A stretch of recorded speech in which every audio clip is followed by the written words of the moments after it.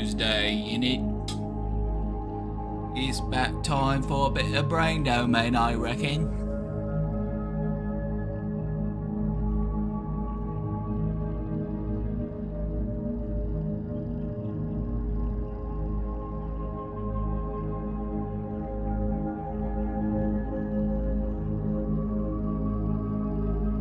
It's time for a bit of right proper mental health.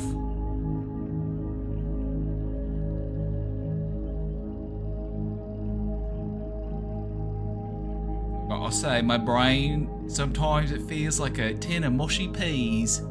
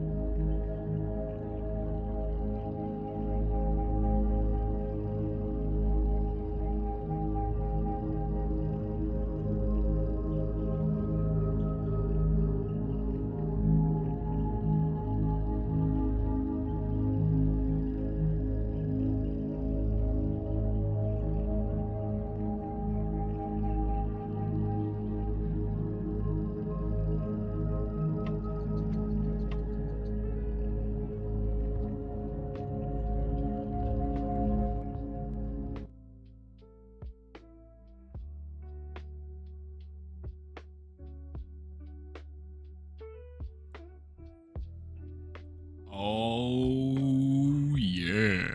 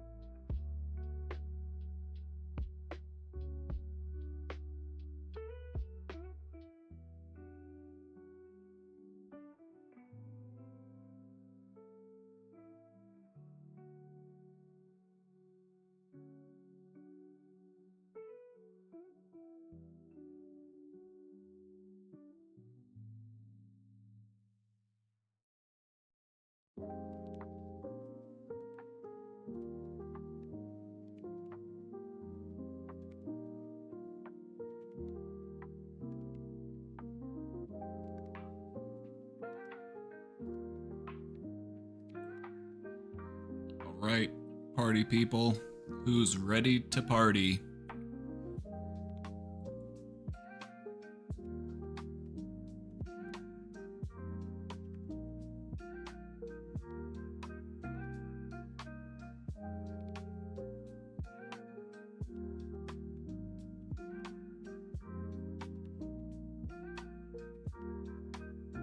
On a Tuesday.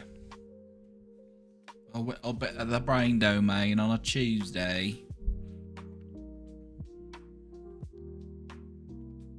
I said to myself, oi, bruv, isn't it time to get on with the show? Isn't it time to get started with the brain domain? And to that I said, okay, let's do it. Let's get down to it. Hello, everybody. Welcome back. Welcome back. It's Tuesday, July 28th. Wow, 2026 is flying by. It's almost August.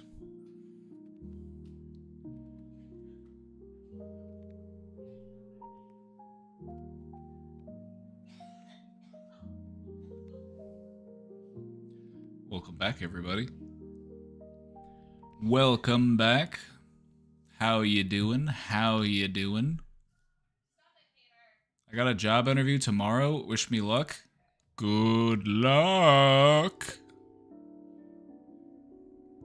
You'll be working as a sales associate for a store in the mall. Not exactly what I want, but I just desperately need a job. Hey, and like they say, It's easier to find a job when you already have a job.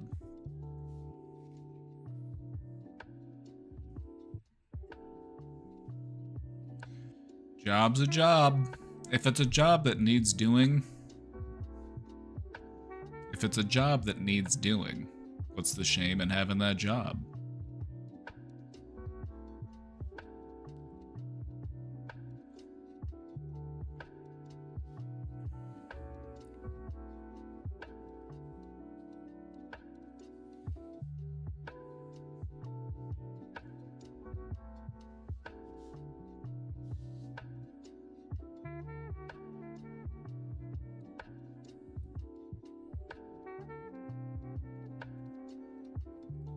Plus, the bathrooms are the best in the mall.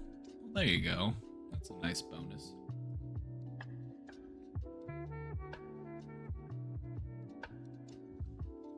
Plus, you'll be in a mall, so you'll have access to the back rooms.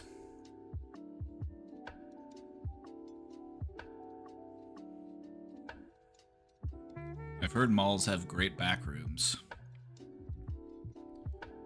They've got tunnels and all sorts of stuff. I heard a story that some old guy got, like, lost in some mall's back rooms. And they didn't find him until later. Isn't that crazy?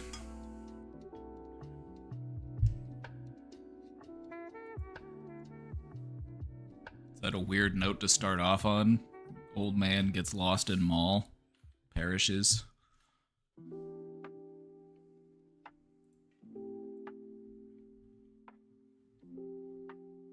Second time I've worked at this mall if I get the job. You know, I feel like that will also be something that you can work into your interview. You can be like, you know, I'm familiar with the establishment. I've actually worked in this mall before. You know, so I feel comfortable working here. You know, small stuff like that can often work in your favor in an interview.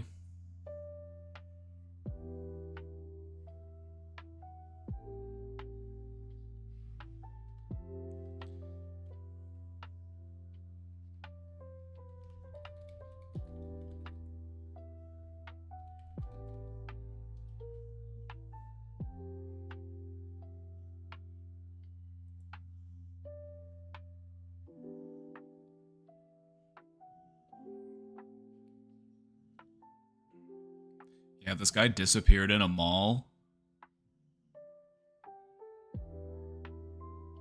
This guy disappeared in a mall and they didn't find him for like 3 weeks.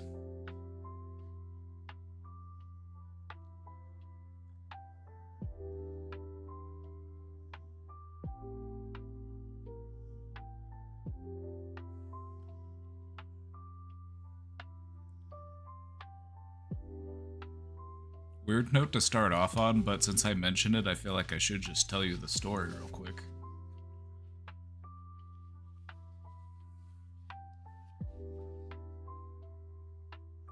Every once in a while, I just think of this guy and I just think, wow, what a strange world we live in. This happened in Australia. This guy was in a mall. His name was Bernard Gore.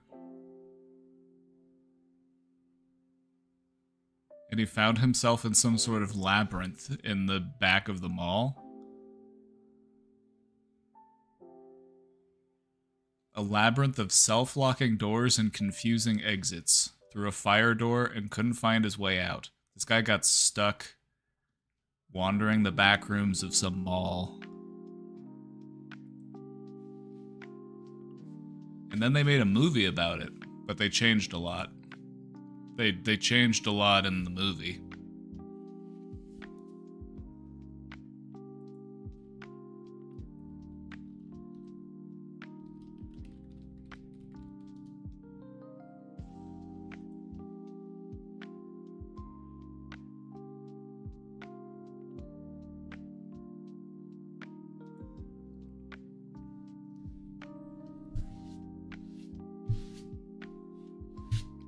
Way to go. What a way to go.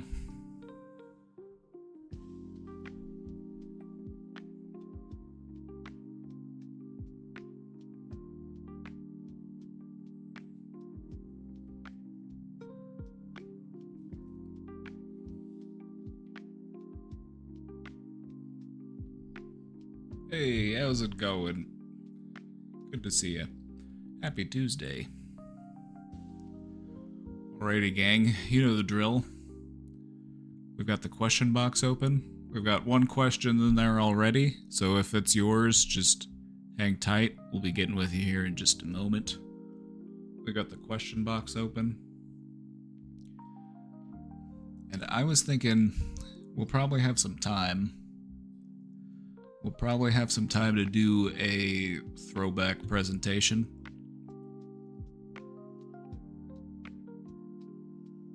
Sometimes I feel like I have too many presentations. Like, some of these are just very niche. I don't think any of them are necessarily bad, but there are some that are a little thin. Some of them tend to be a bit more robust. But I think that's just what happens when you have so many.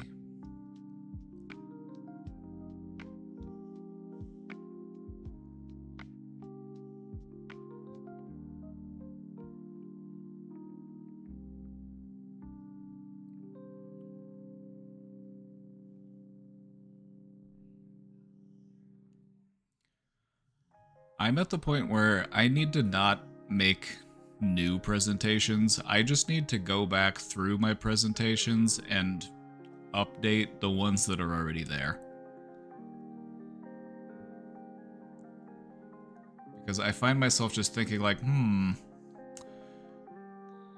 wonder what I should talk about on stream. I wonder what we should do a presentation about. But we're at the point where we've covered so many different topics. It's time to start revisiting. Oh shit, this one's actually, like, I have the ones that I really like, but I'm not always sure if the ones that I really like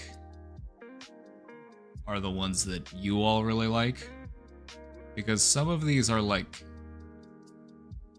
mental techniques. Some of these are just like, and some of these are techniques that like I came up with just as ways to like motivational self-interviewing. I love this presentation. It's the combination of two techniques, motivational interviewing and visualization, and then you combine them.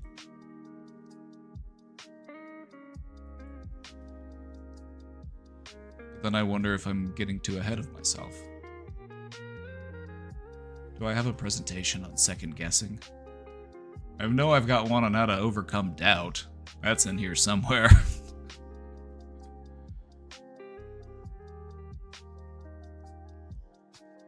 But I was thinking today we would revisit Harnessing the Power of Spite. Now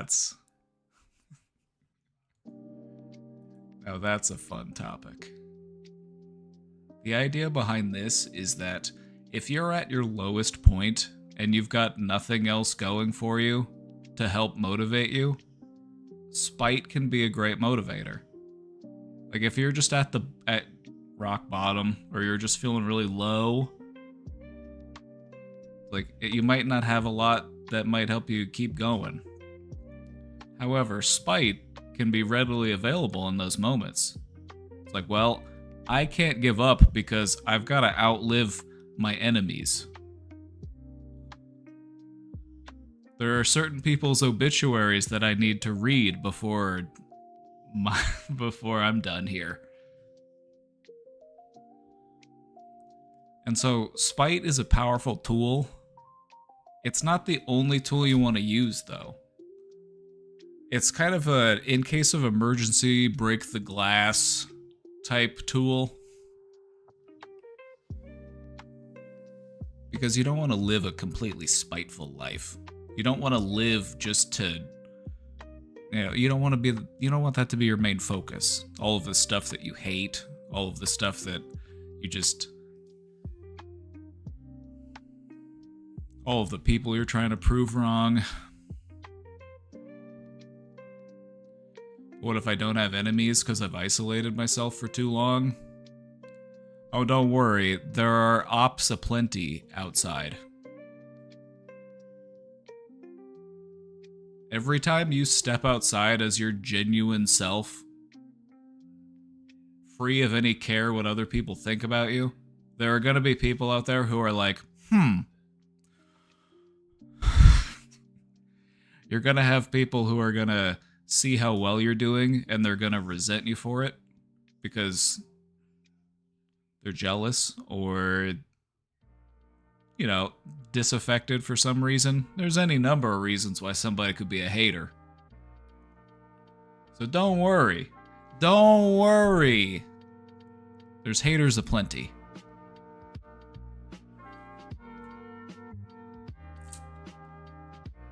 You're always gonna have haters in life. I'm sorry. It's true. But you should not be the biggest one. That should be somebody else. You need to find your new biggest hater.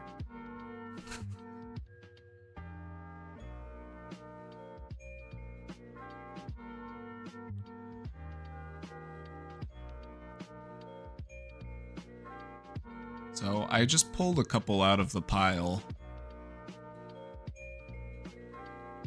And I thought I'd let you all pick. I picked a few kind of randomly, just based on what sounded good. The trauma dumping presentation is solid. This one's got a glossary, that's how you know it's good.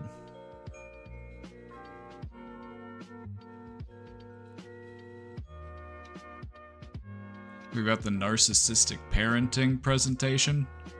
This one's I haven't gone over this one in a while. Like I like to give my presentations a once over before I redo them. Just like to make little tweaks and stuff. I think I got a lot of haters. When you got a lot of haters, sometimes that means you're doing things right.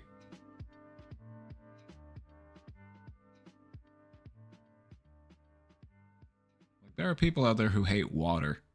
Well, you need water. You can't go 3 days without water.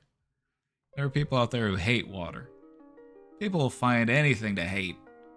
You go online and you're like, I love pancakes. And they're like, you'll have people who are like, so fuck waffles then? Like,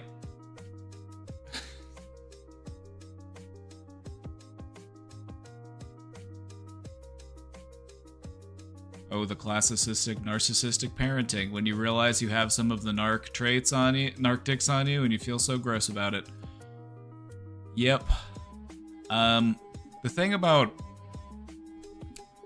We might end up doing this one. We might end up doing this one. This one's... This one's one that I like. This one's fun. I mean, fun is in I find it fun. Not everybody finds this stuff fun, but I never claimed to be normal. The thing about being brought up by a narcissist is that there are things that are gonna kind of like rub off on you without you even noticing it. Because from your perspective, it's just normal. That's just how things are done. And so if you're working to help break that cycle, you have to identify those traits within you so that you can amend them. And sometimes that can be tricky to do. Because it makes us feel bad. It makes us feel bad to have... We're like, ooh, I shouldn't... And you ever find those moments when you're acting and you're just like, I sound just like my parent right now? It happens.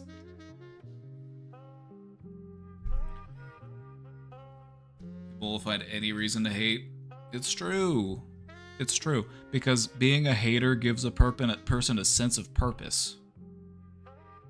That's why a lot of people who are habitual haters are also losers.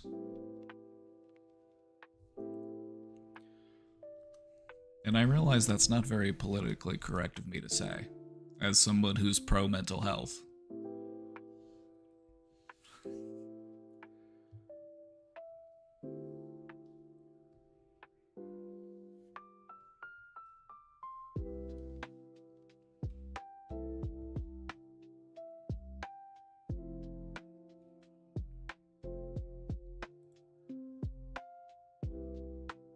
Unless you're gonna channel it in a productive way. Don't just be hating everything. If you're gonna hate stuff, pick good stuff to hate. Pick productive stuff to hate. Like, we're in the midst of a fascist takeover. You know, go go direct some of that hate towards the boot instead of towards other people that are in your same socioeconomics class.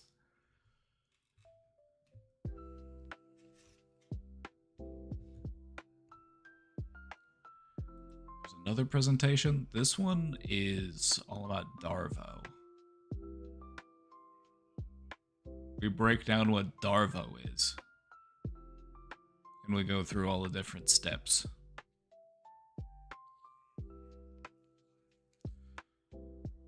The Darvo one's important because Darvo gets used all the time by manipulative people.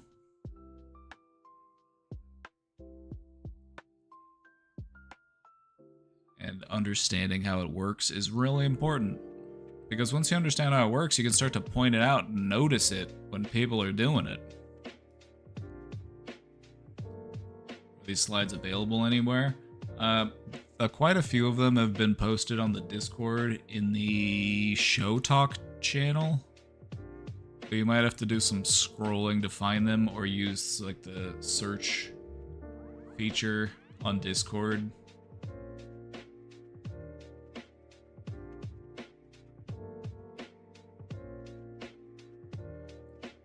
Like, if you went on Discord and you just searched for the words today's slides, or just the word slides even, it would probably pull up all the results for all of the ones that have been posted on Discord. And a lot of these have. So a lot of these are already on there. Whichever one we end up doing, I'll update the slides link on the chat bot. So you can also get them that way.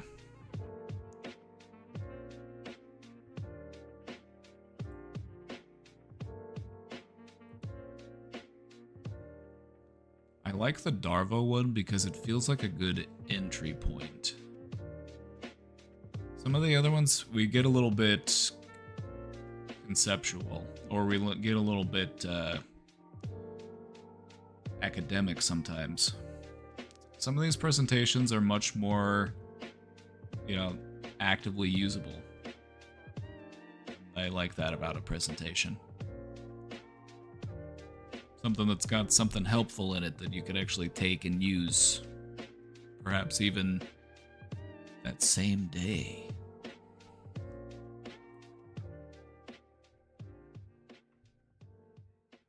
So maybe we'll take a vote.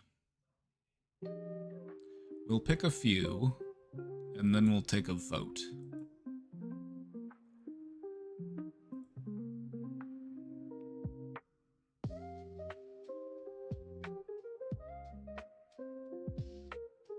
Self-fulfilling prophecies one. Oh my god, it's almost been a year since we did this one. Maybe we run this one back. This is another one that I feel is very important. Like, if you're gonna learn anything about psychology, learning about the idea of a self-fulfilling prophecy might be one of the most important things to learn.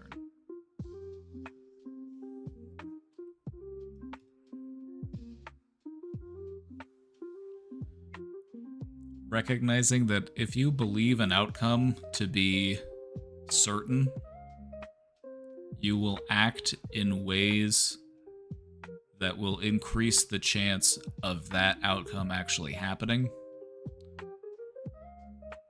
For example, if you think that nobody likes you, you are going to treat other people as if they don't like you.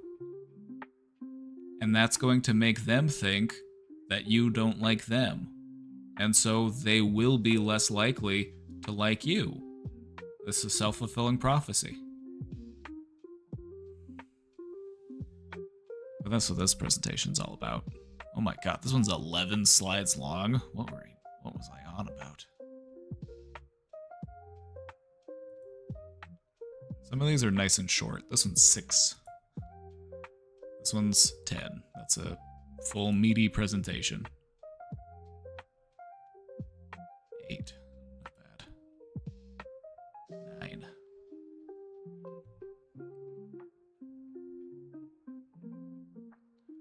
I also want to start condensing some stuff down.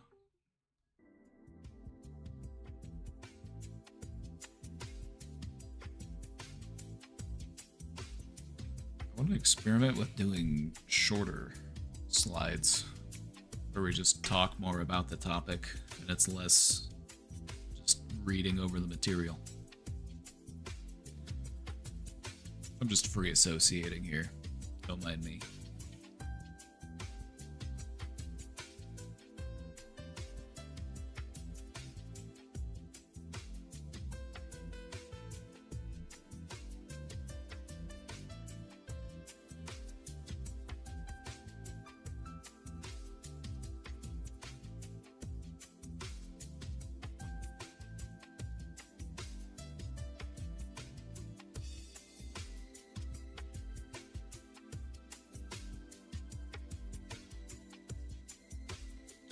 Alright, so we've got some questions in the box. And I think these are from the same submitter, because the topic seems the same. So we're going to read both of them, and then I will answer both of them at the same time, because it's...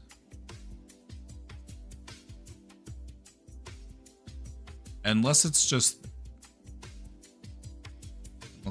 actually two people going through the exact same thing.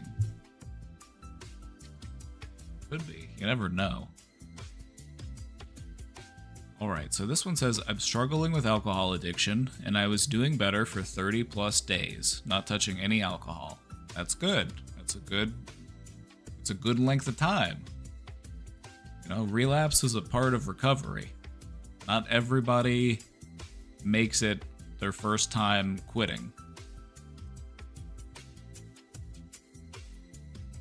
Large chunk of people don't make it that first time they try to quit. But I fell back into drinking. It happens. It'll make you feel all sorts of bad feelings about yourself. It'll make you feel like you messed up. It'll make you feel like, you know, I don't need to get into it because you already know. You've already felt it. But it doesn't feel good to relapse. It can make you feel very shameful, insecure, you name it. I started replacing alcohol with edibles and weed products, and while that seemed to help at first, I'm worried because I may just be trading one addiction for another. My friends have been supporting me, but they're upset because my behavior is very different when I'm drunk versus when I'm high, and they notice my drunken behavior this past 24 hours. Listen to your friends. Listen to your friends. They care about you.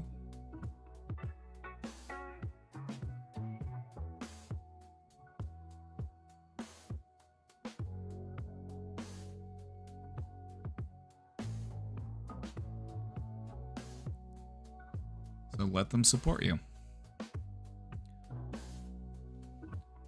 Is substituting alcohol with weed actually okay, or am I just avoiding the real problem? I personally, as someone who has done addiction counseling with people, I used to do groups and I talk with individuals. I would rather have people smoking weed than drinking alcohol 100 times out of 100.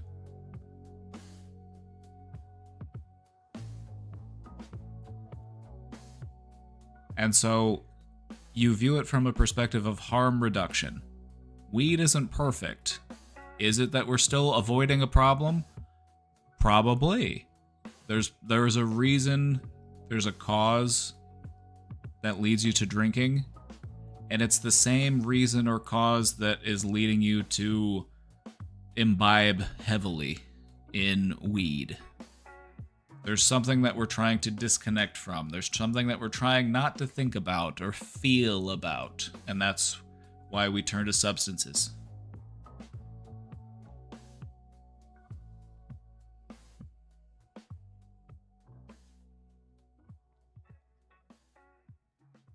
What's the healthiest next step to truly get past this?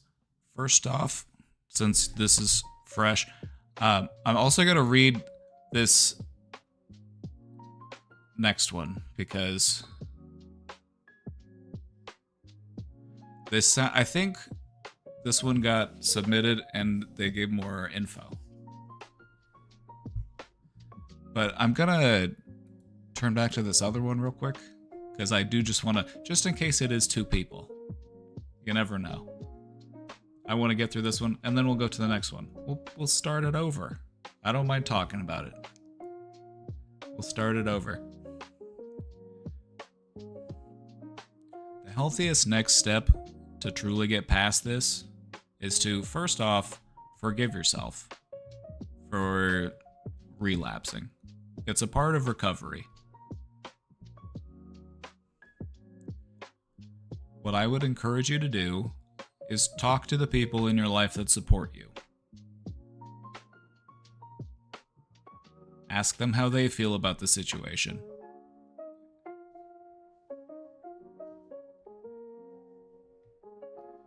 You know, get that support, reach out.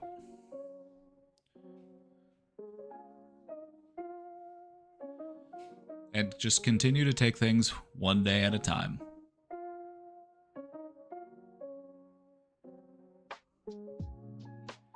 Just try to reinsert mindfulness and curiosity into whatever it is that you're doing. If you feel like drinking, if you feel like smoking, look into why you feel that way. Just try to dig a little deeper. Try to figure out what need it is that you're trying to fulfill.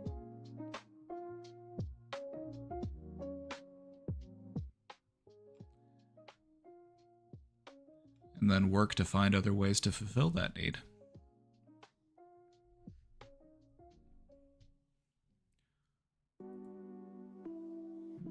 Today I relapsed. I had made it 30 days without drinking. That's a good stretch. Some people have a hard time even making it past a day.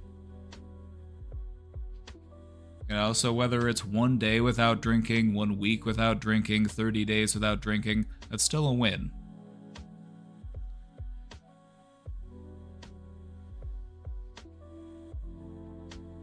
It's not about how many times you fall off the horse. It's about how many times you're willing to get back on and keep riding, partner. During that time, I was relying pretty heavily on weed to get through it, but after getting back from a camping trip with my family, I ran out of gummies and the cravings hit hard, so I gave in.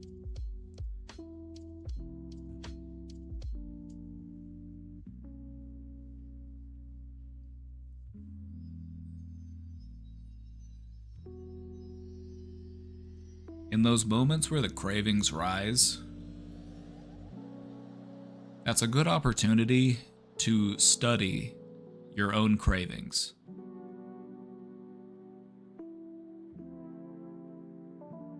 Just try to take a step back from them, as if you're observing any other object in the universe. What is this? What is this thing that is happening? Where is it coming from? What does it feel like? What sort of sensations does it create within me? What is it trying to get me to do? And what do I actually want to do?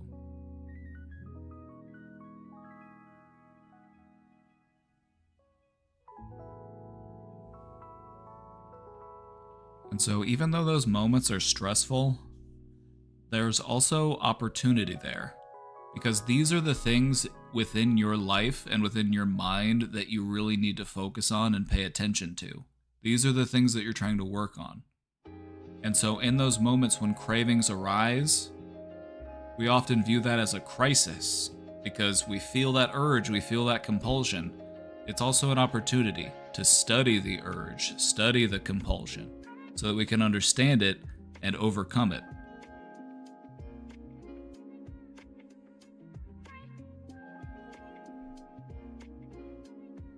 You know, if you're playing whack-a-mole, you can only whack the mole when the mole pops out of the machine. It's kind of like that, except with thoughts.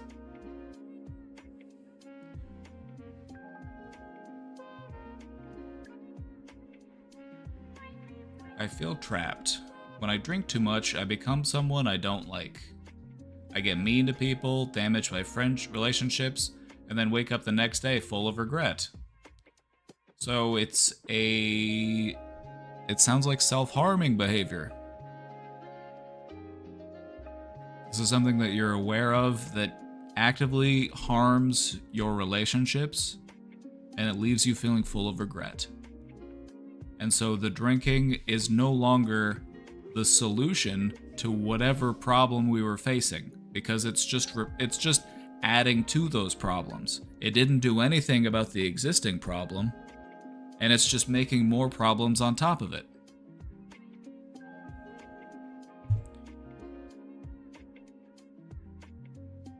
But you don't need to explain. You don't need me to explain that. You already feel it. If I even remember what happened the day before, it's happened over and over, and I still feel like I can't stop. You can stop. You only feel like you can't stop.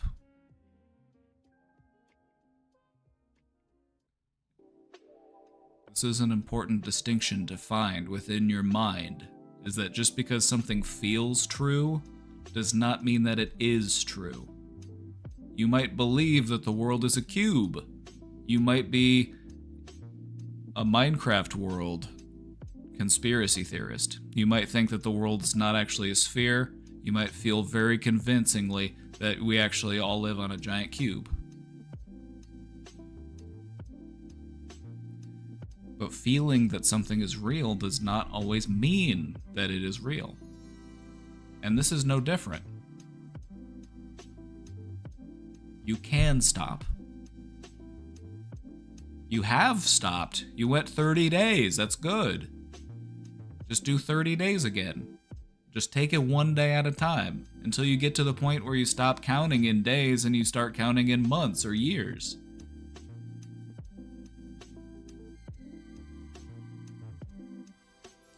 Even though I hit a new 30-day streak, I just want to sulk and drink more and more.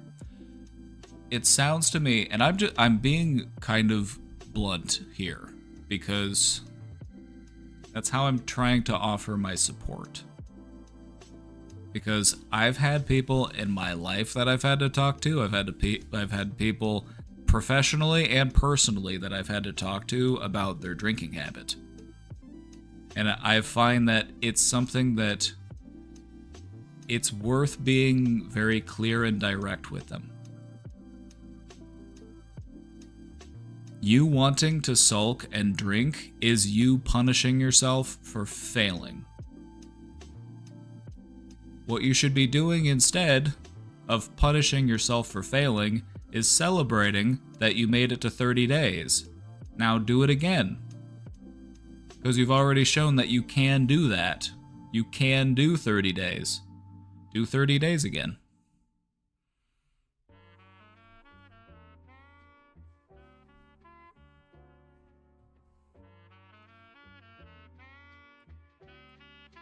When I'm drinking, I get stuck in this cycle where everything feels so intense.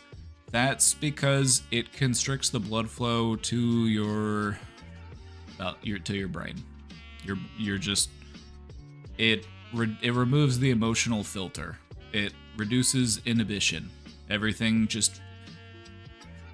Some people drink to not feel. Some people drink to feel.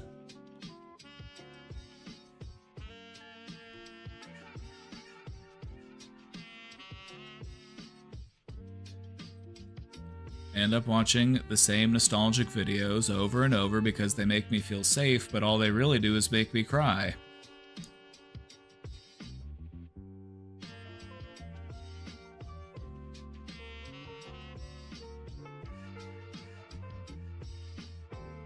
Nostalgia on its own is not a bad thing, but it's not something that you want to get permanently stuck in. It's also good to be out there finding new things that you can enjoy, that you will in the future be nostalgic for those things, instead of just focusing on the pre-existing nostalgia. We need to seek out new experiences so that we can form new positive memories and future nostalgia. Because what you'll notice is that if you have a certain nostalgic supply, it's kind of like our brain has this reservoir, this nostalgic supply that we can tap into to feel good if we need it.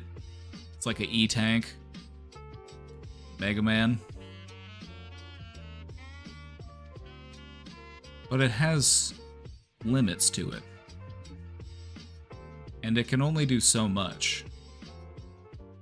And so, what sort of feelings are you looking for when you're engaging in these?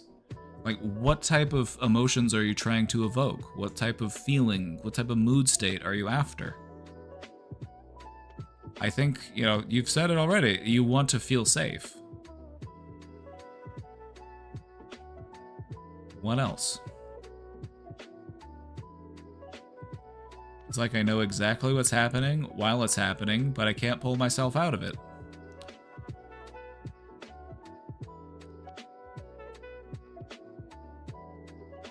Self-fulfilling prophecy? Maybe. We've already determined that this is something we can't do. I feel like I can't do anything about it. I can't stop it. So it feels inevitable. What would it feel like to not do that? What would it feel like to not drink? How would you feel if you didn't drink tomorrow? Or if you didn't drink today? How would you feel if you woke up tomorrow and you had not drank today?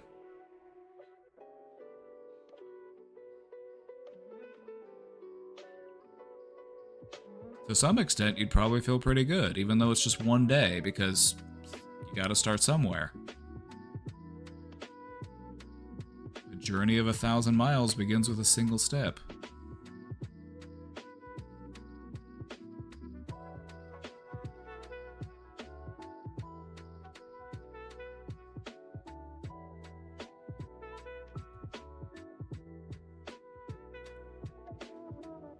The hardest part is when people call me out on my drinking. Listen to them. I know it's hard, but those are the people you need to be listening to. Because those are the people who are trying to help you.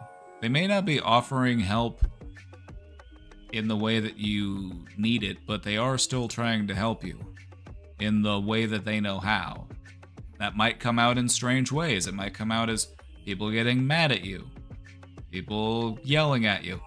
It's because they care about you and they don't like seeing you hurt yourself.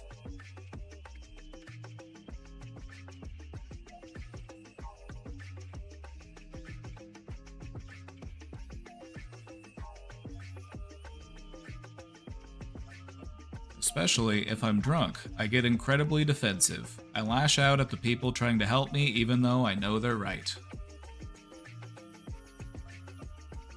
Then it sounds like it's a good time to no longer poison yourself.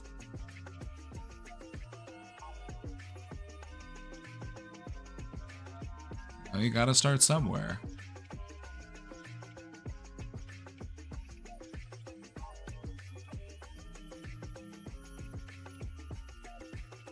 I don't know what to do anymore. I'm broke, I don't have health insurance, and I can't afford to keep relying on weed either. I just feel stuck. This is gonna sound strange, but in this situation, being broke can actually work in your favor.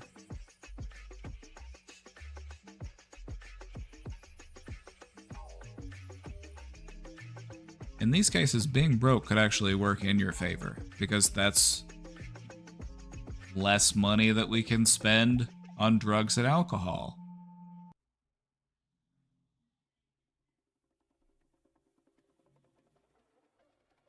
Doing it for myself was what clicked to me. It's true. Recovery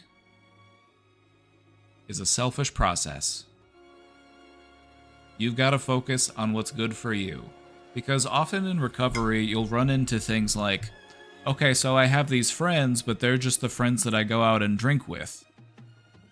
And even though, I like these people, I recognize that they're not a good influence on me, and I need to focus on what's best for me. And so I need to not hang out with these people, or if I do, we need to find something else that we can do together. And not have drinking be a part of our ritual whenever we spend time together. So listen to the people who are trying to help you. In a way, you are doing it for them, but you're also doing it for yourself. And that's what's important, is you're doing it for you. The people who care about you want to see you happy and healthy. They do. And that's why they might seem frustrated. That's why they might give you a hard time. That's why they might seem confused or angry or scared. Is because they can see that you're hurting and they want you to feel better. Do you want to feel better? If you do, then do it for you, because you deserve that. You do deserve to feel better.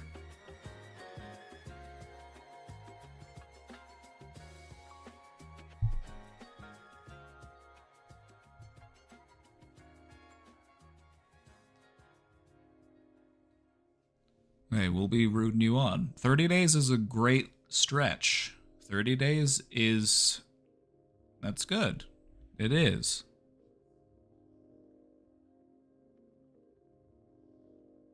You gotta start somewhere. That's a new personal best. Try to do a new high score. Go for 60 days.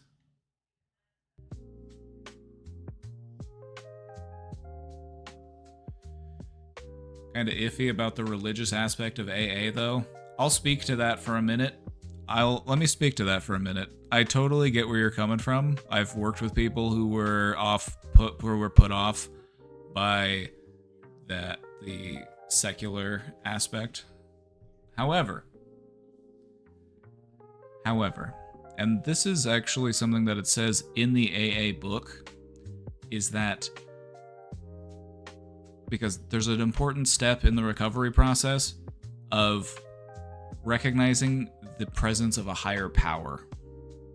That doesn't have to mean religion. That could just be something bigger than, it just means that there's more to the world than just you. You are a part of something bigger. It could be family, it could be connection, it could be an organization, it could be anything. Honestly, just the belief about something bigger than just you. Because part of what keeps you stuck in addiction is you're just so focused on your own shit that nothing else matters. We're just so hyper-focused on our own pain, our own suffering, and trying to escape that suffering, not realizing that we are the ones keeping ourselves stuck. The only one keeping us stuck is us.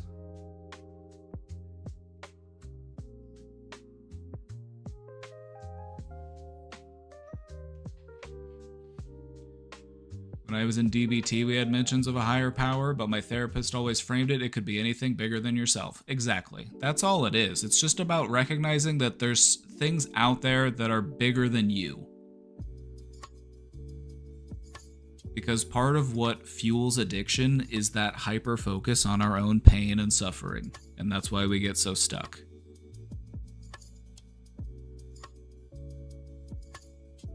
But feeling connected and a part of something bigger than us, that could be an organization, that could be a political movement, it could be a volunteer organization, just something that you can believe in that has a good cause. You know, people coming together over a unified thing. Doesn't have to mean religion.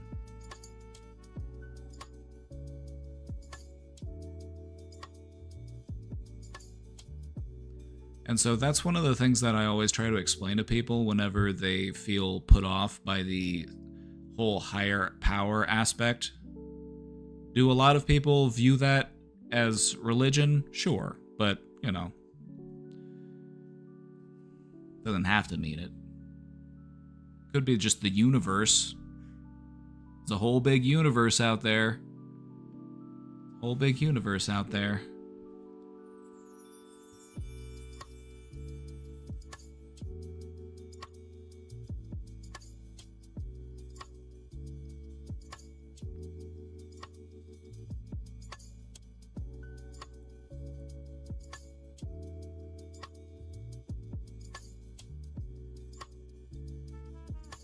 I went to some AA meetings. I did it for what people talked about their experiences. This is something that a lot of people recognize when they start going to like treatment groups. Like you might be dealing with an addiction, and you might go to a treatment group and somebody else starts talking about what happened with them, and it makes you realize, oh, maybe I'm not as far gone as I thought I was. Not that we need to compare ourselves to others, but it can also kind of be like a very profound moment of awareness. Just recognizing like, oh, other people are also going through similar problems, but some people are going through way worse problems than I'm going through. And if they're able to work on their stuff, then I can probably work on my stuff too.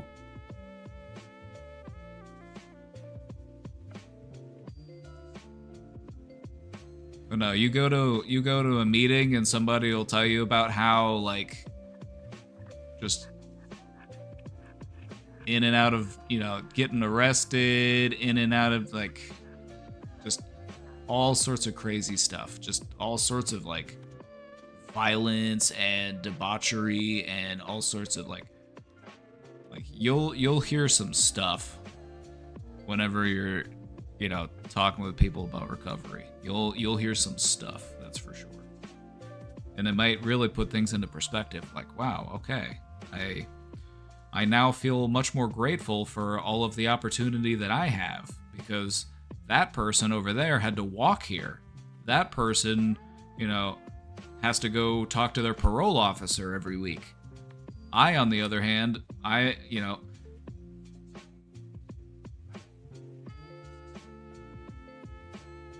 again, it's not about comparing yourself to others. It's just about recognizing where you're at. Because whenever we're so focused on our own problems, we often forget what other people might be going through. And so it can be very grounding. And so and this is for the questioner, if you haven't thought about going to a support group or going to meetings or anything like that, I would recommend it. It's a great resource. It's just nice, even if you don't agree with 100% of what they talk about, it's at least nice to just be around people who have a similar goal in mind.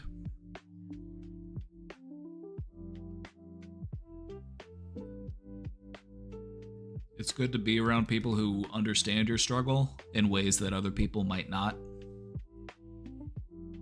It's just good to have that support. You can't have enough support when it comes to your recovery. Take all the support you can get.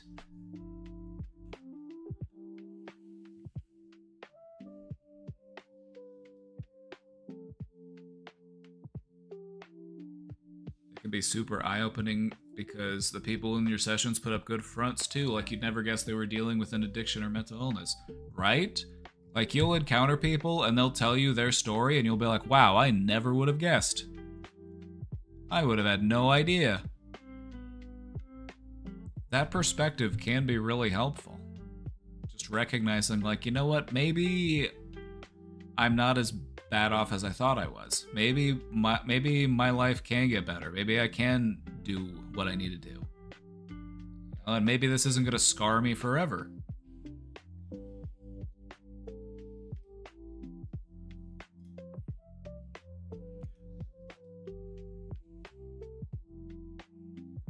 I'll always remember a nice 60-year-old lady that had a stable family, a regular mom, and went overboard when she got $60K on a $1 scratch card, and she got through it, even though it's, right, like, it would surprise you. Like, I've heard stories of people who had like stable lives, stable, great paying jobs. They had a house, they had a family, and then just something happens and then just things get flipped upside down. It's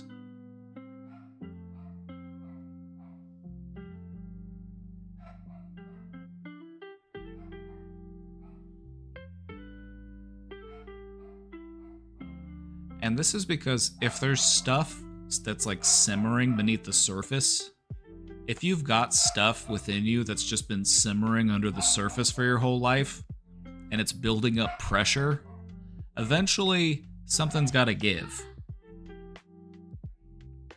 And so it's important to just be mindful of the things within you that are building up psychological pressure. Are there things that I haven't properly processed? Are there things that I'm trying to avoid thinking about? Are there, what sort of things might be manifesting as stress in my daily life? What are those old wounds that need tending? I've heard of similar stories with inheritance money. Oh, yeah. I had a guy on my caseload who had this, like, inheritance money, and he had this, like, house that he inherited, and he would just, like, basically turn it into a drug den, and he was just having all of his, like, drug-using friends come over and, like, crash at his house, and it was just...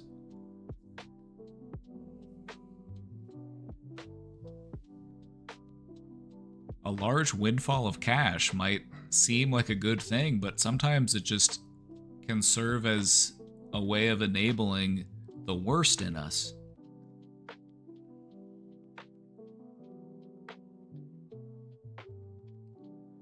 They do say that money is the root of all evil, so maybe they were onto something.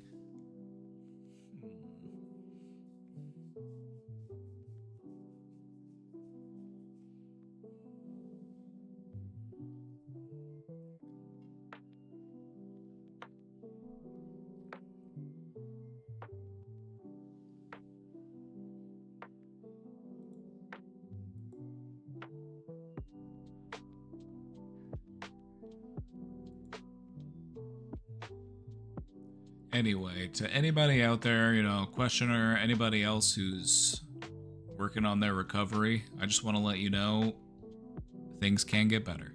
Just take it one day at a time. Surround yourself with supports. The most surefire way to make sure that your recovery fails is to do it all on your own, all by yourself. Isolation kills.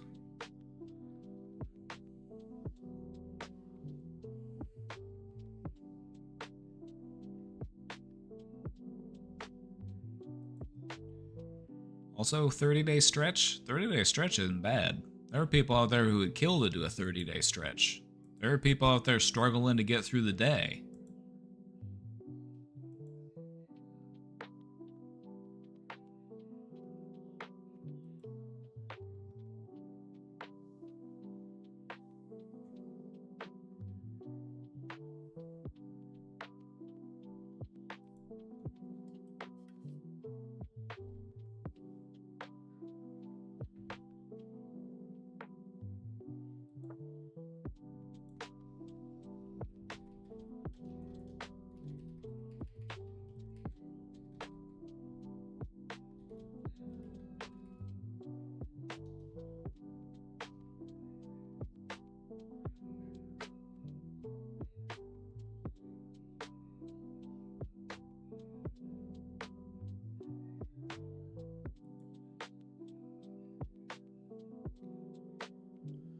What if you're alone and group therapy triggers you?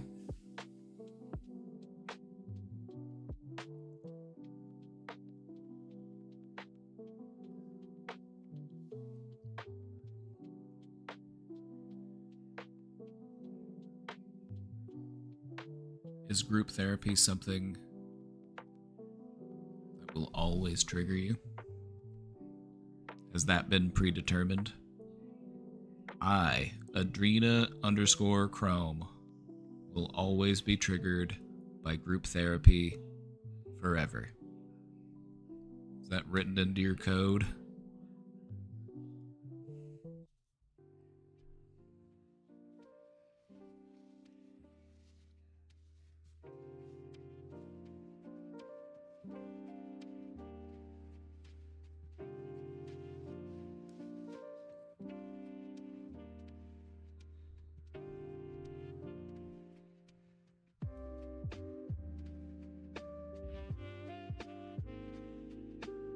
Kinda. I hear you.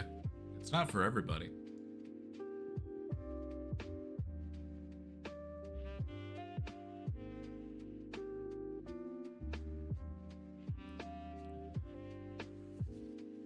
Going to a support group isn't always the same thing as going to a therapy group.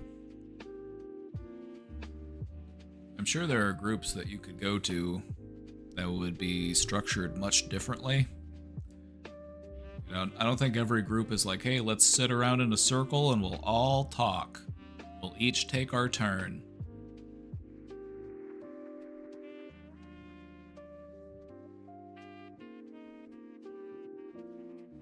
I guess just think about what your goal would be in going. What is it that you're trying to work through? What ways do you think it might be able to help you?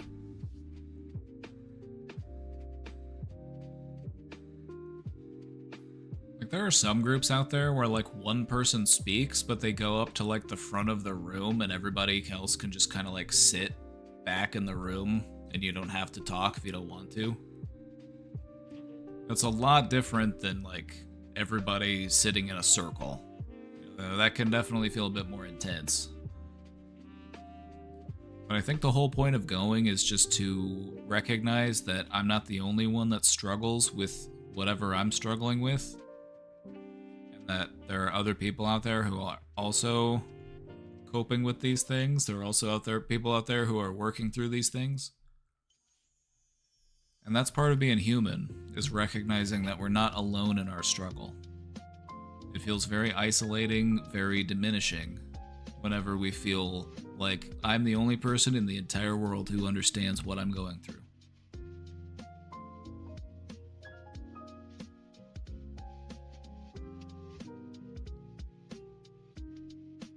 Someone was sharing very personal, and I was like, I don't deserve to hear this. They chose to share it with you. They chose to share it with you, so you were worthy. You were worthy!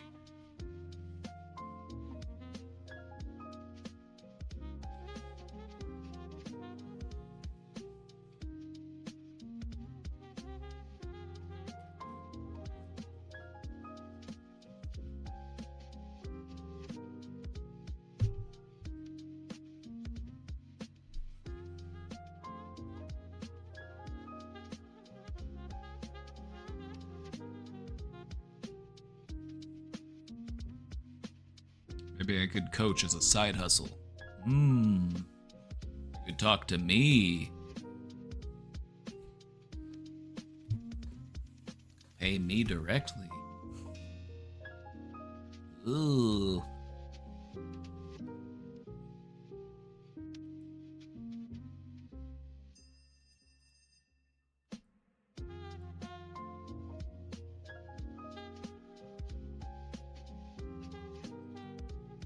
Yeah, if you live in a country where you can get access to mental health for free, do it!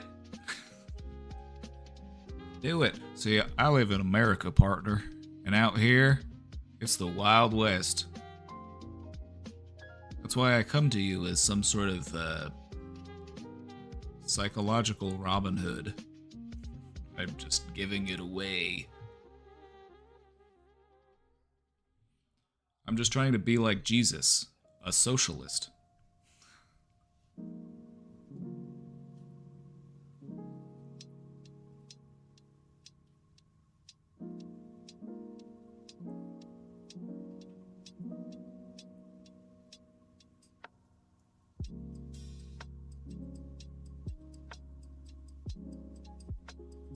Alright, I've got another question in the box, so let's take a look.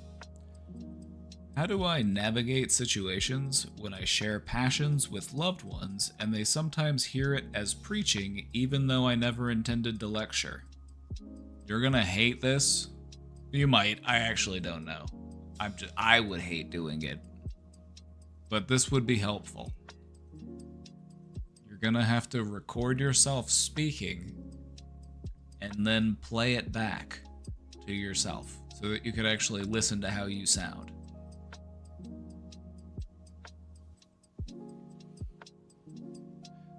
That's not the only way. That's just one way of doing it, but it is a helpful way. It's kind of like looking at yourself in the mirror and holding it until it feels like I'm not looking at myself, I'm just looking at a person in the mirror. And then getting a feel for what this person looks like. If I were walking down the street and I saw this person on the sidewalk, what would I think about that person? This is what helped me to realize how angry my eyebrows were, just passively. I was just walking around like...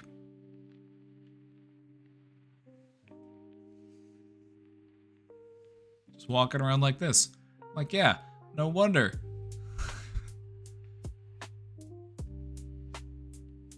But I didn't notice it, I didn't feel it, it's not like I was aware of it until I actually took the time to just go look at myself in the mirror and just sit there for a few minutes until I'm able to just register myself as just somebody that I'm looking at. I'm just looking at a person instead of I'm looking at me. That's me in there.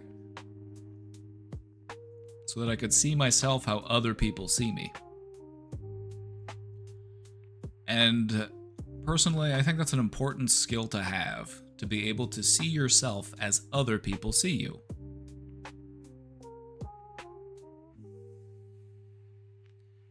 Now, you said that they sometimes hear it as preaching, so maybe sometimes we do get a little preachy, but it doesn't sound like you're always preachy. I'm probably guilty of this too. I get passionate about a topic, and I start lecturing. But see, that's the thing. I don't mind lecturing. I'm of the mindset where if I've got some cool shit to say, I'm gonna say it even if people think I am lecturing. It just felt important, so I said it.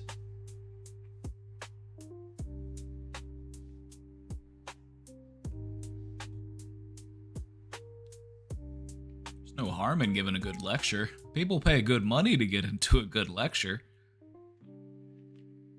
But if you're going to deliver a lecture, just try to make it a good one. You know, what I like to do sometimes is, I try to be affable. I try to be, humorous with it. So if I do catch myself lecturing, I will say something like, "Thank you for coming to my TED Talk."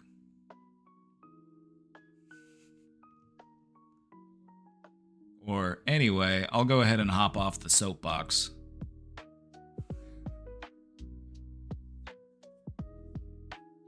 It's not inherently a bad thing to have passionate lectures. I don't see that as a bad thing for people to do. I think what's important, though, is to just consider the context in which you're delivering a lecture. Are you all sitting around and we're just having a topic about a conversation and then I can contribute something passionately to that conversation? Or is this me just coming up to somebody and being like, "Hey," and it's just like unprompted. And I'm just like, "I need to tell you about this. This is something I find fascinating." If that's the case, at least ask them like, "Hey, do you have a minute? Oh, I just found this new thing and I think it's so cool. I want to tell you about it."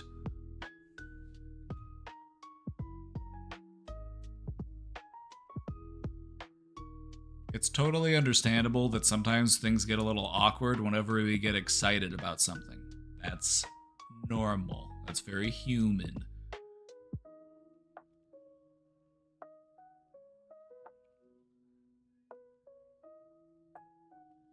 Additionally, I don't do this when they speak, and I'm sure there have been times I've felt that way, When they get frustrated, they bring it up and it derails our conversation and leaves me apologizing and feeling bad.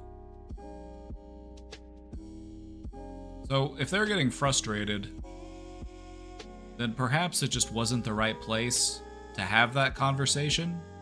Or maybe we went about delivering the conversation in the wrong way. This isn't necessarily something that we need to feel bad about. This is just something that we need to try to learn from so that we can modify our approach. We're trying to be a good communicator. We're trying to be able to convey ideas with passion and gusto. Not a bad thing. It's a good skill to have. We do, however, owe it to ourselves and to the people we care about to consider our approach, our delivery, the time, the place, the context.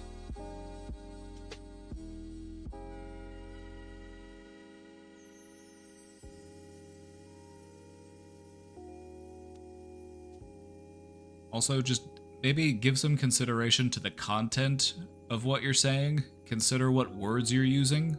Some words have a certain level of, like, the word that I want to use is pompous. Some words just feel like you're grandstanding. So we want to make sure that we're not doing that. We want to make sure that if we're speaking about something passionately, that we're not speaking down to the person that we're speaking to. Like, here, let me enlighten you, peon. Let me stoke the flame of my intellect and illuminate your frail mind. Like, no, people tend to not like that.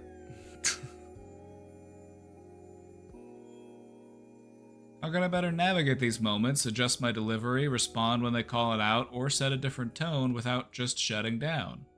Well, just shutting down isn't going to help at all. That's just blue screening. You're like, uh-oh. Your brain just goes, donk. Do.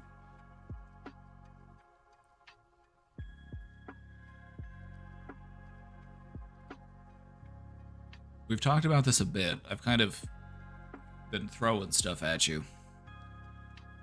So let's just try to package it all back up. Let's try to just recap. If we want to try to approach these moments better, what's important is that we recognize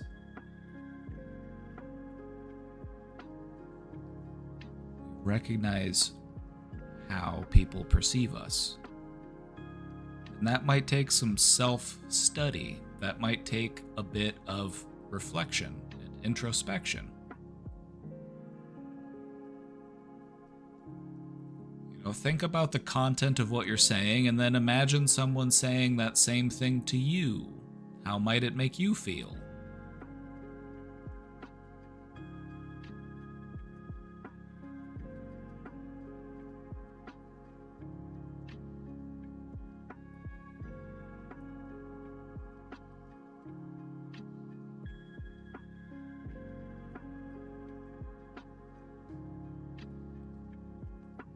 I'm also a fan of asking people questions about a topic instead of just lecturing on a topic. Sometimes I like to ask questions about the topic to see what their understanding is. Or maybe there's something that I might be able to glean from them. Maybe they have a different perspective on this topic than I do. Maybe I can be the one who learns something from them.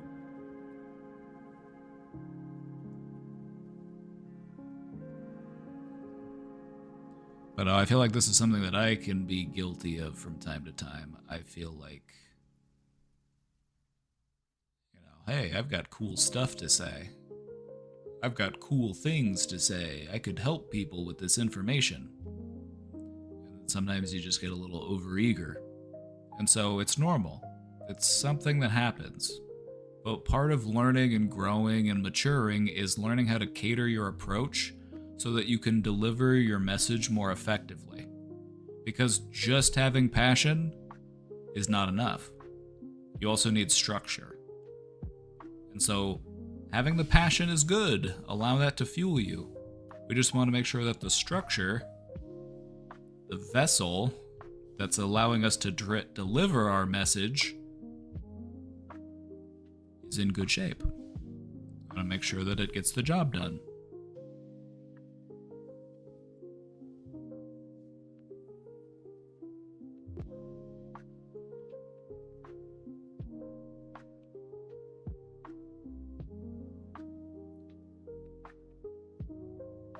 I always try to be accepted by everyone, make sure that everyone likes me, but I know that's not possible. We cannot be universally liked because people are so different.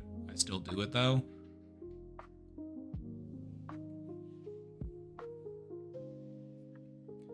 Well, knock it off.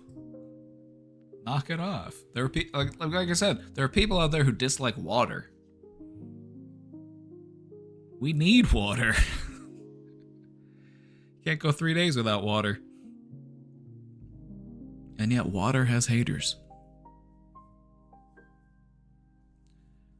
There will be people out there who will not like you because you're happy. There will be people out there who do not like you because you enjoy your life.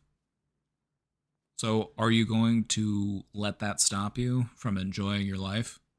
Are you going to dedicate your life to trying to change this person's mind about you? Or is that more of a them problem? Maybe that's their work to do. Maybe that's none of your business.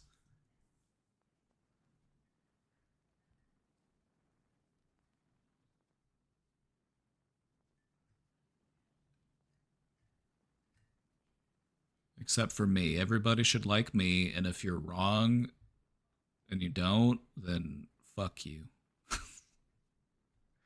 I'm joking. I'm joking. Really like this community? Good. Good, I'm glad. Me too. Good bunch of people. Sorry for being so talkative today. That, however, I will not accept. This is an apology-free zone. So when you apologize, you get bonked.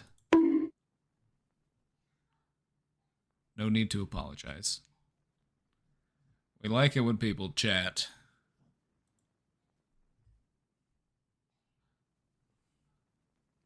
If everybody in here was quiet, it'd be very awkward. Also, thank you for the 100 bits.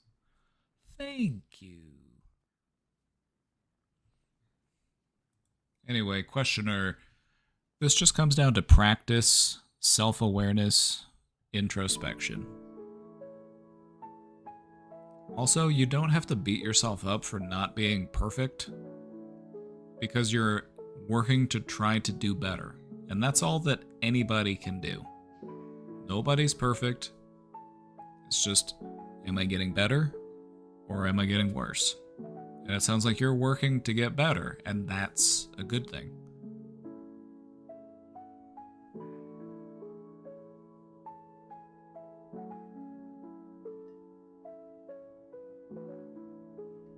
Now, it's a good thing that when you can see these sorts of things within yourself and recognize, like, hey, I should probably do something about this. Instead of just blaming everybody else. Because you and I both know that that's something that a lot of people like to do. Everything is everybody else's problem, and I'm a perfect angel. And I can do no wrong. It's actually everybody else's fault. Had nothing to do with me. I was not involved.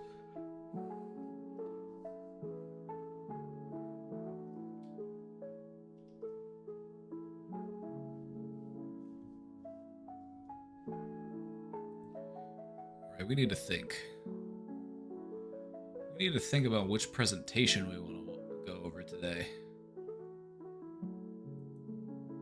We've got a few good ones. This one I want to work on, so I'm taking this one off the table. Self-fulfilling prophecies. It's been about a year since we did this one, so if we don't do this one today, we're going to go over it again soon. I don't think we're going to do spite today. I don't really think I'm in the mood for that one. Trauma dumping. Why it happens and how to communicate better. That's a good one.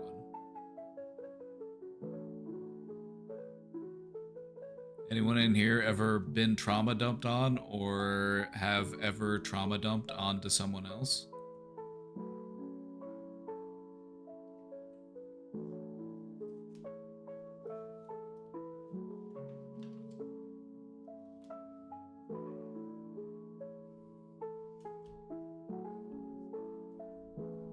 People will trauma dump on you just about anywhere these days. I got trauma dumped once in the drive-thru.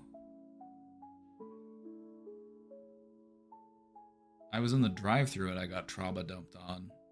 I was getting a late night snack. I was out at Taco Bell. I had Penny with me. And the cashier was like, "Oh, that's such a cute dog." All of my dogs died when my house burned down. I'm like, what? As she's handing me my Baja Blast, I'm like,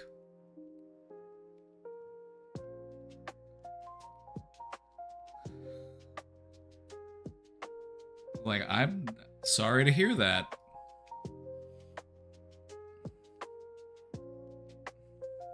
Sorry to hear that. I think I don't know, it might just be me. People have always done that to me. I think it's just the energy I give off. People are like, I can talk about what's bothering me with this man.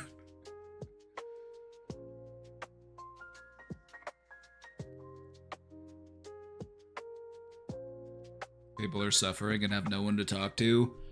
So you can either be sad that that is true, or you can be well, no, you could be both, I guess. You could be happy that we're here trying to do something about it.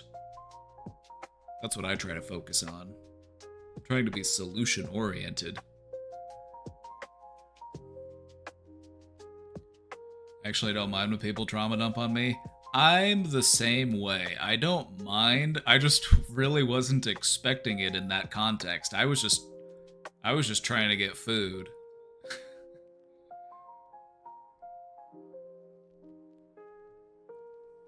I try to view it, I view it as this person feels comfortable enough around me to tell me these things.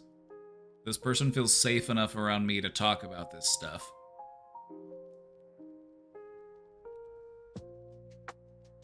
I just mean I get the trauma dumping. Oh yeah, it's... Well, we do go more in depth in this presentation about why it happens, but a lot of it has to do with the fact that people are just so busy and healthcare and mental health care are expensive and sometimes difficult to find. And then you've also got the fact that people are made to feel like, hey, if there's something that's bothering you, you should keep it to yourself. You should not talk to people about it. You shouldn't be a party pooper. So there is that like social aspect of like, don't do it, that's a no-no, you don't want to bring down the vibes. And so it just gets to the point where it just builds up and then you're just like, I can't hold on to this anymore. Blah! And it just...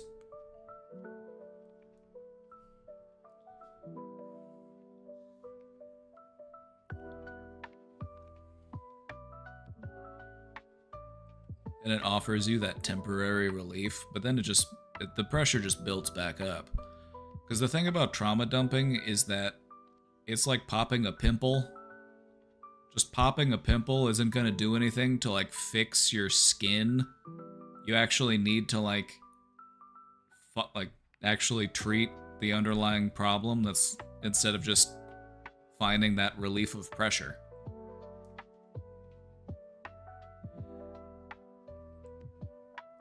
It's also kind of tied into the topic of like addiction and alcohol, like we were talking about earlier. It's just a way to relieve that pressure.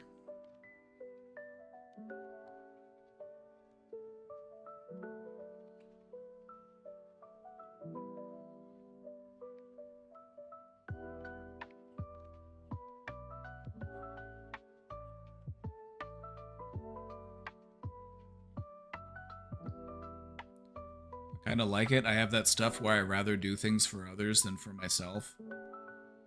Did you miss People Pleasing Day? Because that was just the other day. That was last week. The People Pleasing presentation was last week.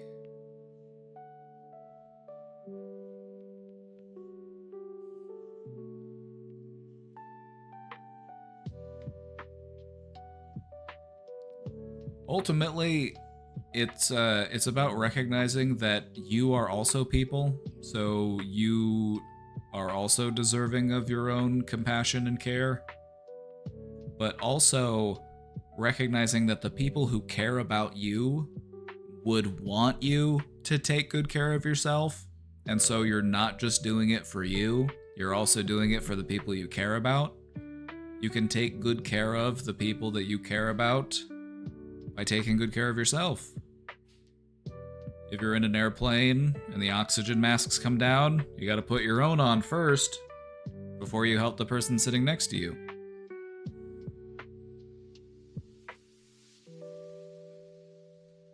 We need you at your best, comrade. For the good of the Union.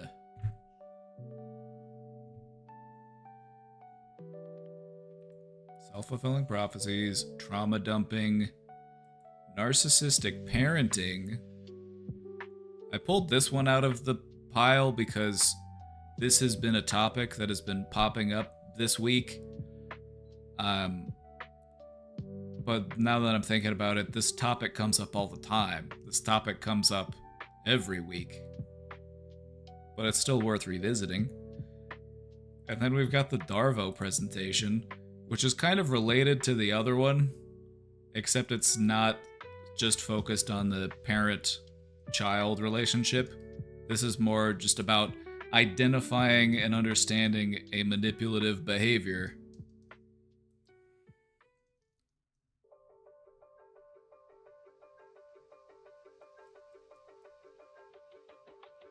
Just wanted to say thank you. Well, you're welcome. I found your psychology and mental health streams when I was at one of the lowest points in my life. I honestly didn't think I'd make it to college. The last time I was here was around 4 months ago, completely lost with bad grades, unable to talk to anyone, with 0 friends. Tomorrow's my first day of college and your streams genuinely helped me get there. Thank you for making a real difference.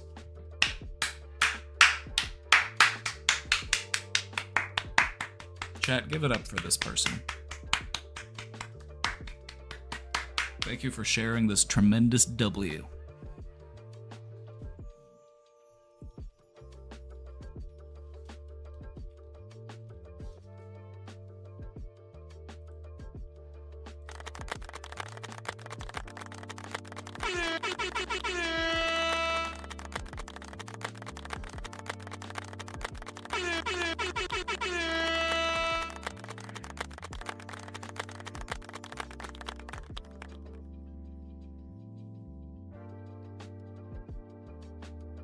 Excellent. I think we're gonna go with one of these 4. We're gonna go with these 4. So I'm gonna make a poll, and I will let you all vote on which presentation topic we do today. Because I am a man of the people. I'm one of those socialists that they warned you about.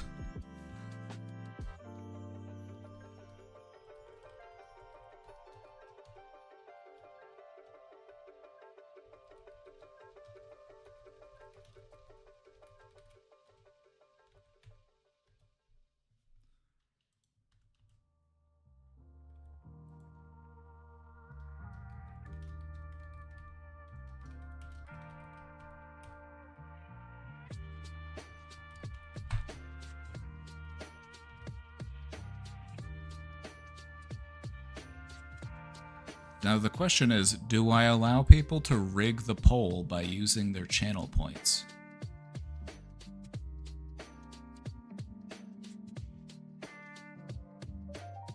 Do we allow people to steal the vote?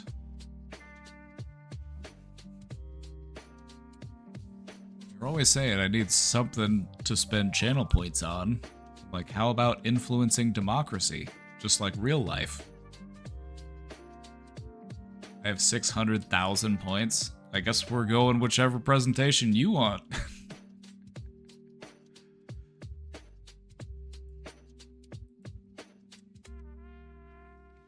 No, we'll keep it clean. No additional votes. No extra votes allowed.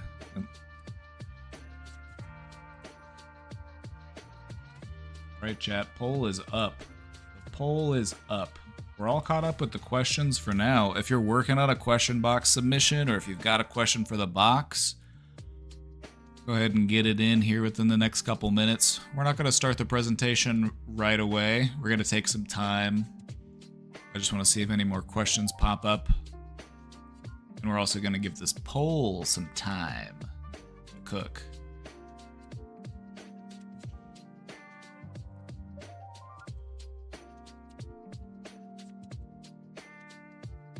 What is Darvo? Darvo, while this poll is up, I'll show you real quick. Darvo is a manipulation tactic.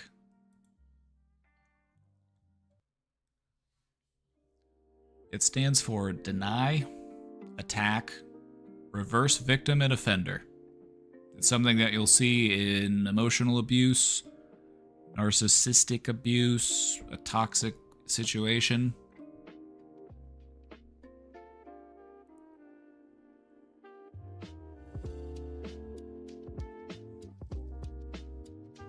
Hey, it's like, let's say that you go to somebody and you're like, hey, why'd you do that? You know, like they did something messed up and you're like, hey, why'd you do that? And they're like, I didn't do that.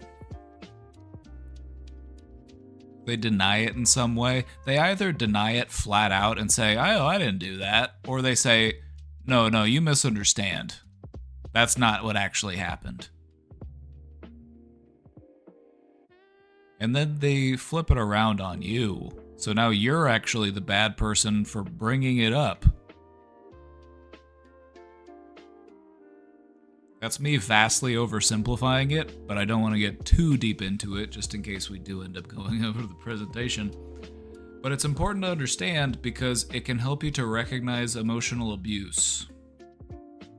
Because it's a commonly used technique, it's a commonly used tactic,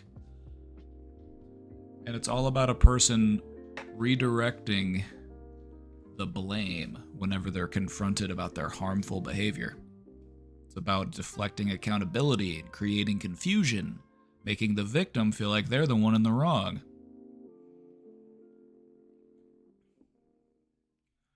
So what is the stream about? We're voting on it. If you mean stream in general, welcome to the Brain Domain. We like to make psychology accessible. We take anonymous questions from the question box. We have conversations with chat. Currently at 7,008 questions. That's a lot of questions. I was thinking about it. When I was in the shower earlier. I was like, damn, 7,000 questions. That's a lot of questions. Basically, we're just here to chat and to learn and to help in whatever way we can. So what we're doing right now is we're voting between these 4 topics.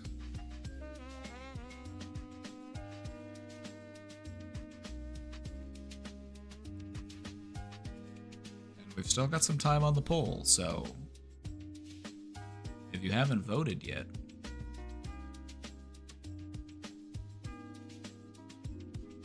how many of those questions were hi chat, I'm gay though? I could tell you.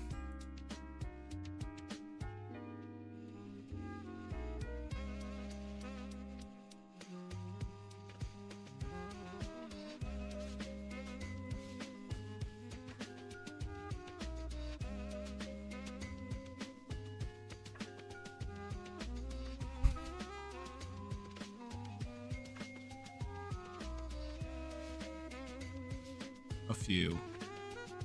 It's been put in a few times.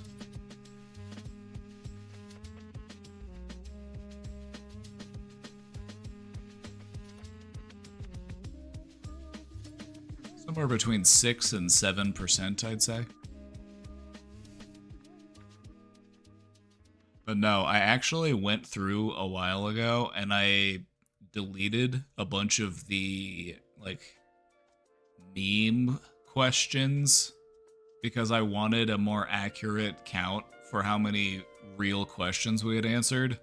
But I did that back when we were at like 5,000 questions, so it's it's been a while. But yeah, there's a few in there, but not nearly as many as there used to be.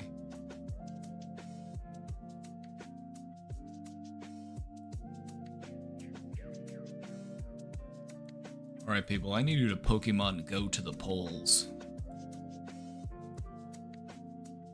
There's a little poll there, right in the chat.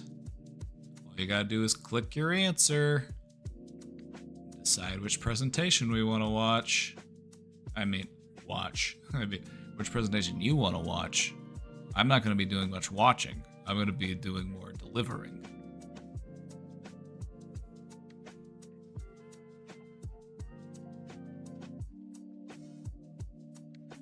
Our choices are between self-fulfilling prophecies, trauma dumping, narcissistic parents, and Darvo. Right now it's a tie. We've got a tie between self-fulfilling prophecies and trauma dumping. Good topics.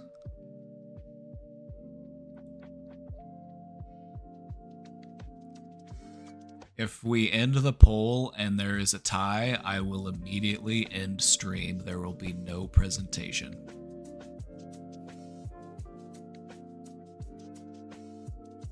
So you better vote.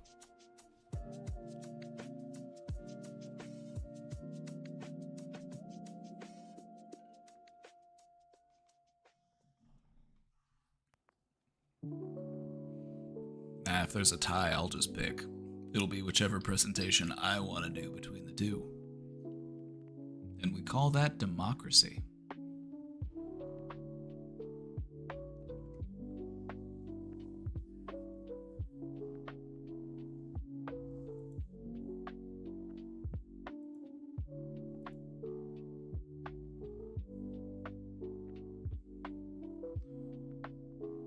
Like it might be self-fulfilling prophecy, unless trauma dumping can catch up. It's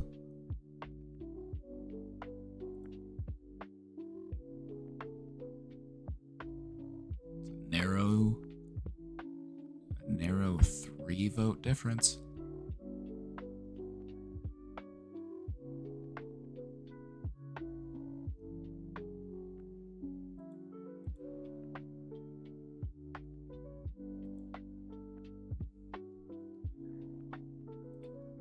Take this moment to look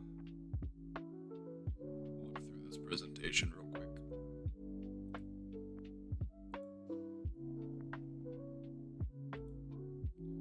Sometimes I like to go through and just make some minor adjustments.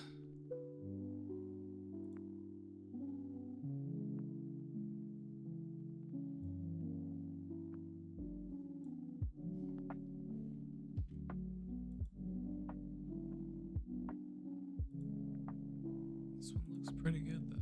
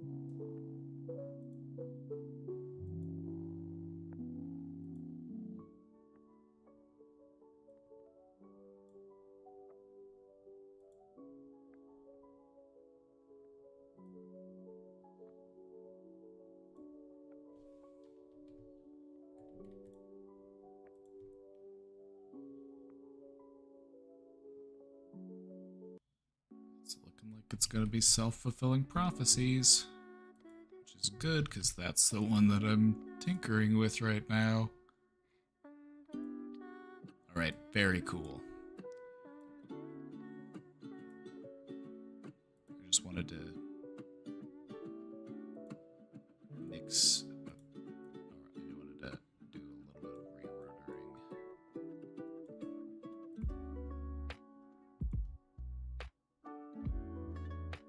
Prophecy fulfilled. It was foretold.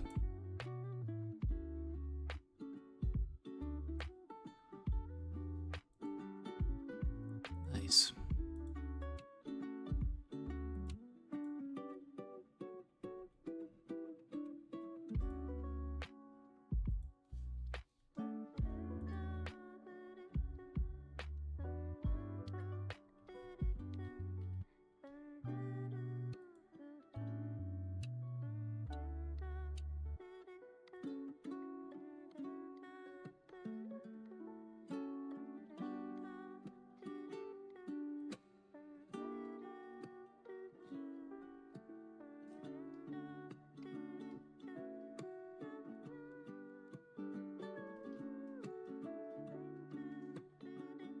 Looks like this is gonna be the one. All right, we'll get started with this here in just a minute. It looks like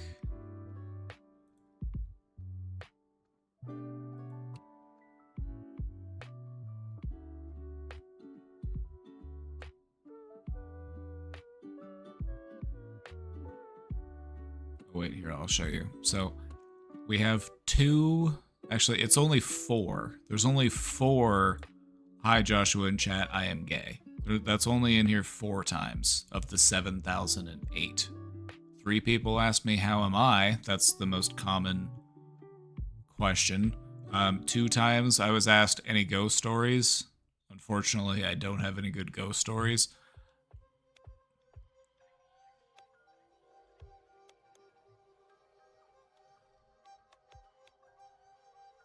Tired after a whole day of errands. It's probably like a good tired, though. You know, what I've found is that when you're tired after a day of getting stuff done, it feels better than just being exhausted even though you didn't do anything that day.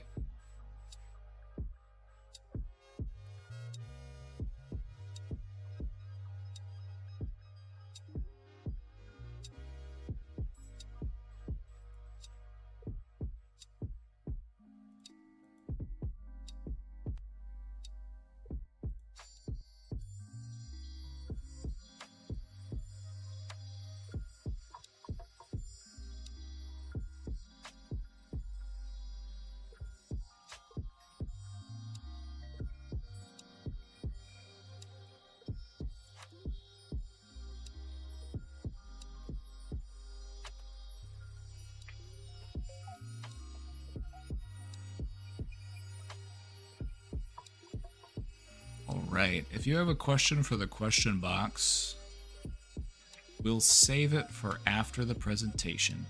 So we're going to go ahead and step away from that for now.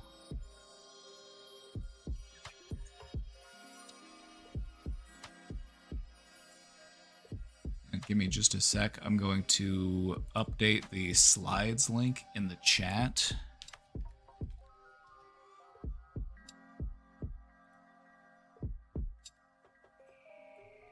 And then if you'd like a copy of these slides, you can just type !slides.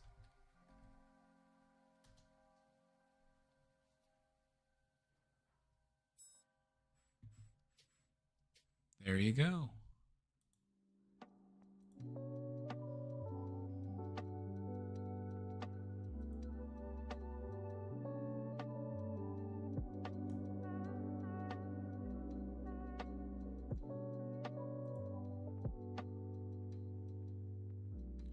Alrighty, gang, we'll be getting started here in just a moment. Let me take a brief little break before we get into it. Get up and stretch a little bit.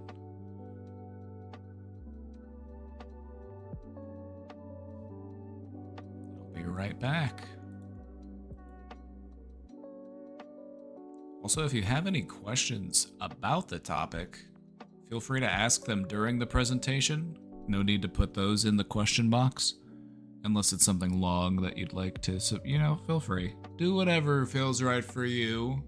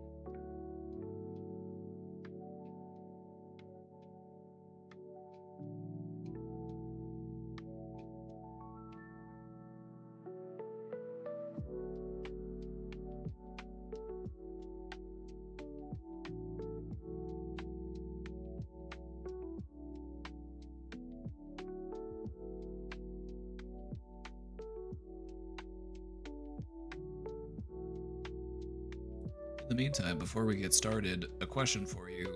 What's your favorite dinosaur?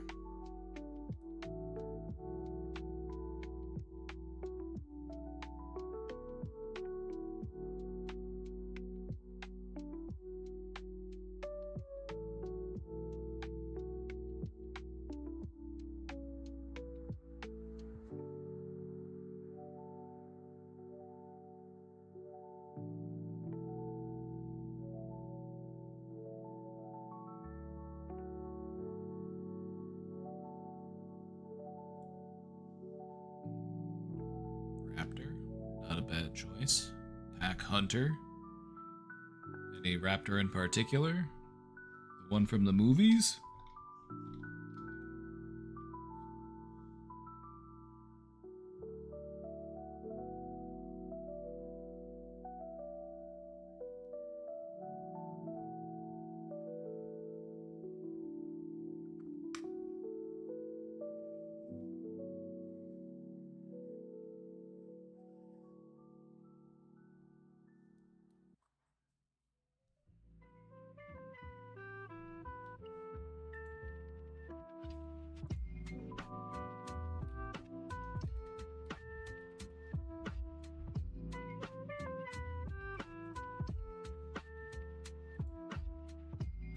My favorites is this guy, Pachycephalosaurus. It means thick-headed lizard. I just find something relatable. I don't know what it is. Just look at that dome.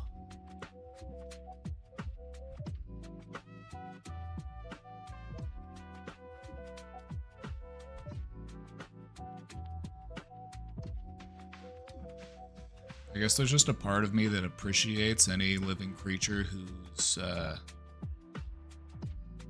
response to challenges in life is to deliver a headbutt. I appreciate the gusto.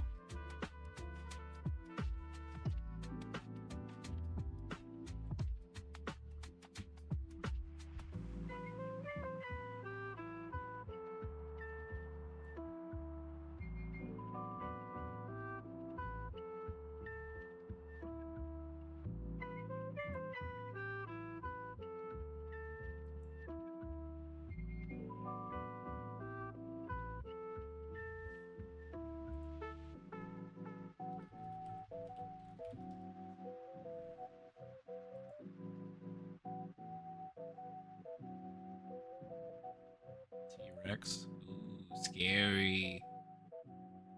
Something about those beady little eyes. Something about those beady little eyes. Those big jaws. Kind of awakens some sort of... I don't know, it gets my monkey brain tingling. It's like, uh-oh.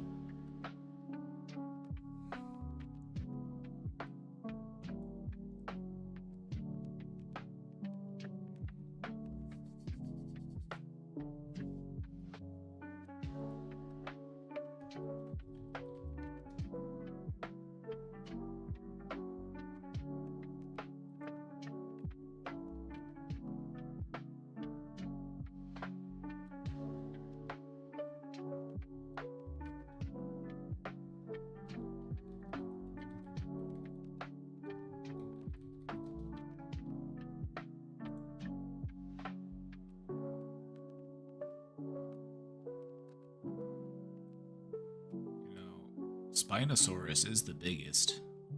Spinosaurus is, they brought that out in Jurassic Park 3. After that, they had to start making up new dinosaurs. That's when they lost me with Jurassic Park, is when they had to start making up new dinosaurs.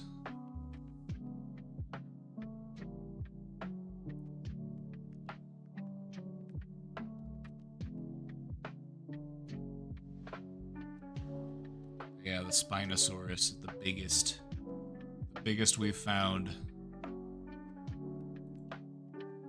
And he's got bigger, look at those little arms.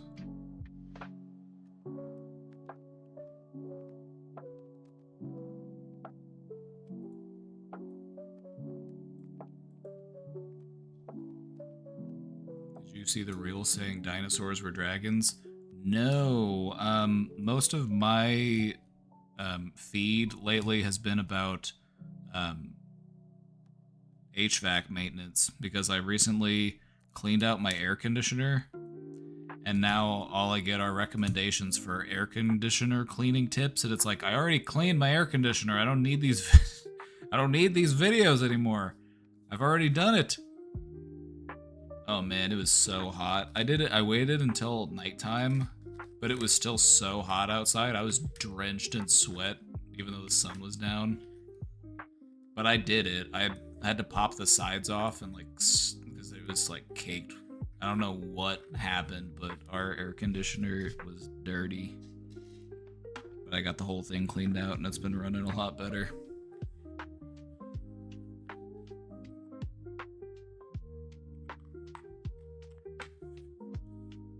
But yeah, that's what always gets me whenever I watch video, because like I'll go on YouTube if there's something I need to do around the house. It's like, all right, I guess I'm watching a YouTube video to learn how to do this thing. That's how I learned how to take apart my air conditioner and give it like a good cleaning. But now I get that, I get like drywall YouTube, which I don't actually mind, because I do find like watching a professional do drywall, it's like, ooh, that's cool. They make it look easy.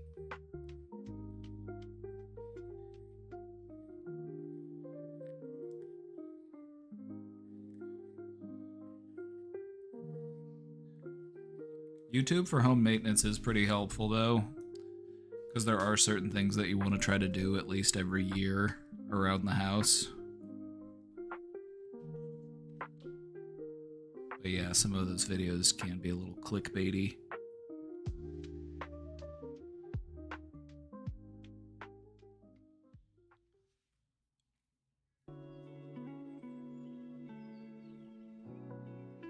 Shout out to YouTube for making up for all of the shit that our dads didn't teach us how to do. Thank you. Thank you, YouTube.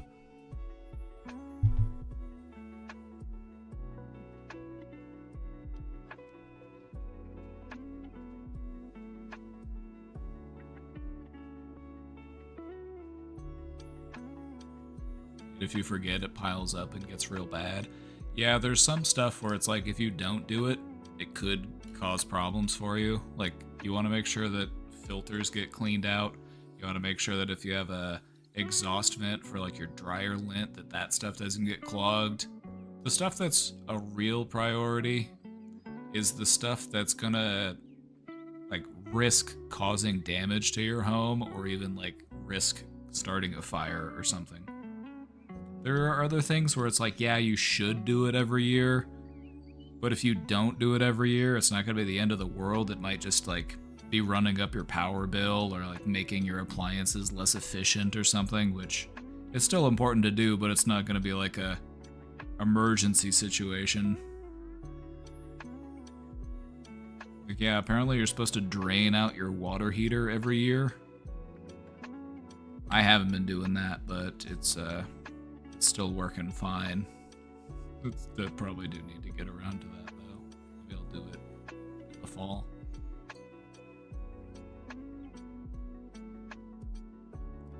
But yeah, I cleaned out my air conditioner and it was overdue. It really needed it.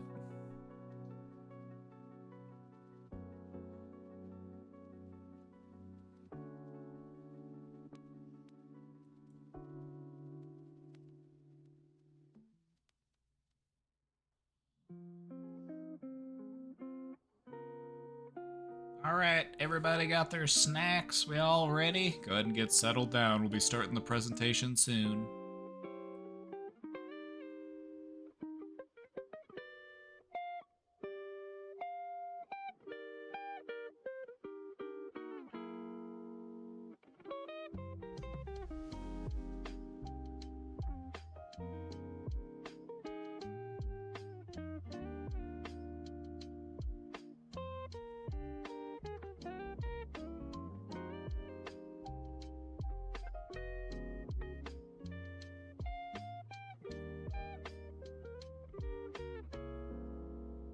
Any snackers? If you're snacking, what are you snacking on?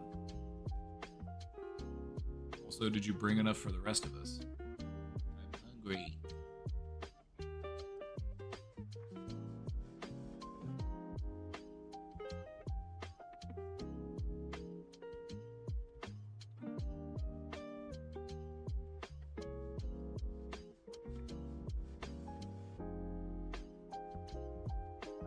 Do you remember that video where somebody edited it? It was Ron DeSantis at a restaurant, and he's like, "Hungry." People thought it was real, and it just killed all of... This was back when he was running for president. It basically just killed his momentum.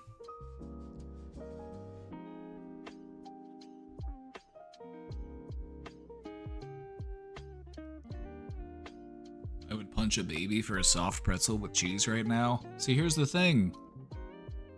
You don't even have to do that. They serve those at my local gas station, actually. You can get a soft pretzel with cheese in garlic flavor from my local Quick Trip.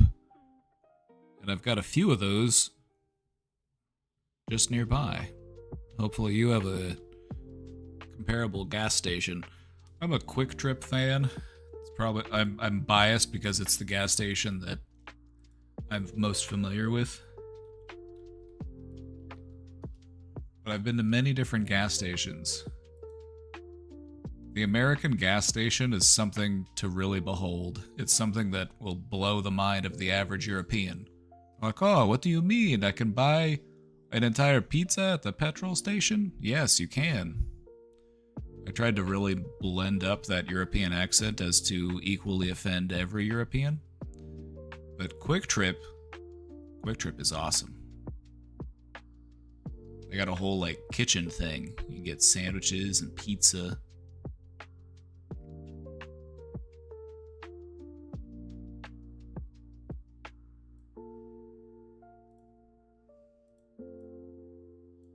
I would have to go to Aunt Anne's at the mall. Question, Wawa or Sheetz? I haven't been out east in too long, so I haven't actually been... Like, I've never been to I've never been to Pennsylvania. And I think a lot of Sheetz are in, like, Pennsylvania and then, like, other areas in, like, the Northeast and, like, Appalachia. Never been to a Sheetz. I think I've been to a Wawa, though. Wawa was pretty nice, but I think it was in California, so it was gross, because every gas station in California is gross.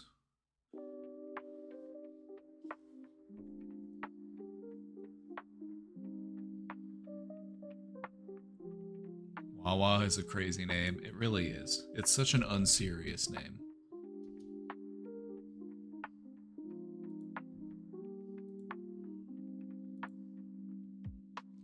From what I've heard, Sheetz is pretty comparable to like Quick Trip. They got a lot of the same stuff. It's one of those types of gas stations. Like Wawa would also be included, where it's a gas station, but it's more than a gas station because you can also get food outside of like hot dogs and taquitos. You might be able to get like sandwiches or pizza or other stuff. Like at Quick Trip, you can get biscuits and gravy any time that the kitchen is open.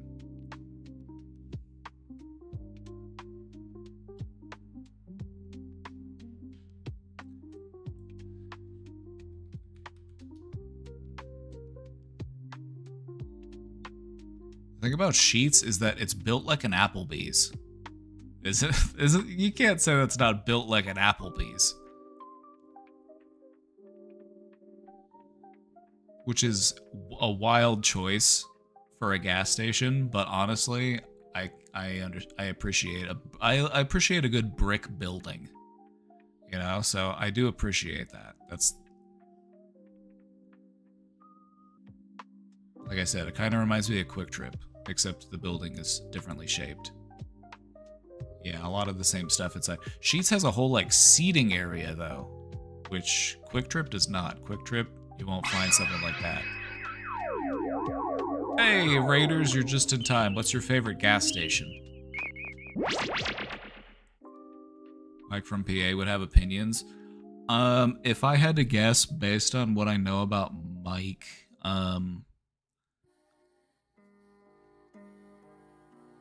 it's hard to say, actually. It's hard to say what a person's favorite gas station is, because you really have to, like, know what that person is looking for in a gas station.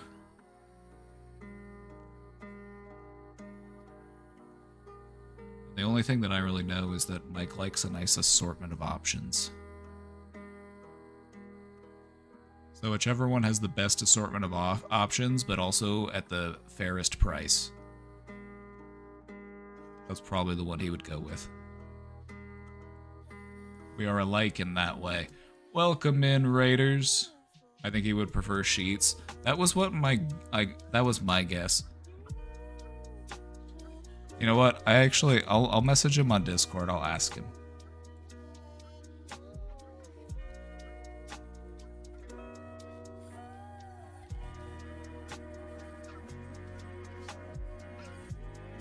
I'll ask him on Discord. I just said Sheets or Wawa.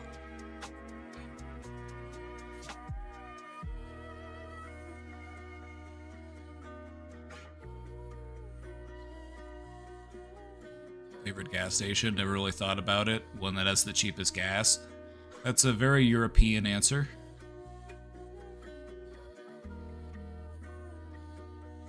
What do you mean there is a restaurant inside of the petrol station? I do not understand. You are telling me I can buy food items? Only in America, yeah?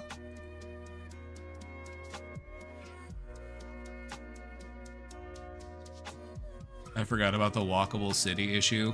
Yeah, America, we love our independent transport vehicles. We love our cars.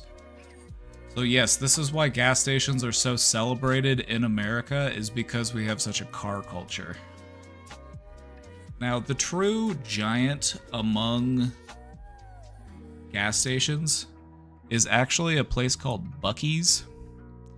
Buc-ee's has the biggest gas stations you will ever see. It's the size of a Walmart, which, if you're a European, it's the size of a football pitch.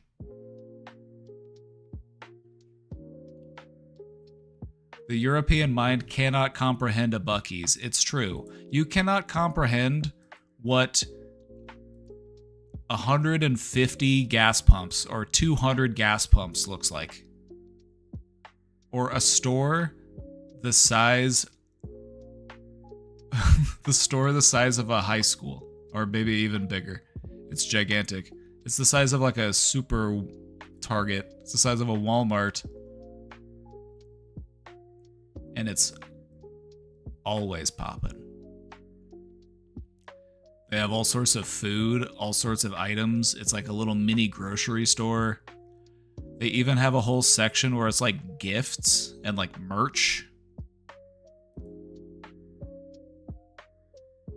And it's all beaver themed. That's Bucky Beaver. They're also known for their clean bathrooms. Their bathrooms are immaculate.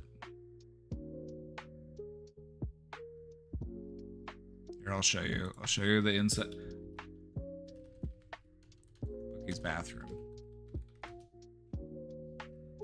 The bathroom in Bucky's is like private stalls for everyone. Everyone gets a stall. You want a stall, you get a stall. They have somebody paid to clean the bathroom, and that's just their job. They just keep the bathroom clean.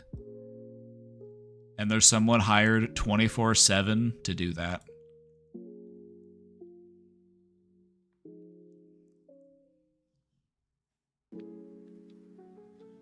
Buc-ee's and Costco are on my bucket list. The European mind can also not handle the inside of a Costco.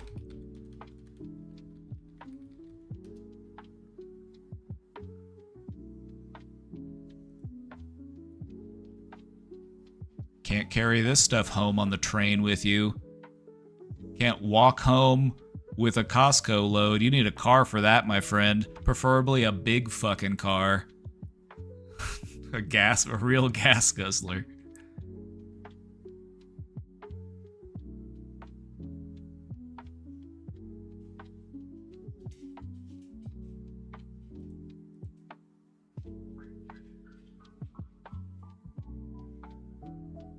And the thing about Costco is that when it's busy, it's crazy in there. Because all the carts are huge and the aisles are clogged. I love it though. It's a real rush.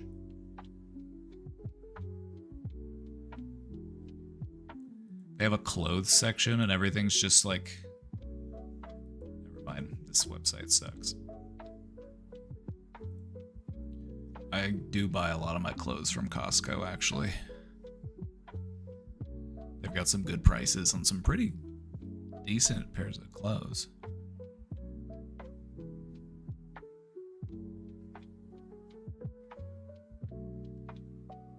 So, you know, we traded walkable cities for this, but, you know,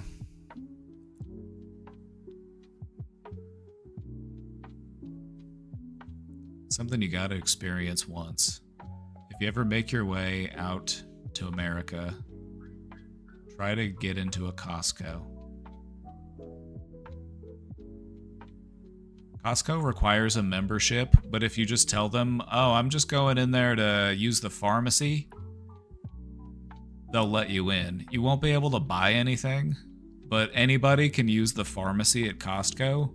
So if you don't have to have a Costco membership to use the pharmacy there. So just if you go in, just be like, oh, I'm actually just here to use the pharmacy. And then you can just walk around. You won't be able to buy anything, but...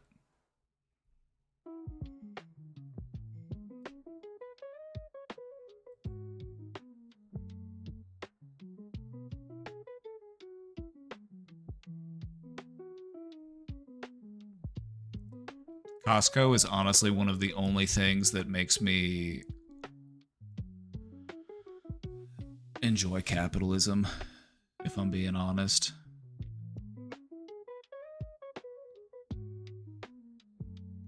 Like, after capitalism falls, like, I will miss Costco. I will. Like, that will be the one thing I'll look back fondly. The $1.50 hot dog. And they also treat their employees well. Their employees are well paid. It's actually pretty difficult to get hired on at Costco because there's always such a surge of people applying to work there. But yeah, whenever capitalism crumbles, I will miss Costco.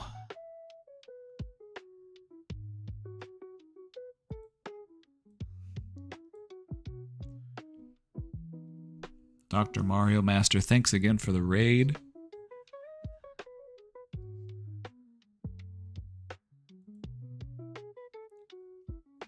Iranian with the raid. See, I was a perfect timing. Thank you for the raid. Thank you for the raid. Welcome in, raiders. We're just about to get this presentation started. I was just talking about Costco. So you're here at a perfect time unless you wanted to hear me talking about American gas stations at Costco.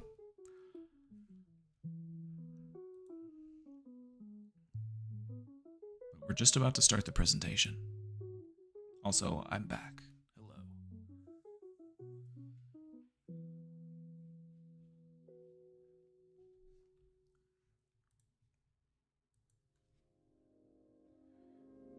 Yeah, one of the Costco founders, like some new person became the CEO of Costco. And one of the founders was like, if you ever raise the price of the hot dog, I will kill you. That's what he said.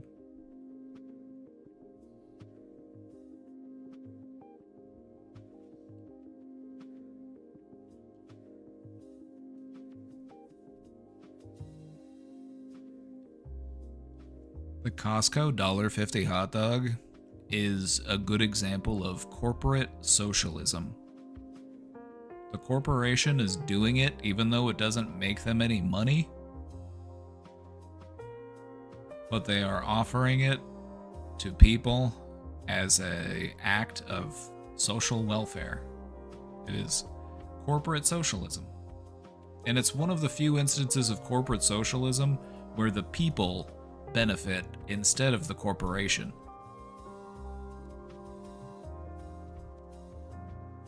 Most often it's the corporation that benefits from the socialism via bailouts, etc.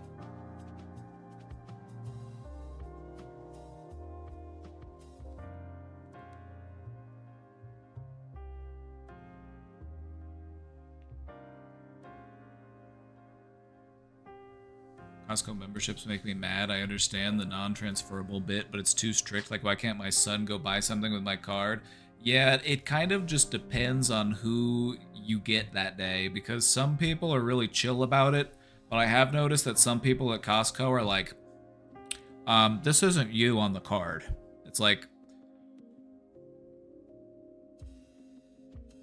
I would just go in and talk to the people at the desk. Maybe they could add something to your account that says that it's okay. Or maybe they could get their own card with their picture on it. Because multiple people can have a card. I'm not sure how many people can have a card for the same membership, but I know it's at least 2. It should extend to all immediate family members. I agree, but I think they would just have a hard time proving that. But again, it's like, does it really matter? Like, they're still buying stuff at your store. Like, how many people are in there shopping on somebody's behalf via, like, Instacart or something? Like, do you have to have a Costco membership to shop on Instacart, or does just the person doing the shopping have to have the membership? I don't know. I'm not sure. They should just give me the product for free. They do, if you're brave enough. If you're brave enough.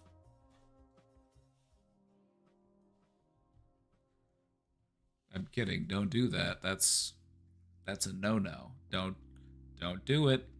Don't listen to what I say and then go do things. Whatever you do, do not ever steal from a corporation, especially a big multi-billion-dollar corporation. And also, don't ever do anything about flock cameras. Leave them alone.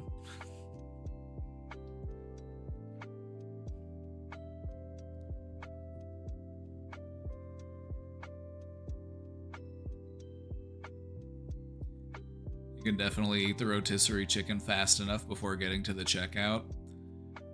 Also, they don't check your membership if you're just in there eating samples.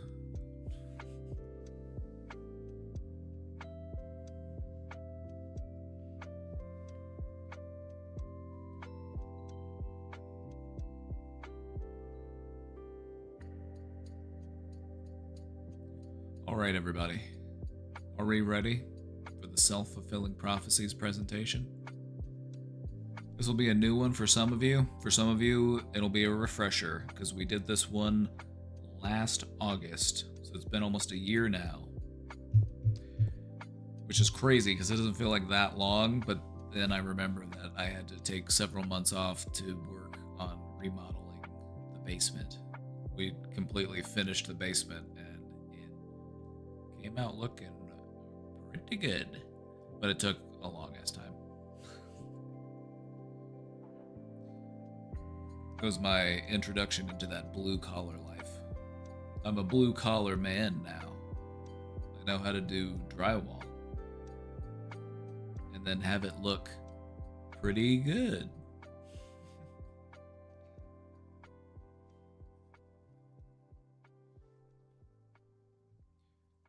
All right, chat. How many of you are familiar with this concept, the concept of the self-fulfilling prophecy? Is it something you've heard about before? Is this something that you've never heard of before? Should I do a poll? You know me, I love a good poll. And I know how to, do it. Always an excuse for a good poll.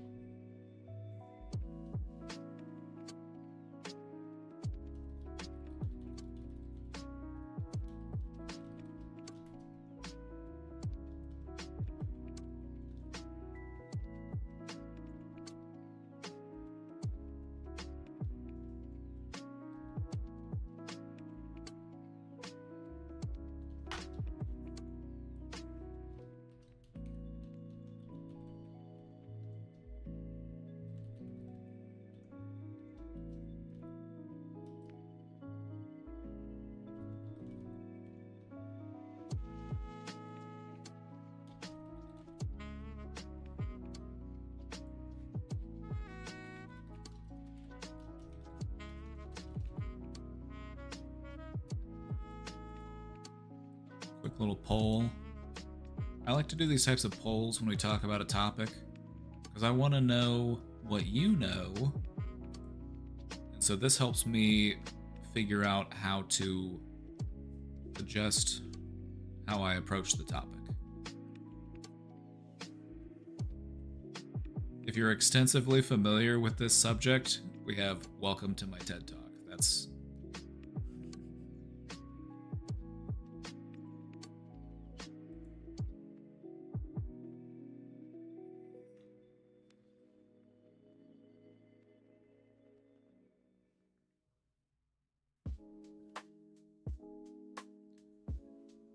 Since you know about Quick Trip, have you ever been to Woodman's? I haven't been to Woodman's.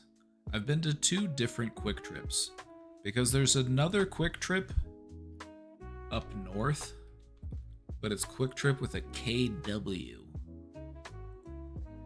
And this one's pretty awesome too. They have some good stuff in there. They have some tasty little snacks.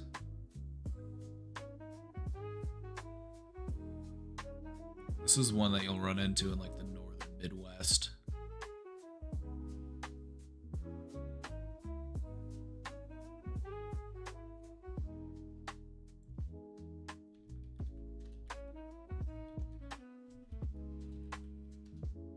Woodman's. I haven't heard of this one.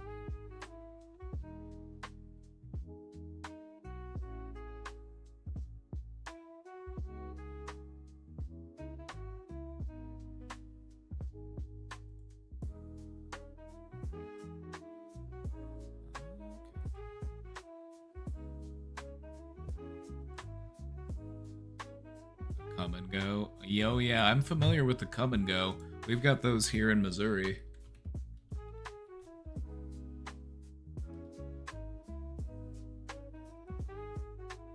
It's one of the raunchiest names for a gas station you'll ever see. I feel dirty just going into one.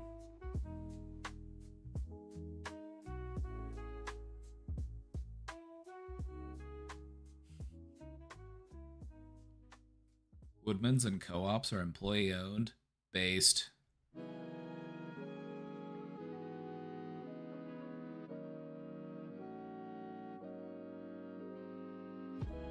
There is an anomaly as far as come and goes go. There's a city called Springfield in Missouri, and for the longest time there were 2 come and goes right across the street from one another.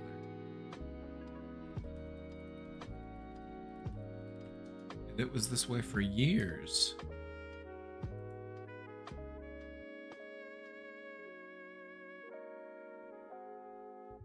But I think they finally closed one of them.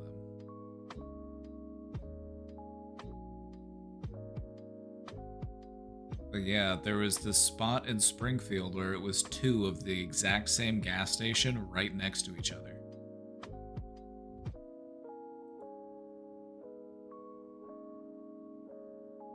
But I think they finally closed one to make one, like, bigger one. Come and go in this economy. Yep, in this economy you don't have time to dilly-dally. So you gotta get out of here. You gotta do the thing and get gone. Get going.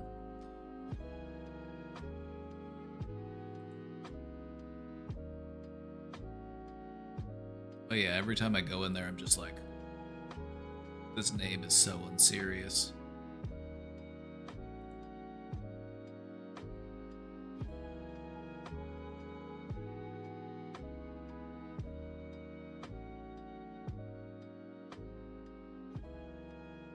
What is it with gas stations using abbreviated versions of actual words and making them weird? It's just such a gas station thing. Is it to emphasize that you're only meant to be there for a short period of time?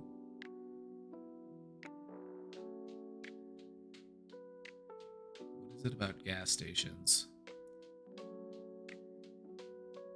makes people give them weird of results are in. We are slightly familiar with a self-fulfilling prophecy. Alright, good to know. And for those of you who are less familiar, or more familiar, hopefully we're still able to walk away learning something new.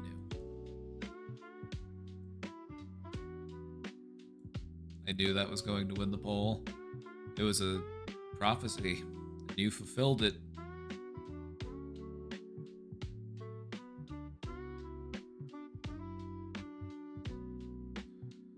Alright, everybody, this is what you need to know about self-fulfilling prophecies. Let's get into it. Let's find a good angle for my head to sit.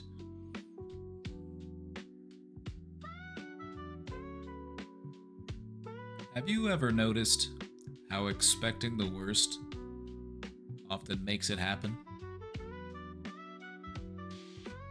Maybe you've noticed how believing in yourself sometimes makes the impossible possible?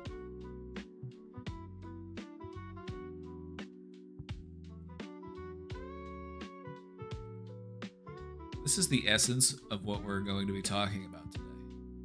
The idea of a self-fulfilling prophecy, which is all about how the way that our beliefs can quietly script the outcomes of our lives. So, what we'll be going over today.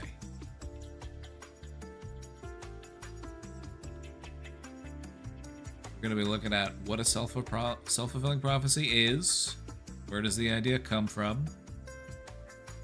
We're going to take a deeper look and explore some of the psychological process behind self-fulfilling prophecy.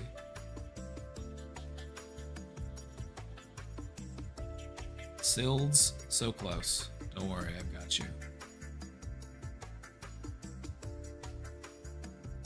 We're going to go over some real-world examples to show their influence.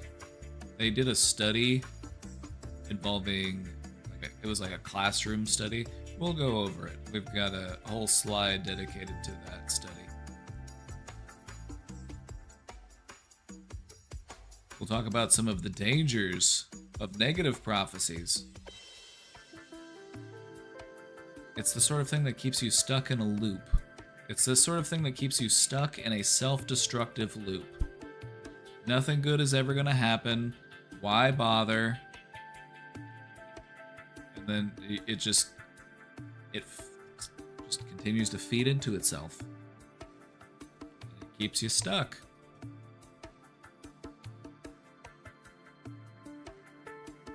We'll also talk about the benefits of positive prophecies, because guess what? This isn't just for negative outcomes. We can also see benefits from positive ideations. With visualizing success, it can actually help us to be more successful.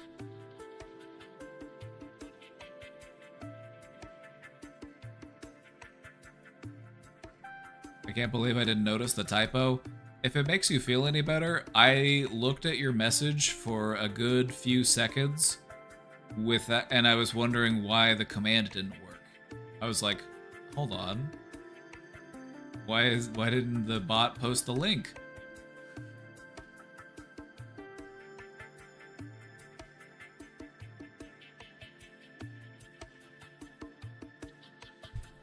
So I didn't even see it for a sec. Like, is the bot broken?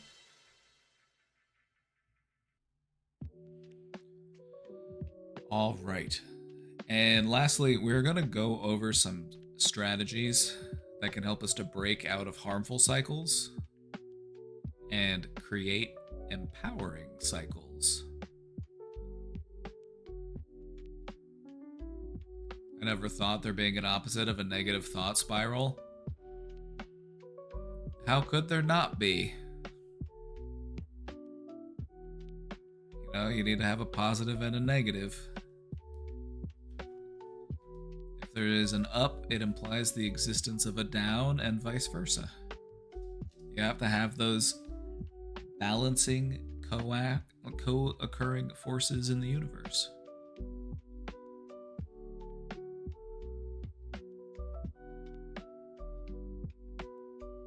Opposing forces, that's what the universe is all about. Just like you can get caught in a negative thought loop, you can also have a positive thought loop. You've probably even had some in your life. It might have been a while. You most often see people having them at those sort of peak moments in life if they're, an adult. But who you really will notice them in is kids. Especially if they're just out having fun. It's like one positive thought leads into the next positive thought, and they just continue that process.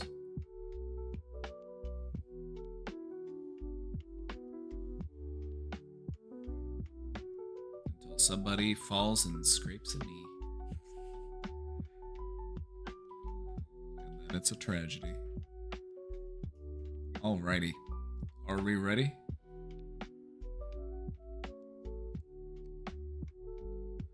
Let's get into it. So, let's start off by defining it. What is a self-fulfilling prophecy?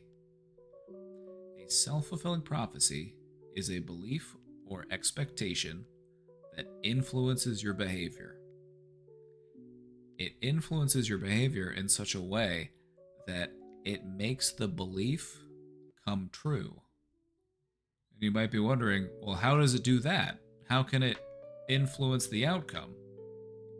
Isn't the outcome the outcome? How could my feelings about the outcome change the outcome?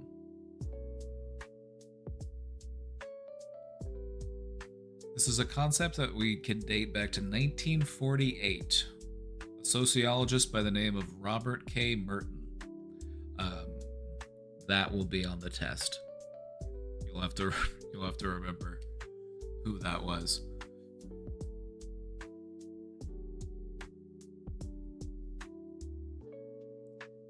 It was used to describe how false definitions of situations can evoke new behavior that makes the originally false conception true. I need to self-fulfill prophecy me some fly honeys for real, no cap. It's time to get down to business, big dog. There's one thing that I know, and it's that a fly honey appreciates a well-mannered gentleman.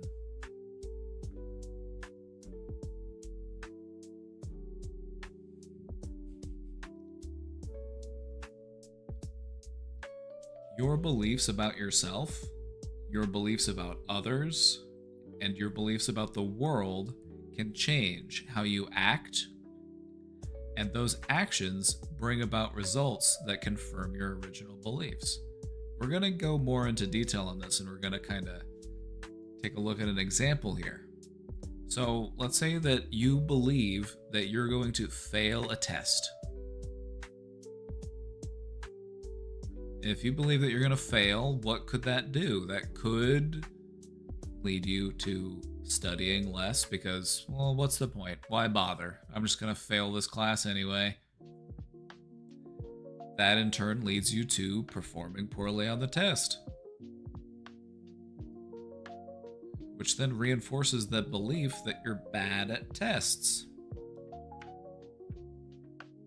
And so it continues to feed into itself. It kind of forms that negative feedback loop.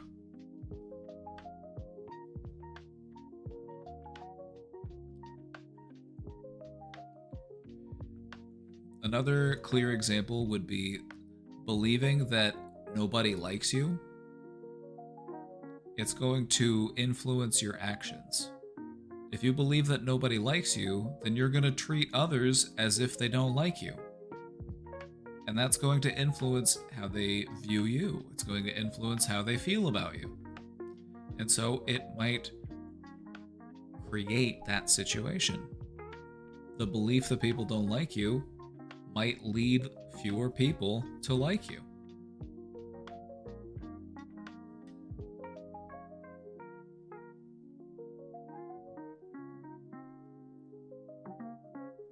Whereas on the flip side, believing that people do like you, it changes how you treat them. It will encourage closeness and familiarity. They'll want to spend more time with you because they feel like you like them.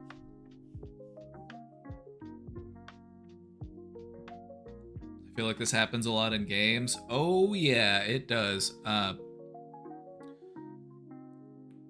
Games tend to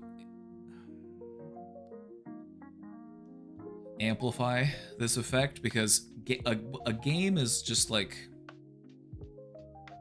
a very exaggerated example of life. You know, it's conflict but artificially ramped up for the sake of entertainment. You know, wizards battling one another. And because everything's exaggerated, it makes situations that can be very snowbally very quickly. And life can be the same way, but life tends to move much slower than games do.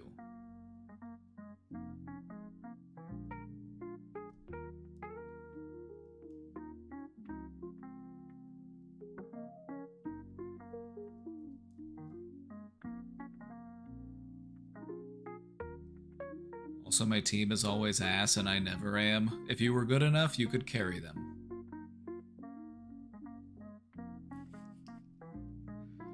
That's my mindset. If I were good enough, I could carry these people. I would communicate with them in chat and I would, you know, try to work collectively as a team. Like, hey, save your ult for the next fight. Don't overextend. I'm gonna come down and gank your lane. Those little things can really make a difference in the outcome of a game. Because do you think the other team's doing that? Do you think the other team's communicating with that level of efficiency? Or are they just a bunch of random people clumped together playing this game and winning solely based on their individual skill? Like, your organizational skill can outshine any person's individual skill, so long as the people that are on your team aren't just completely brain dead to communication.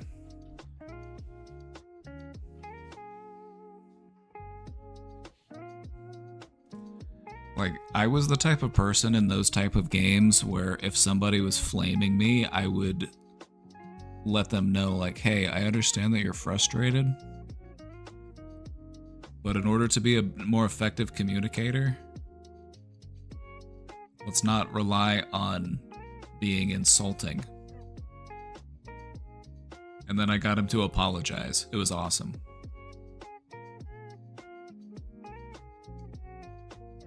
He was like, you're right, I'm sorry. I'm just feeling the pressure up here. I'm like, don't worry. I'll camp your lane.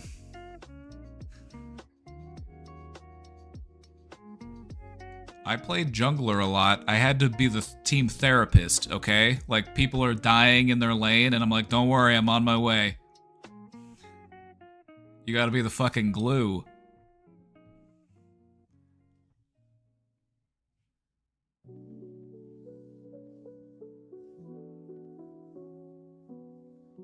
Hey, I'm on my way.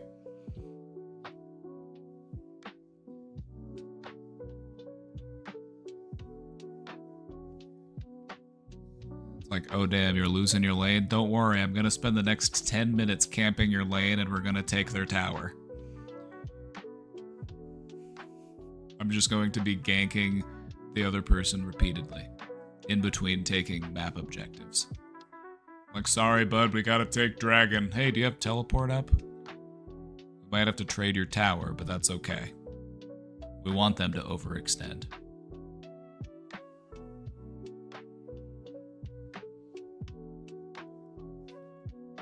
Jungler and support at the same time. I think people would be better at League in general if they recognized that every role is a support role. Even if your role is doing damage, you're supporting the team in doing damage, so don't be an idiot and then just rush in and be like, where's my tank? Where's my healer? It's like, stand behind your tank. Keep your healer nearby. Don't just rush in and die and be like spamming the question mark. Why didn't you follow? Like, no, like, have a sense of self-preservation.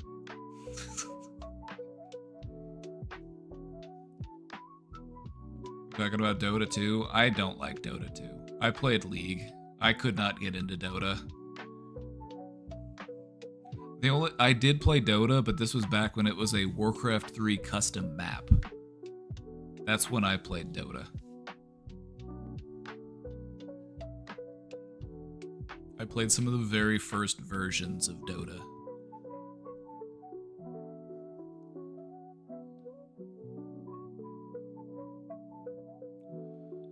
And I could not get into Dota 2. The reason why I didn't like Dota 2 is probably the same reason why I'm not that big into... I don't really like Deadlock. I don't like the way that those games are set up.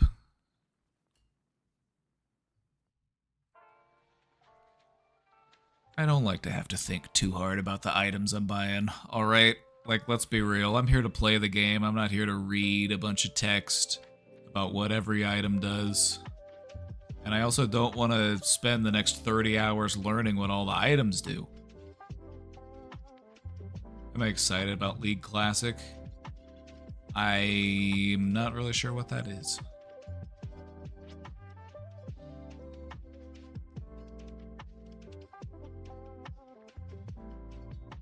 Alright, I'm getting distracted. Let's move on. Let's talk about the psychological cycle of a self-fulfilling prophecy. It all starts off with our belief. Alright, let's start there. Let's start with our belief. We have an expectation of a specific outcome.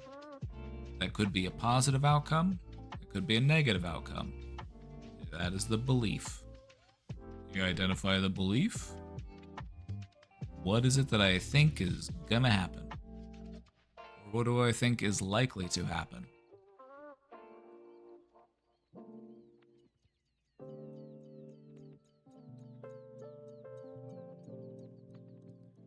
Watching classic League of Legends like original champs and old skills, etc. Oh, they're doing the World of Warcraft approach? They're trying to get back all their millennial players? Might work. Depends on which heroes are available.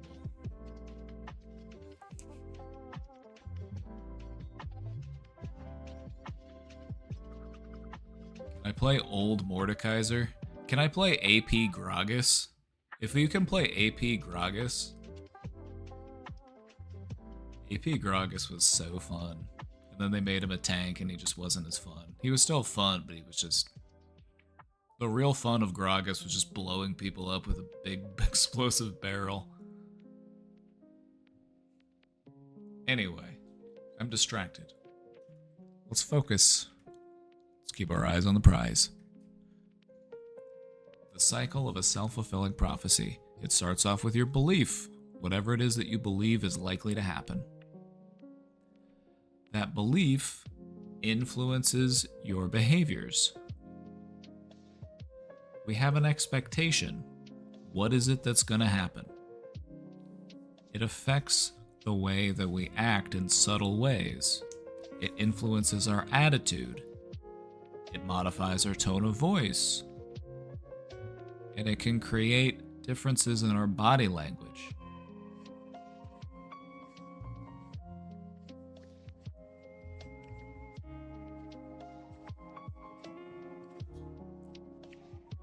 That's pretty straightforward.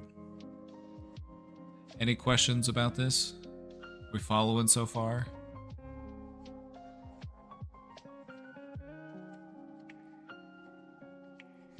Our actions can influence the actual results that we experience. So the belief influences the behavior, and the behavior affects the outcome.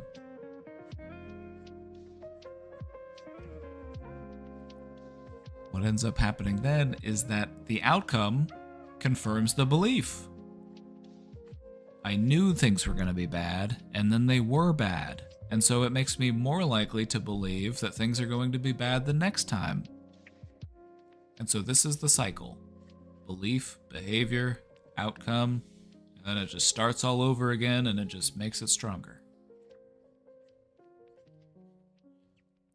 Now it's important to note that this doesn't have to be a negative process. This can either be positive or negative.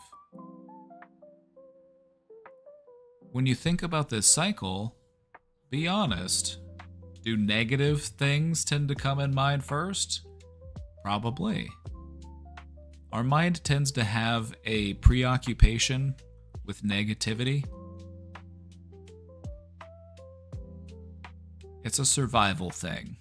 That's what we theorize. It's a survival thing. We're wired to pay attention to potential dangers so that we can have a better chance of surviving. And so we tend to fixate on the negative because it's more likely to hurt us. Now, just because humans are preoccupied with the negative things, this doesn't mean that positive cycles don't also exist. They just tend to be overshadowed. So they are there. So, what would an example of a positive, self-fulfilling prophecy look like? Don't worry, we're going to go over it in the presentation, but I just want you thinking about it beforehand. We're planting some seeds.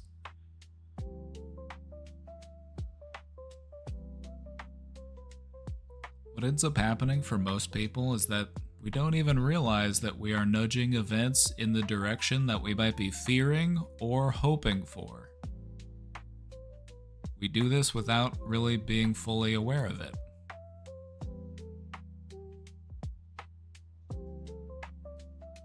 You know, you might go out in public and you might be worried that you're gonna, embarrass yourself or something. It might make you have a look on your face. You might have a certain look on your face that might make people look at you differently. And it might reinforce those worries and fears. It doesn't even have to be anything super big. It can be small little things that just completely shift the direction.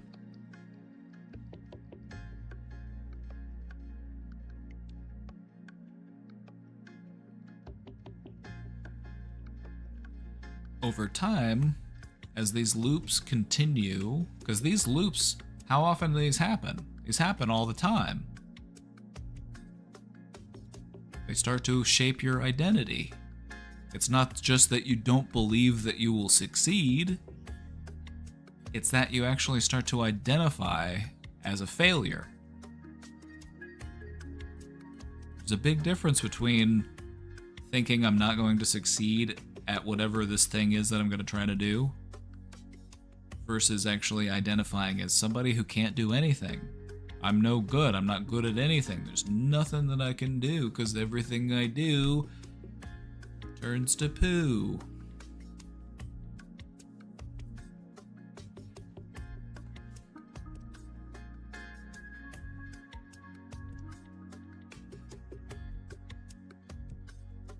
Some of you may be thinking, you know what, that is me actually. I am a no good, dirty, rotten scoundrel. And I'm here to say, shh, knock it off. That's not what we're here to do today. We're here to teach you to be a bit more compassionate with yourself. Does this cycle make sense? Any questions about this?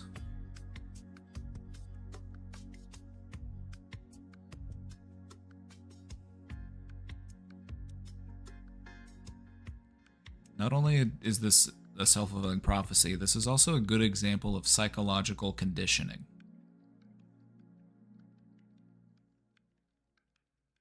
Repeated events shape your beliefs, and your beliefs influences your behaviors, which can influence the outcomes, and then the process just starts over and over. What are we thinking about?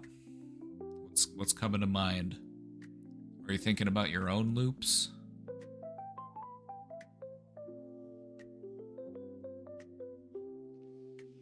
What sort of loops might we be dealing with?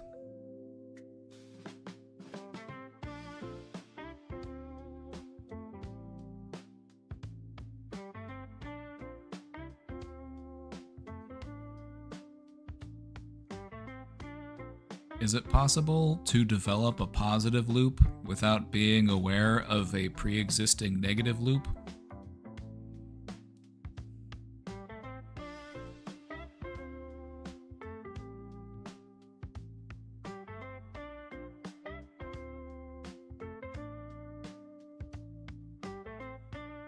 I need to work on my positive self-talk. You better, you fool.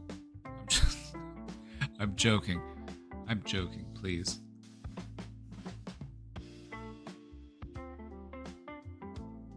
It's just humor. Now, positive self-talk isn't easy, especially if you're not used to it, or especially if you've known some assholes in your time. Have you known some assholes in your time? Has anyone here never known an asshole ever?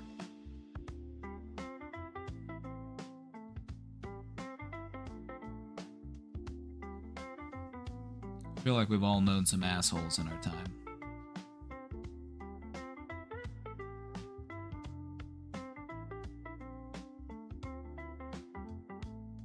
It can be pretty difficult to do positive self-talk if you've been made to feel devalued.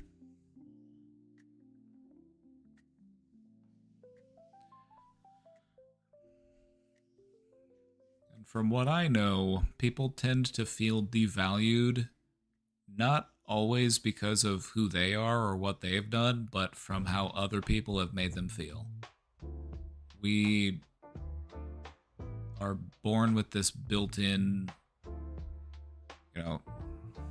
desire to have other people like and understand us. And when other people make us feel like we're not good enough, it leaves us to believe that we aren't good enough. Instead of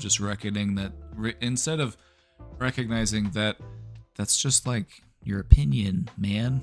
Like, you don't have to like me. That's okay. I don't care if you like me. I like me. I'm just here trying my best.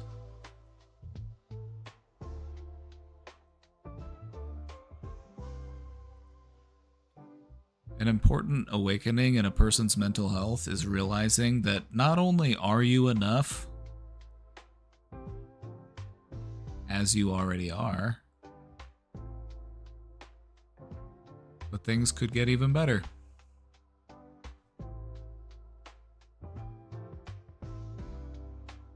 I hate when people think I'm going to fail or fall short and I fulfill their prophecy. That sounds like a spite moment to me. Like, I find the desire to prove somebody wrong incredibly motivating.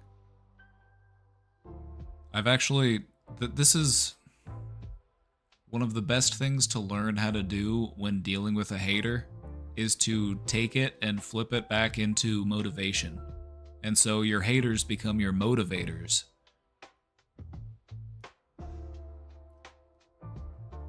You got people to prove wrong.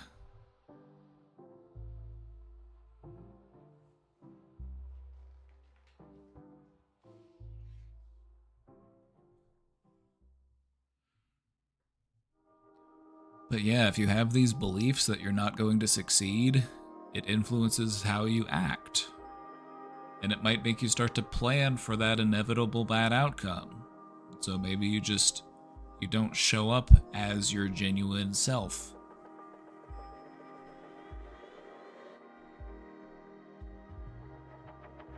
Alright, let's continue. Here are some everyday examples of self-fulfilling prophecies. They show up in our relationships. If you are the type of person who expects rejection, this can lead you to becoming more defensive, more distant, more closed off, which can lead you to pushing people away, which then reinforces your loneliness, expecting further rejection.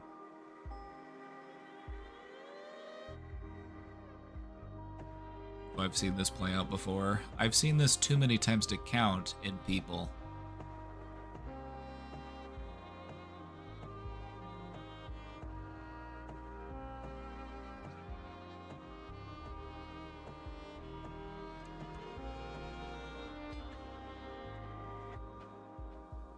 This one's happening all around us. It's happening as we speak.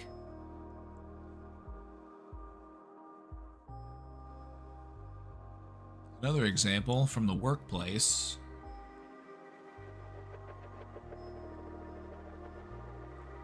The workplace or anything related to your own like progression and skill. Like it doesn't have to just be your job, it could just be something that you're working on. Craft or a hobby.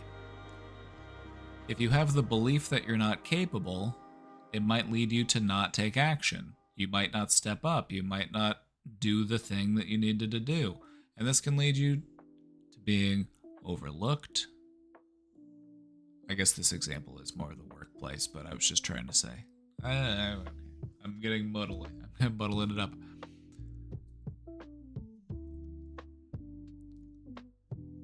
Anyway.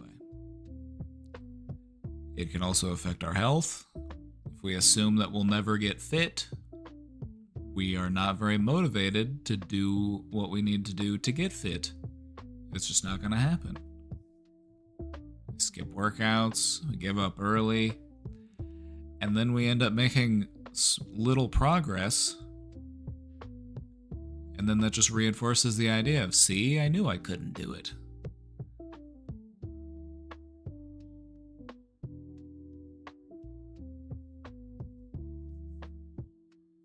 Also plays out in our social life.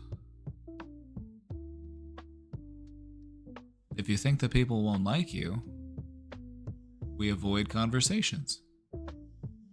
I guess this is the same as relationships. I got redundant here. That's my bad. This one's redundant with relationships. But when we avoid conversations, we make fewer friends, which just reinforces the belief that we are unlikable. These are self-powered cycles. Once these cycles start, they will sustain themselves unless you become aware of the cycle and you take action to change the cycle.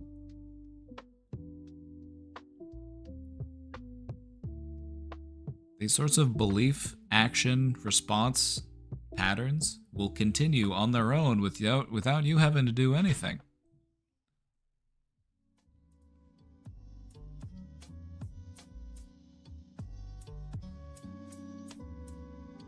Let us continue.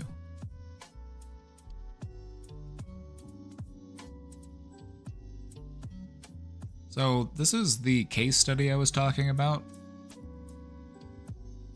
This is a famous study that they did back in the 60s. Robert Rosenthal and Lenore Jacobson. And it was all about the power of expectations.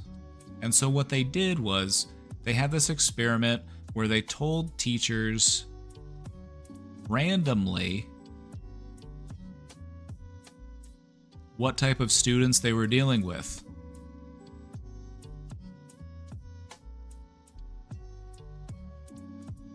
They were randomly told that these students, oh, they're great. They're late bloomers. They've got great potential.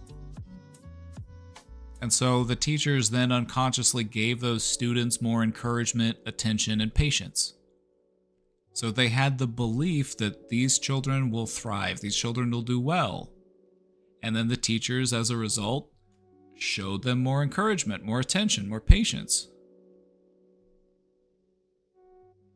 Little Johnny, on the other hand, he's no good. So don't worry about him.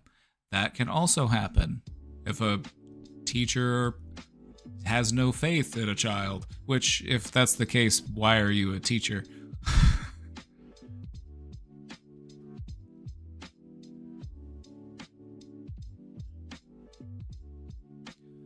What ended up happening as a result was that the students performed better academically.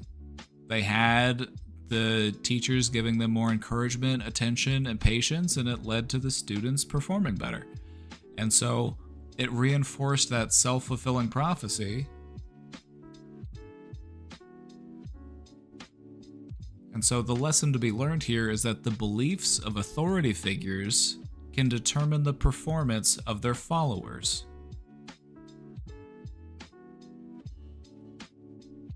This can also be applied to other environments, not just classrooms, but also workplaces, even family units. You know, with the parents serving as the authority figures.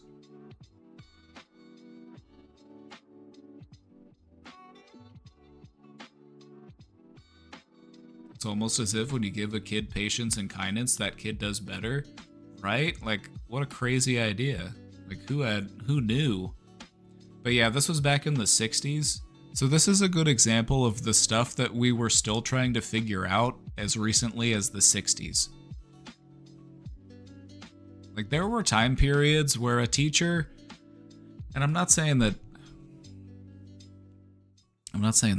all teachers were bad or something like that, but there was a time period where it's like, you might have the teachers bullying the students, just like they're being bullied by other students. And they might think like, oh yeah, they need it. They need to toughen up. So, well, you know what I mean? Like, this is the type of stuff that we needed to study in a laboratory in 1960.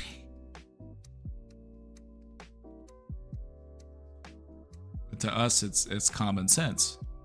And it's just a good indication of how things have shifted over the decades. My middle school had their old paddle framed in the hallway next to the office. Oh, a subtle reminder of their authority. That's a weird flex. So that's weird to keep around. Like, hey, don't make us take that down.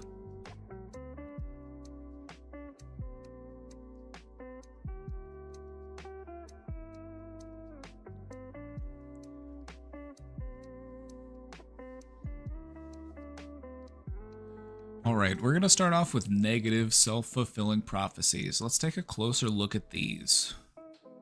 When we get caught in those negative feedback loops, these are built on fear, doubt, or low self-esteem. They often manifest as the form of a harsh inner dialogue. I always fail. People don't like me. I'm not good enough. I can't do it. Nobody likes me. Everybody hates me. Guess I'll go eat worms.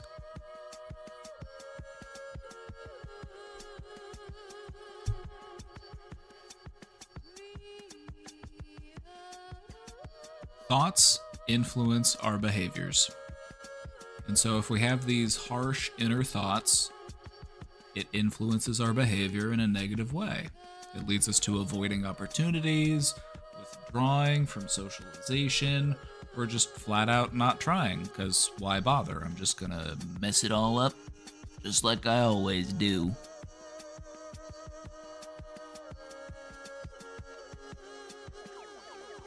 Since this leads into negative outcomes, those outcomes then reinforce the belief, and it creates this cycle that can feel impossible to escape.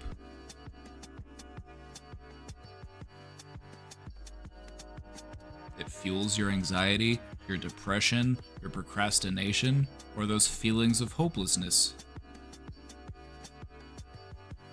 Oh man, I never realized there could be something other than a negative self-fulfilling. Precisely. It's like, you've got a positive and negative terminal on a battery. Things flow in a direction, but they don't always just flow in the same direction. I don't know where I was going with that. Life is like a river. It flows. Sometimes it flows backwards. But yeah, the existence of the negative implies the existence of the positive. Down implies the existence of up. Light, dark, etc.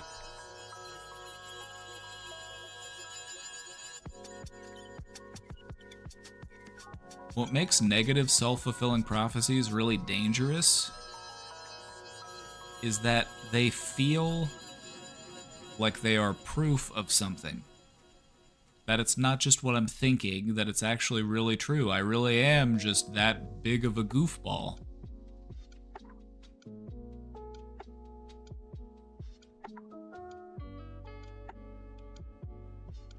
consequences. There are both positive and negative consequences.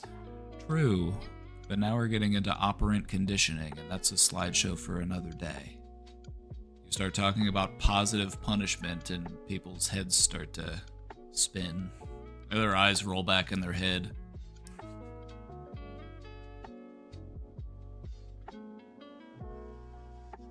In a psychological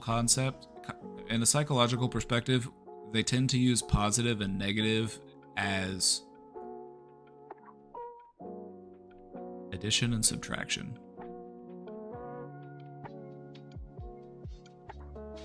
You are adding something or you are taking something away. That's not what we're doing in this context, though. But in the terms of operant conditioning, there's positive punishment, there's negative punishment. Positive punishment, you're just adding something. Negative punishment, you're taking something away.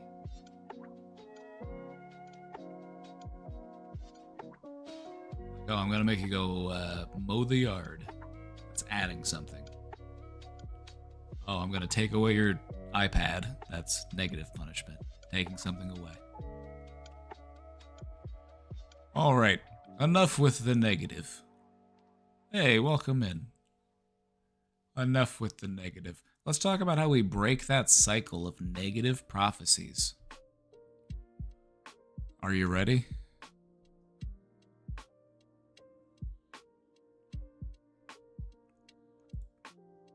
Where are my negative thought loopers at? Get in here. This is the slide for you.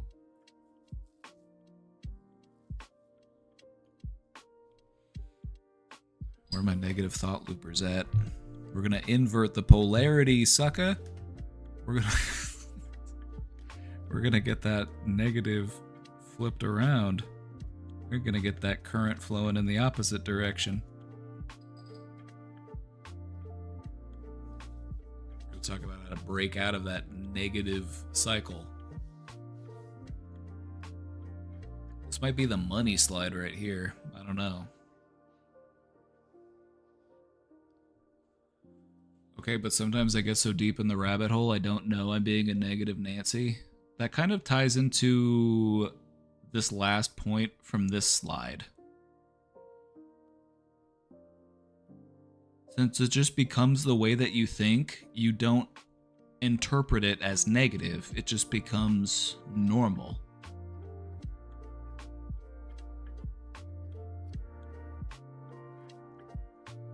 Sometimes I get stuck in the negative loop so bad. Any tips to get out? You are in the exact right place, because that's what this slide is all about.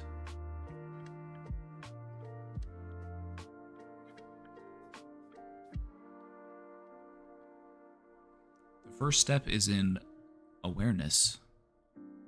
If you're going to break out of a negative cycle, you have to catch yourself in the act.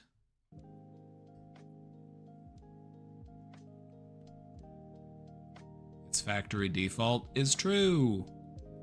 It's true. It's your default setting. It's a human brain's default setting to be way too aware of their own mistakes, to be very hypercritical. It's a survival thing.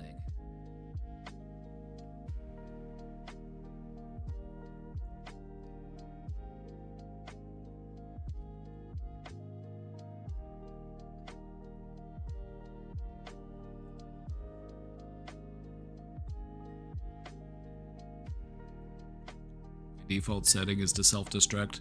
Not that. Your default setting, and what I mean by default setting is most people, not just you. The default setting would be your brain would rather have you safe and worried than carefree and dead. And so our brains are wired to see things as more threatening, more dangerous than they actually are, in order to protect us from harm. That's basically where all of this stems from. That's why we're so harsh with ourselves.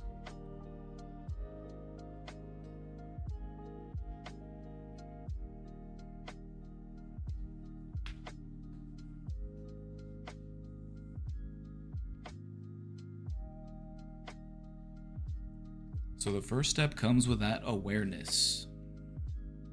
We want to catch ourselves in the act. We need to catch ourselves with our hand in the cookie jar.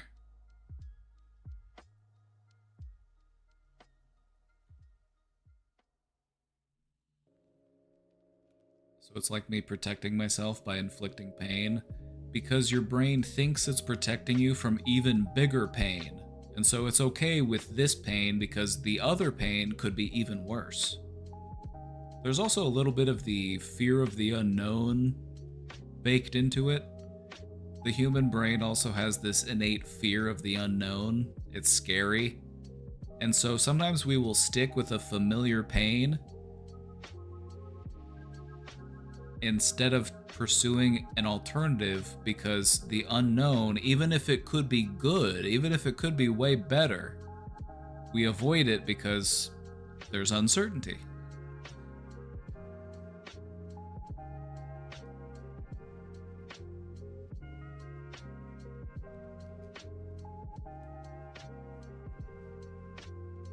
I just don't want any more pain. You won't be able to completely distance yourself from pain in life, but that's not necessarily a bad thing. Because there are some things in your life that you want to hurt. For example, if you lose somebody that you really care about, you don't want that to not hurt. You don't want to not feel anything if you lose somebody you really care about. You want it to hurt, because that shows how much they really meant to you. It would break your heart if you had somebody that you really cared about and you lost them and you just were like ambivalent about it, like, whatever. It is what it is. So there are some things that you want to hurt. The existence of pain is not a bad thing. It's just that we need to not hurt ourselves needlessly and focus on the things that would actually be painful.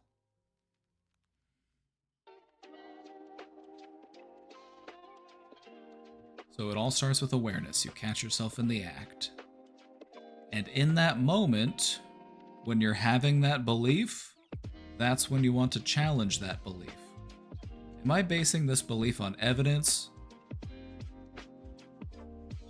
Or is this just based on my fear? Do I actually know that something bad is going to happen? Or am I just afraid that something bad is going to happen?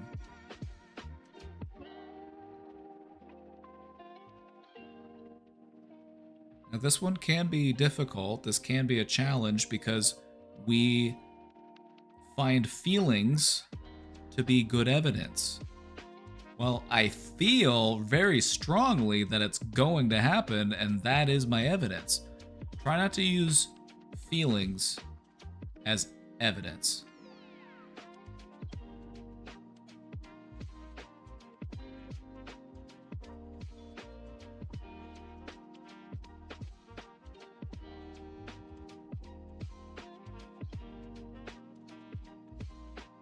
I don't want to be a challenging student, but lately there's a lot of evidence.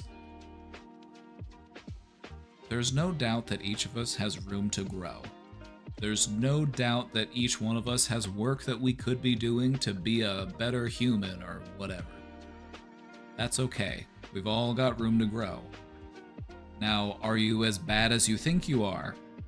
Most certainly not. And so even though there might be things within you that you could work on, even if there are things within you that you're not happy about, you are empowered to do something about it. That's what life is about, is growing and learning. Blue Wave, thank you for the Prime sub.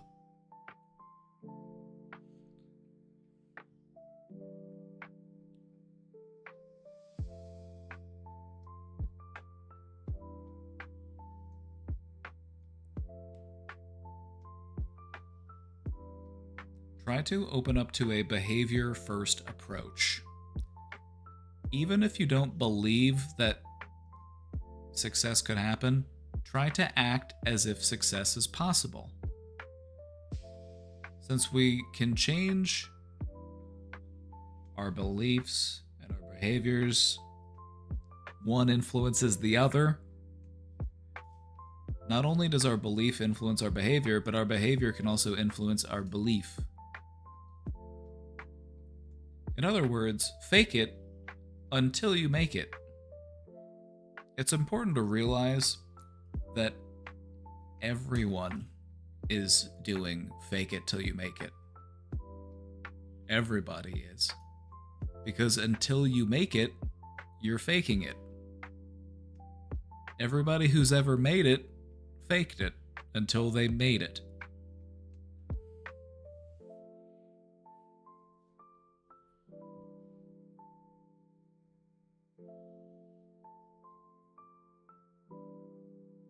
I'm terrible at faking it. Just another skill to work on. Just another thing that you can get better at.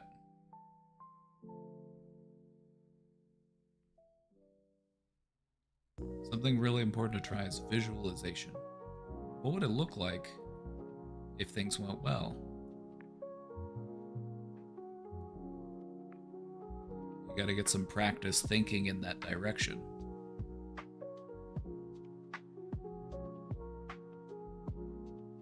The thing about our brains is that the more often you think something, the stronger the connections become in your brain, and the more likely you are to use that same pattern of thinking the next time.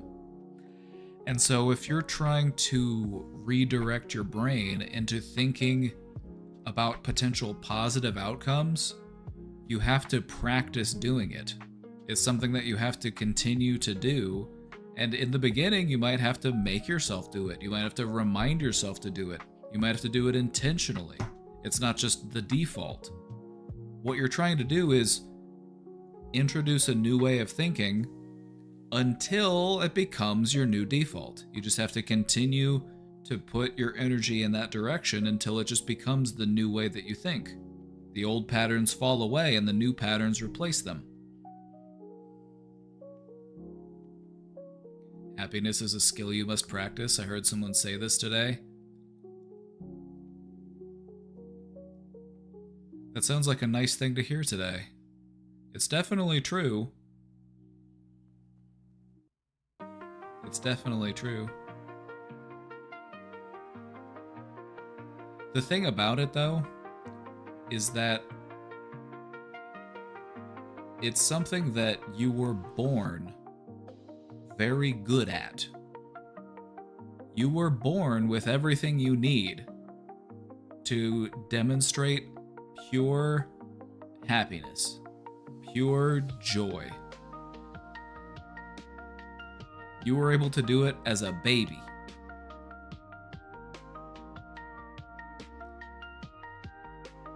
But what happens is that over the span of our life, things happen that make that more difficult.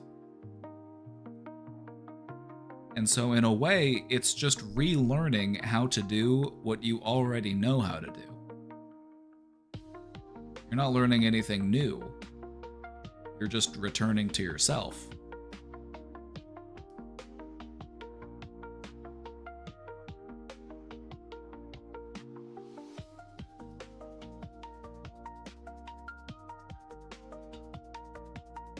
I could see myself being happy if things went well.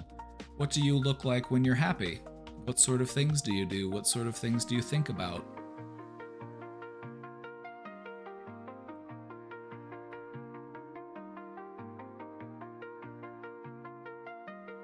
Return to self. True.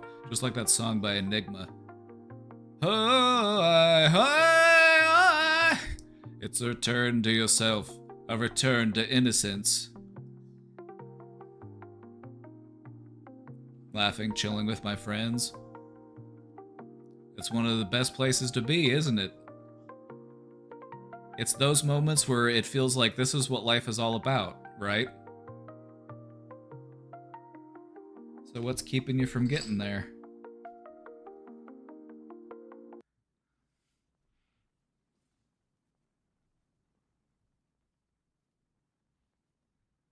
Friends rule, I know, dude. Or dudette.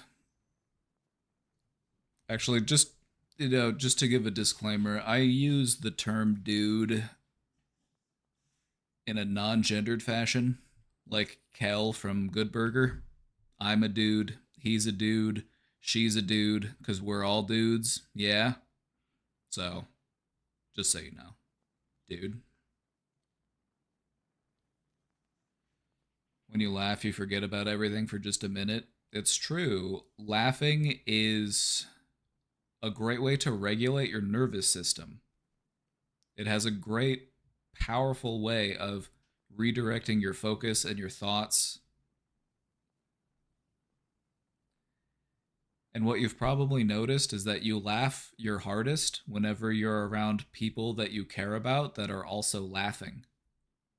You'll never laugh harder than whenever you have other people around you that you care about that are also laughing.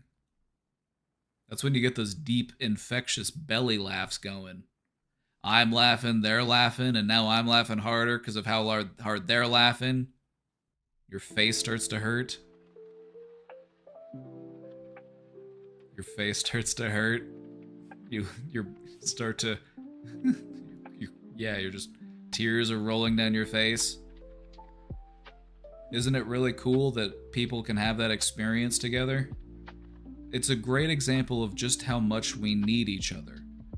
All of our peak experiences are shared experiences. Now, there are some pretty profound moments that you can have all on your own, and I wouldn't say that there aren't peak experiences that a person couldn't have on their own. But it's a co-op game. It's a multiplayer situation. We have our moments for side quests and solo quests, but it's meant to be played as a group. Alright, so when it comes to breaking the cycle of negative thought loops or these negative self-fulfilling prophecies, just to recap, we start off by being aware of what's going on. We catch ourselves in the act. We become aware of this cycle that we're in. We start to challenge those beliefs. And then we start to act as if success is possible. We're going to let action lead. We're going to wait for our beliefs to catch up to our actions. Fake it till you make it. As we do that, we want to start to gather counter evidence. We want to start to keep track of our small successes. We want to start to notice those moments that have contradicted our negative expectations.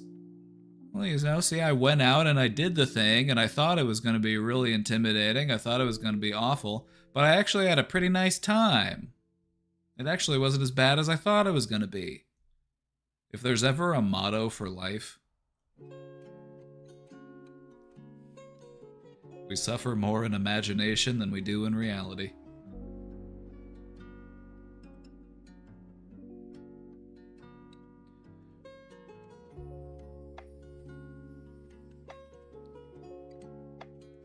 Another important part of breaking out of that cycle is to practice doing some reframing. So if we were to make a mistake, we want to try to view that mistake a little bit differently. That's what reframing is all about. Instead of I failed, so therefore I am a failure, we view it as I learned something that I can use next time. It was just a blunder. I'll take it, I'll learn from it, I will adapt. Because I am a highly evolved organism, crying out loud. I am capable of pattern recognition and learning and growing. I've got all the hardware I need. But yeah, this is a big part of it. And it's another way that we can practice changing that way that we've been thinking and carving out those new neural pathways. Reframing is a really strong tool for doing that.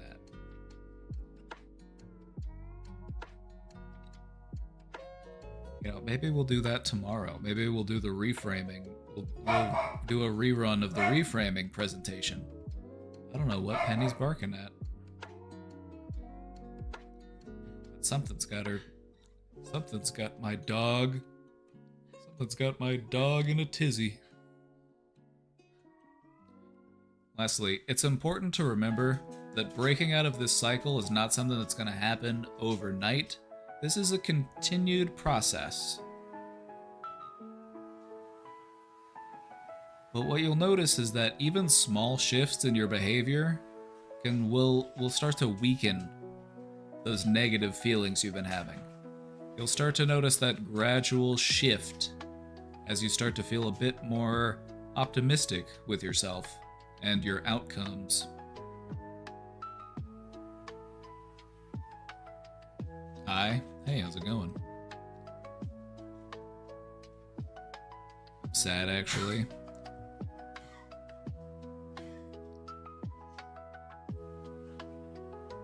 Thank you for letting us know. What's got you feeling that way? Care to share, or just here to hang out and try not to think about it? Whatever feels best.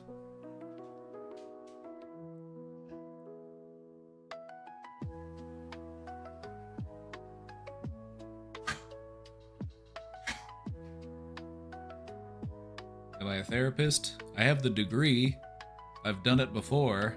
Am I one right now? Technically, no. I'm an unlicensed therapist.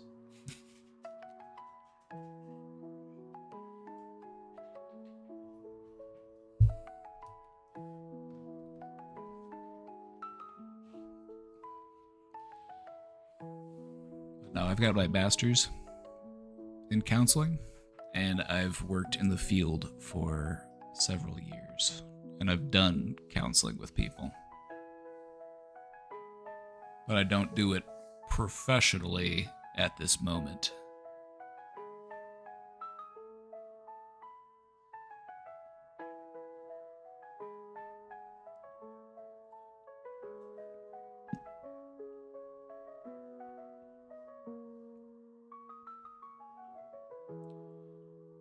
Actually, I'm sad because I'm bored, if it makes sense.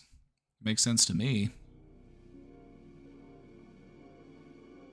The feeling of boredom is the feeling of running out of fun. Nobody likes to feel like they've run out of fun. It's a good opportunity to try something new, though.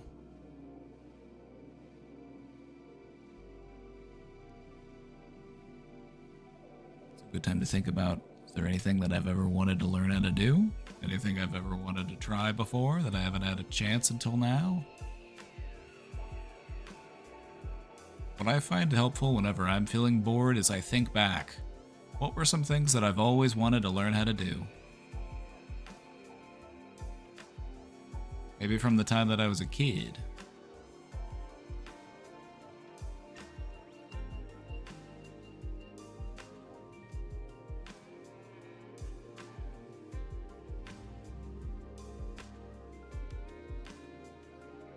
I like the easy tone you have with your words. Thank you.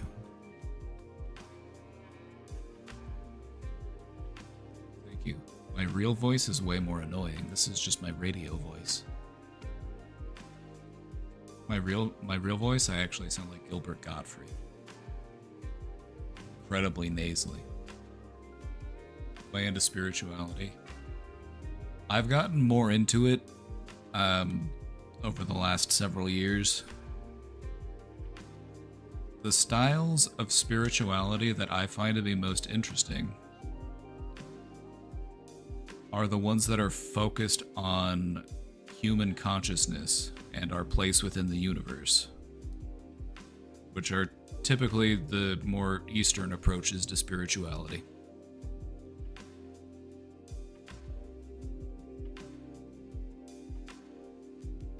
Does the license mean you can't get sued, only the practice or whatever? No, the license is just about, like... So, not to get too distracted, because I want to get back to the presentation. But having a license means that you are allowed to practice a specific thing. Like if you have a license to be a marriage counselor, you can do marriage counseling and you can bill people for marriage counseling. There are things that you can do with that knowledge and education that don't require a specific license, but it's kind of like having a license to practice a specific type of medicine. Or a license to practice as an attorney.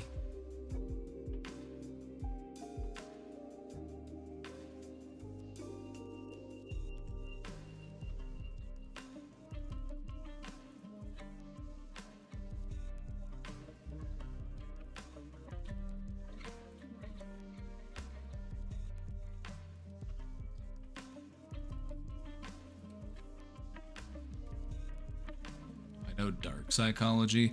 Yeah, it's basically just the techniques that people will use to be manipulative towards other people.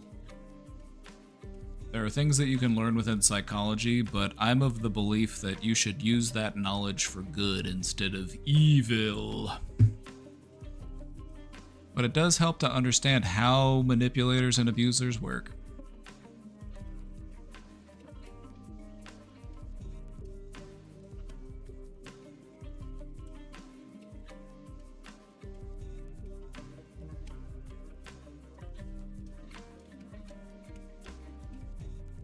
Silence is the best tool to manipulate people.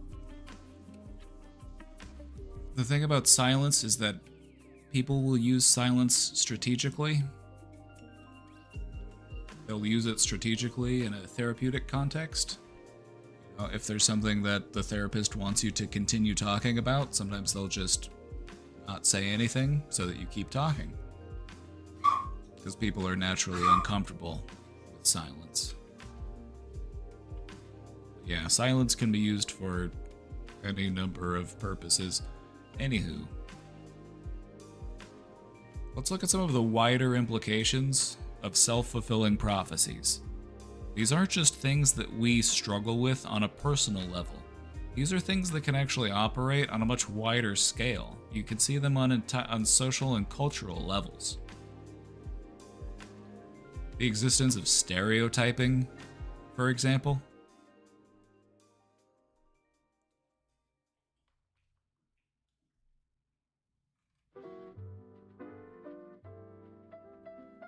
Also, sometimes people will fall into a stereotype.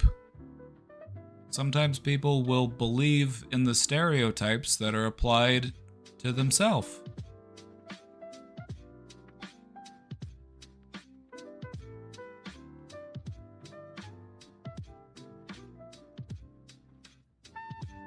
We can also see this in the economy. You know, we love the economy. We love talking about the economy and the stock market. So cool. Not boring at all. But this is something that you do see in economics. If people are thinking that there's going to be a recession, they start to act as if there's a recession, which can end up causing a recession. It also shows up in a very big way in politics. It shows up in a big way in politics. The beliefs about who can win, who's the most electable person. We gotta get the most electable person, and somehow it's Joe Biden.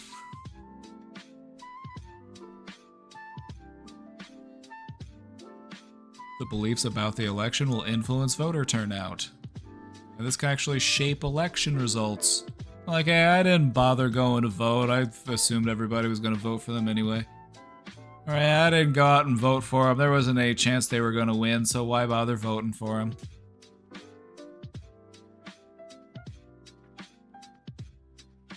I feel the stereotyping threat is something really widespread, especially amongst the generations born around 95 to 2005.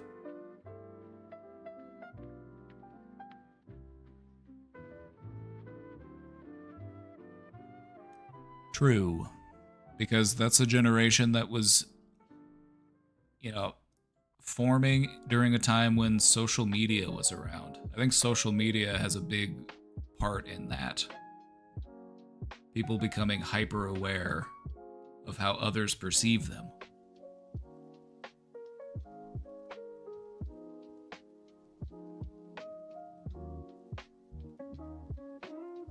our individual expectations ripple outward into communities because we're not the only people with those expectations.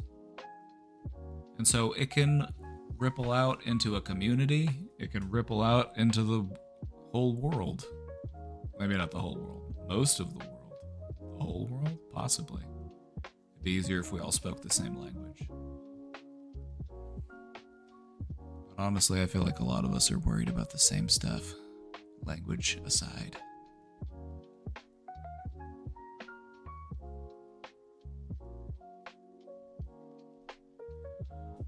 All right, everybody, it's time.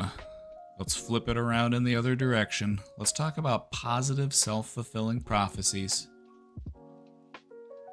If this cycle can work in a negative direction, it can also work in a positive direction.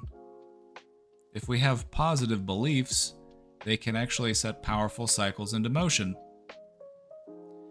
Even at something as simple as having the belief, I can improve with effort. It doesn't have to be anything crazy. We're not asking you to suddenly have the belief, I'm actually wonderful and great and incredible and I can do anything I ever wanted to. And this is a very grounded and realistic entry point into practicing and reinforcing a positive belief system. Something as simple as, I can improve with effort.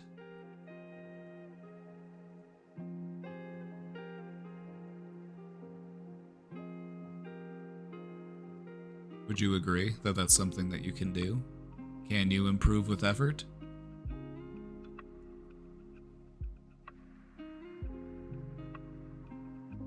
If you tell me no, I'm not going to believe you.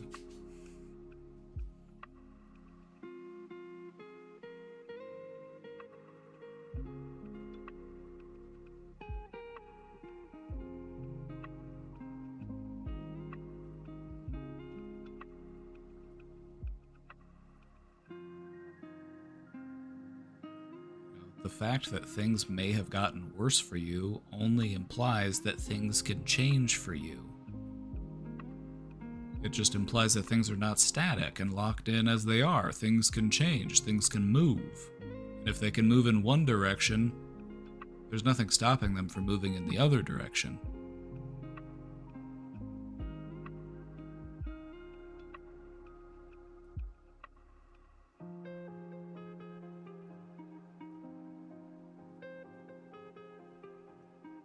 Works wonders, but as soon as someone close disregards or disapproves it, the whole thing shatters. For example, a parent. Let's take a closer look at that. That's an important thing to recognize. What happens when somebody puts you down?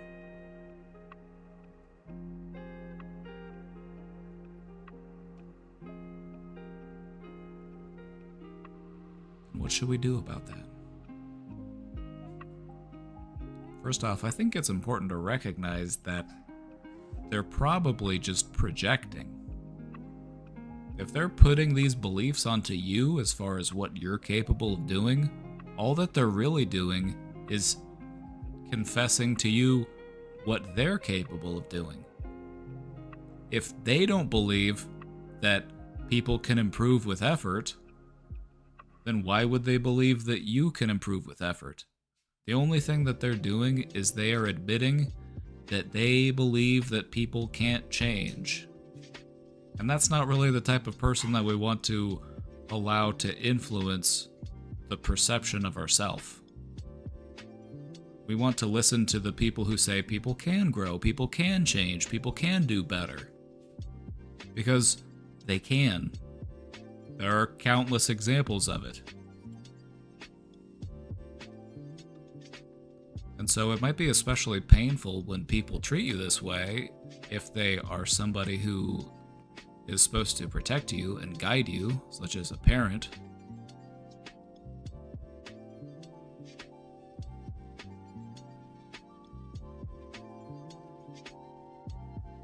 I wish that parents were more supportive of their children, and a lot of them are. There's a lot of great parents out there. But there are some people who are just not very mature emotionally. And that emotional immaturity becomes their child's problem to deal with.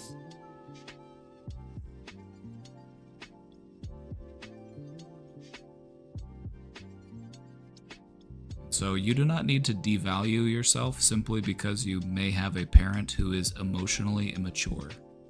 Perhaps if they did more to uplift you and support you and believe in you, you would perform better. The only thing that they're gonna do by telling you that you're not good enough is make you feel worse about yourself. Even if you do end up because that type of motivation, it can get people places, like withholding affection and disapproving of your children just so that they continue to work harder to try to win your love.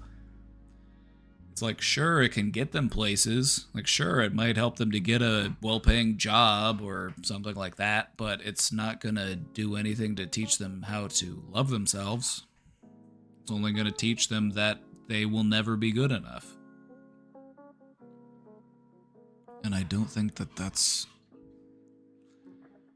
what we were put here to do.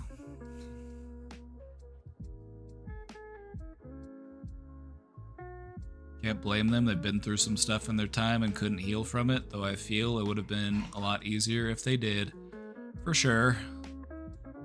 But at the end of the day, it's like we don't know what things would have been like.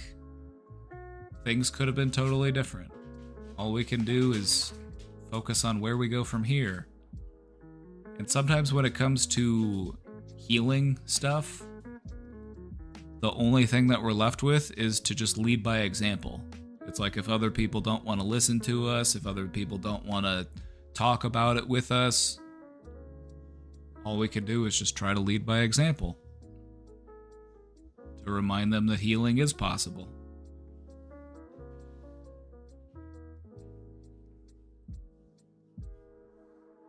But having that belief, I can improve with effort. It can create persistence. It can lead you to practice and grow.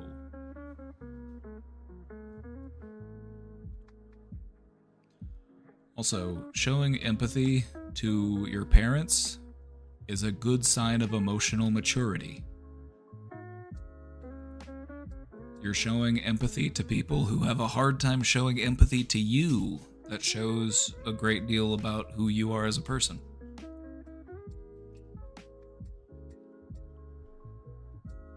So frankly, how dare you not think you're good enough? You're already a genius.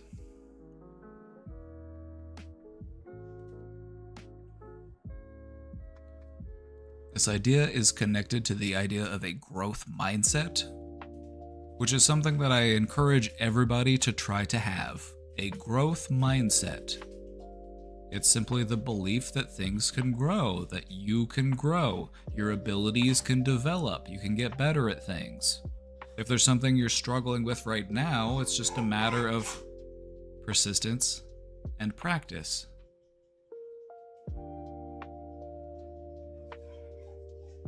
Atticus, you need to go out? Let me let this dog out real quick.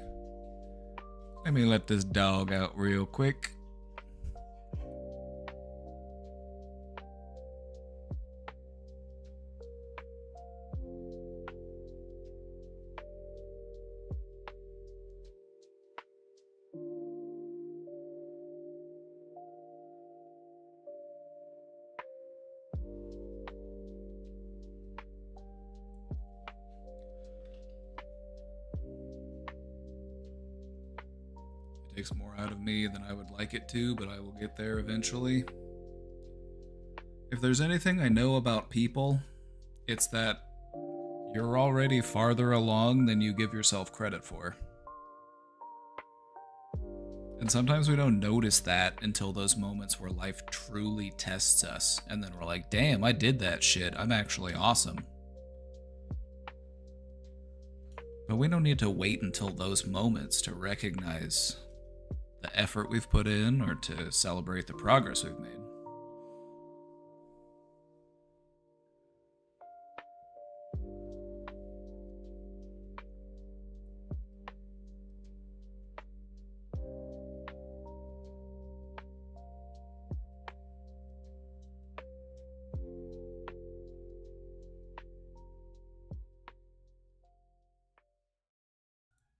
hurt people hurt people? Guys, I'm just joking. I'm joking. Hurt people hurt people? This guy's really into hurting people.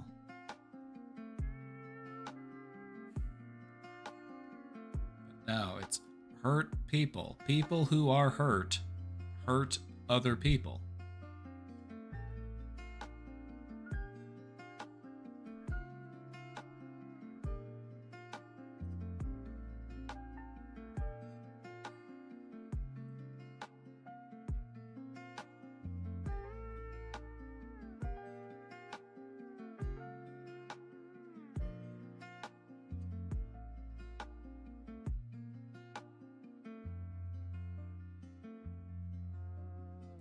Just gotta be kind to ourselves when days get hard, huh? Those are the days especially to be kind to yourself.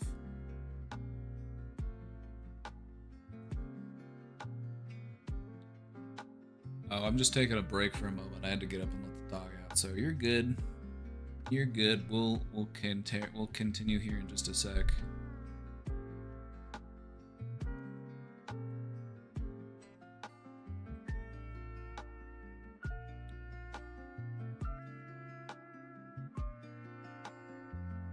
You are just as deserving of your own care and compassion as anyone else in the entire universe. Just in case anybody hasn't told you that lately. Alright, so we're thinking about a growth mindset. I highly recommend a growth mindset. You can grow, you can change. Just takes persistence and practice, which I know might not sound all that fun, but once you start to notice the benefits, it makes it worth it. And then eventually you get to the point where doing the work becomes the reward. You just become so hooked on the idea of my own growth that you actively seek out new avenues in which you can grow. Every day becomes a new opportunity to learn how to become more patient or compassionate or understanding. What can I say? It's a thrill.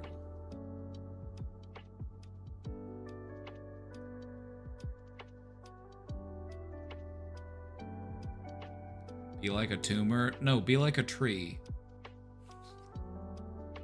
Be like a tree!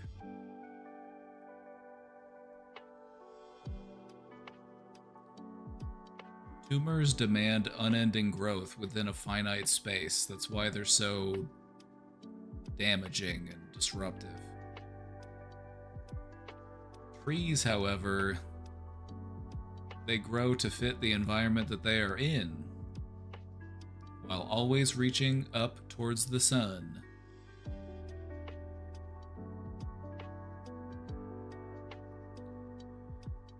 This idea of a positive self-prophecy is also related to the idea of the placebo effect, which many of us are probably aware of.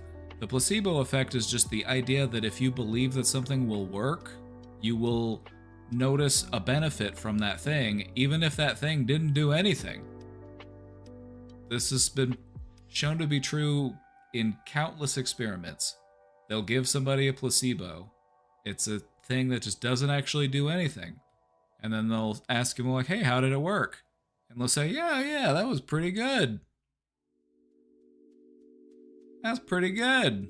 Oh, that really did the job.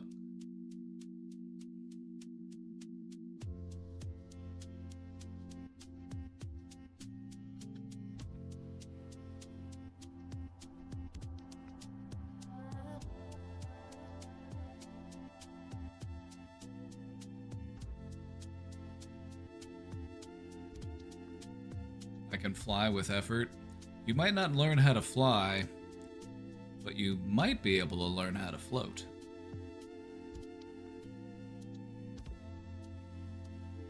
So, an example of a positive self-fulfilling prophecy. Let's say that you have a job interview coming up, And you expect that this is going to go fine. This is going to go well. I did my research. I know what I'm going to talk about. Got everything covered. If you believe that you are going to succeed, it will lead you to prepare thoroughly, and you will also project confidence. This will lead you to you making a good impression. And that good impression is a big factor in whether or not you're actually able to land that job.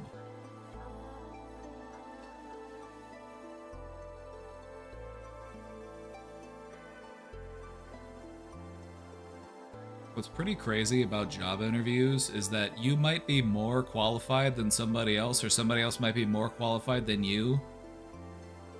But if the interviewer just likes you more, if you just present as somebody who seems like a better fit, like you're more compatible, like people are gonna get along with you better, that goes a long way.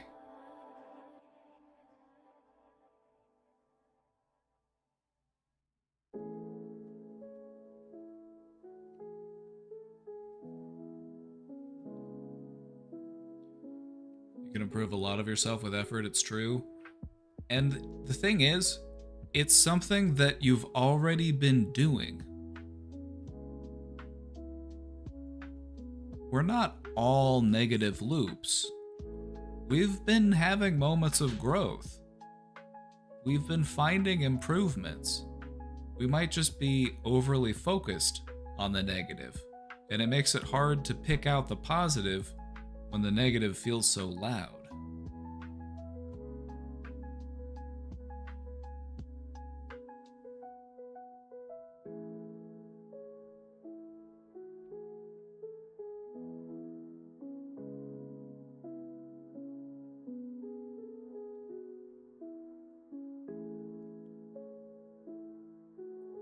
A positive prophecy is not a guarantee of success, but they do make success more likely. You are creating an environment in which success can flourish. Success feels like less of a long shot, it feels more of a possibility. It influences how you respond to the situation. If we expect failure, we will plan for failure. If we expect success, we will prepare for success.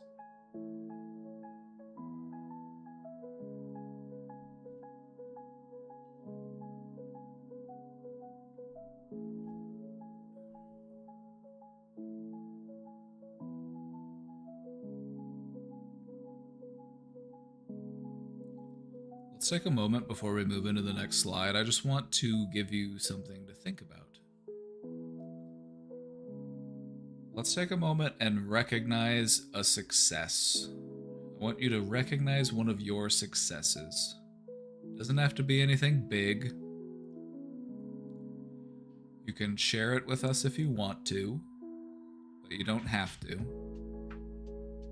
It could be something small.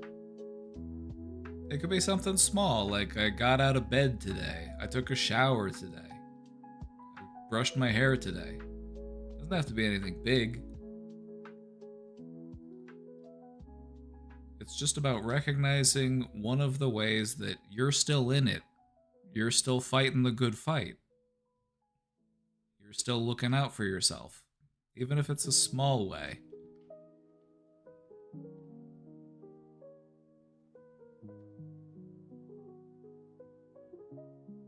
So just take a moment and think about it. Think about a W, even if it's just a lowercase w.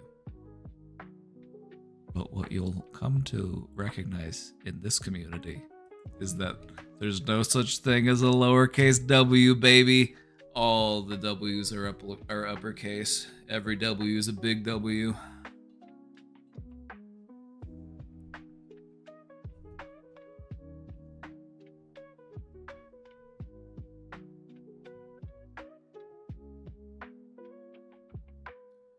Job interviews are my Achilles heel. I never know what the interviewer wants, so I never know if I'm coming on too strong or not strong enough.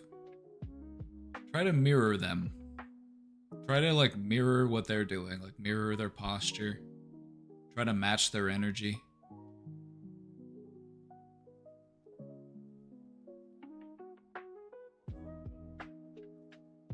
But enthusiasm hardly hurts.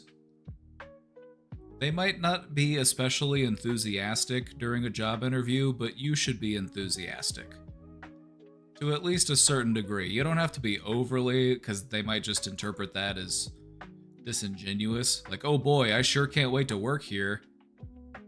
I've dreamt my whole life about working in this place. I can't wait to get in here.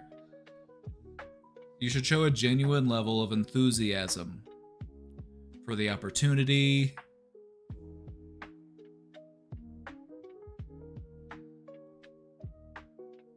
That's the kind of stuff that works.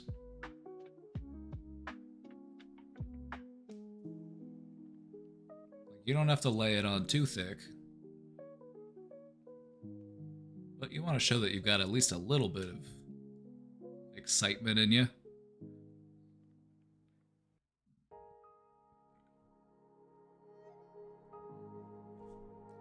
And I know that most people just work jobs because you need a job in order to live. I know. But if you can make them think that you're not just here to make money,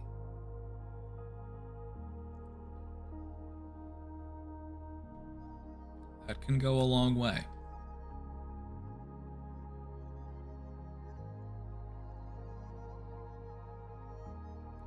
For me, I feel like the greatest success I've had till now is after having seen some stuff. I still like to be kind to people simply because it's the right thing to do. Big W. Noticing that there is darkness in the world does not mean that you should turn your lights off. If anything, make them brighter. Start drawing in moths. Be buzzing with bugs in no time.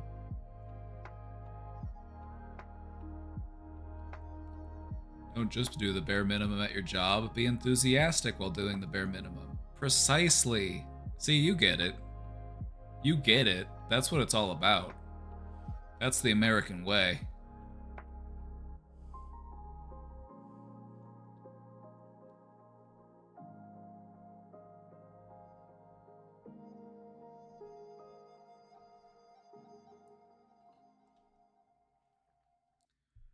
Work is all about taking 8 hours to do something that actually only took you an hour to do.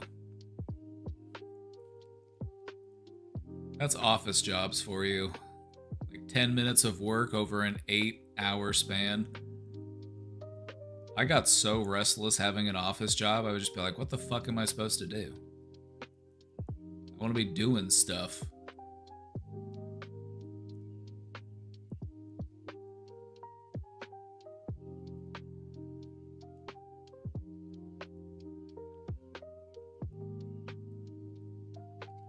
All right, let's talk a little bit more about these positive prophecies. Let's talk about how we can create more positive prophecies.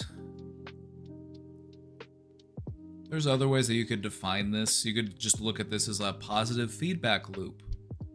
If you're used to being stuck in a negative feedback loop, congratulations, a positive feedback loop also exists.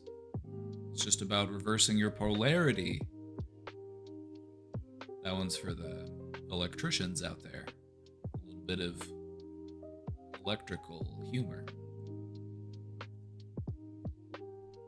All right, so when it comes to creating these types of prophecies, we're trying to stay realistic, yet optimistic. We want to aim high, but we also want to avoid that all or nothing thinking. Like,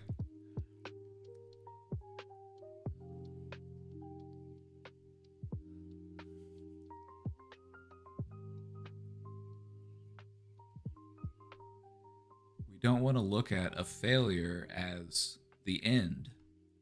It's not the final game. It's not, the last inning. You've got time to learn and grow and continue. And so it's okay to have a high expectation of the outcome. But if we don't hit it, that's not the end of the world. It's still progress. Visualization is another really important technique. This sounds too simple to work, but it really is effective. All you have to do is harness the power of your imagination.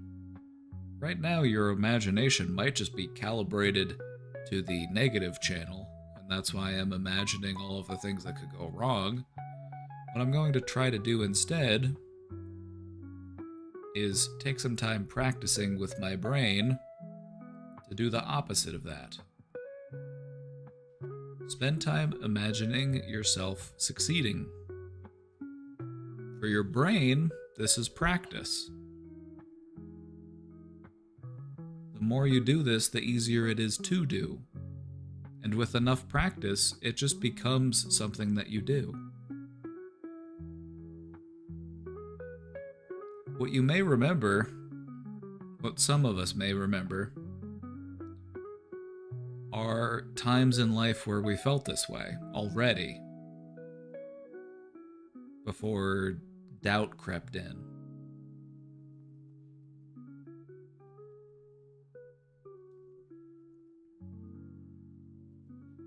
And so this is something that you can do. And it's really simple. Figure out what that next step is on doing whatever it is you're trying to do. Imagine yourself doing it and doing it successfully. Let's see how that makes you feel. What you'll notice is that even just imagining that success can make you feel a little bit better.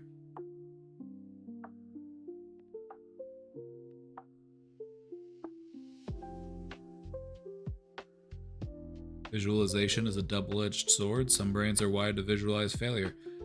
It's a constant struggle to turn that around. So yeah, you've described it very well. You've described it very well. That's the polarity switch that we're talking about. We're trying to get it flipped around. Like, let's say that you were able to train your brain to think in a more positive way, and that just became your brain's new default. Does that mean that your brain is always going to think that way? No. It's normal to have those flips. It's normal to have those moments where you might catch yourself thinking negatively, and to have those moments when you catch yourself thinking positively. It's just about increasing the positivity and redirecting that energy so that you spend more time in that headspace and less in the alternative headspace, which would be that negativity. Yep, it's about from going... And a good way to practice that, here's another good way to practice that. Whenever your brain presents you with a negative thought, such as what if it goes wrong, find out the inverse of that thought and also think about that one.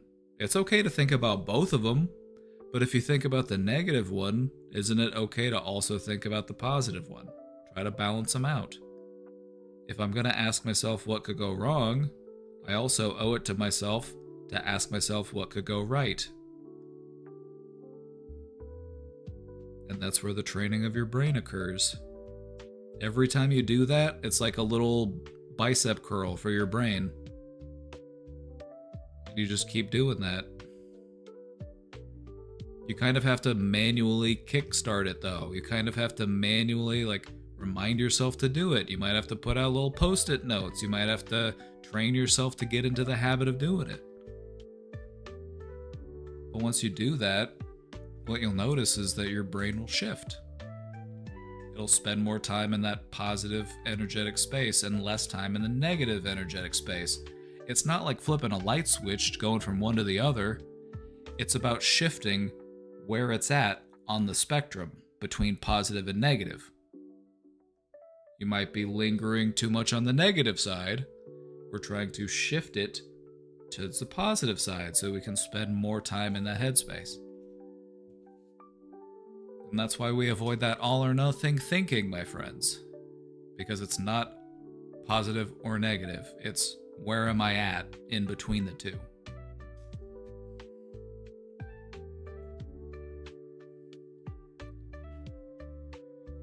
Another big part, and it's really hard to undersell this, is having people around you that support you does so much for your ability to have belief in yourself. When you have people around you who believe in you, it makes you believe in you. Maybe not entirely, but it at least makes it stronger. You know, there might always be room for self-doubt. There might always be a little bit of that uncertainty.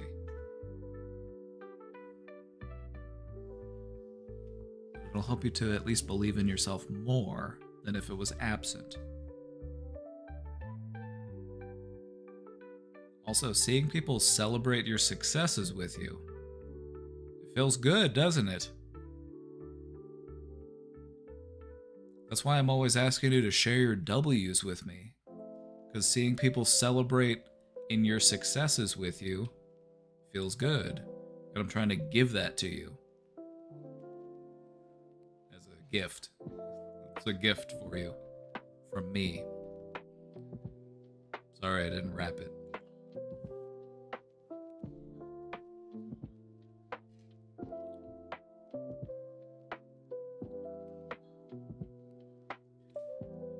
This one's kind of tied into that reframing we were talking about earlier, and this just comes down to shifting our internal dialogue. We're trying to find growth-oriented self-affirmations. We're not trying to find perfect phrases or empty phrases. You know, oh, I'm a bad person. Oh, I'm a good person. I am perfect. We want to try to find growth-oriented phrases. I am improving every day.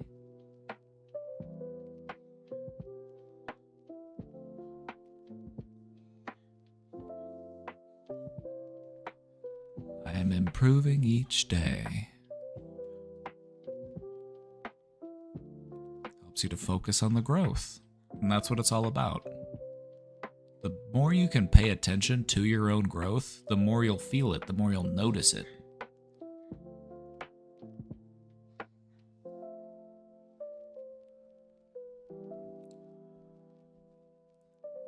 Practicing self-compassion is also very important. It's about learning how to treat yourself the same way that you would treat your best friend.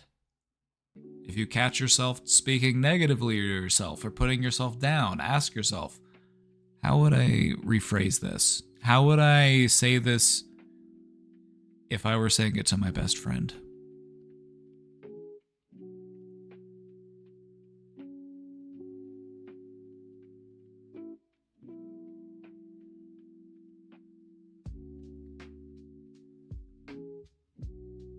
When we're able to provide ourselves with encouragement, it makes us more resilient. It becomes harder for other people to steal all of our energy away and shut us down, because we can gas ourselves up.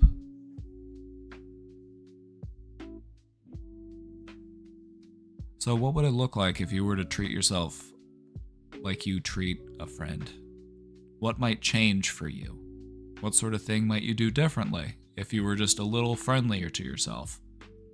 I'm going to give you a moment. Just think on it.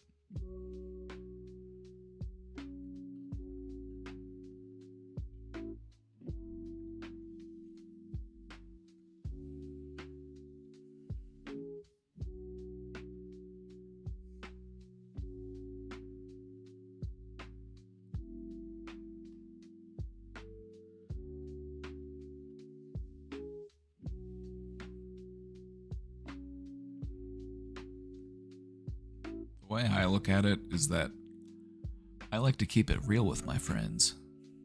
Trying to keep it real with me.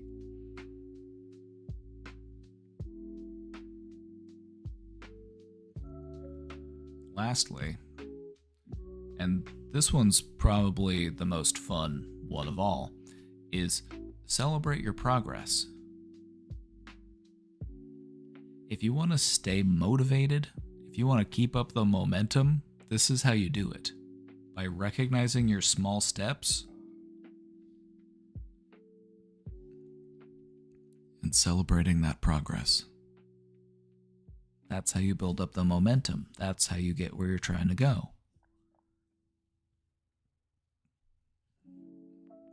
It helps you to recognize that this is a continuous, ongoing process. It's not stop, start, stop, start, stop, start. It's flowing. It's organic. It's alive. It's in every step I take. It's in every breath I take. It's in every move I make.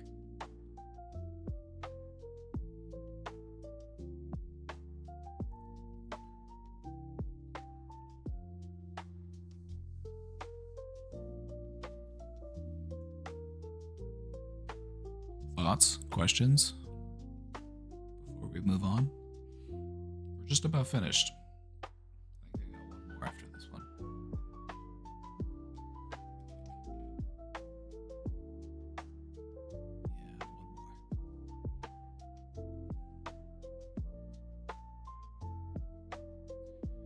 Again, if anybody would like a copy of these slides, they're available if you type !slides. They're just on Google Drive. You can download them.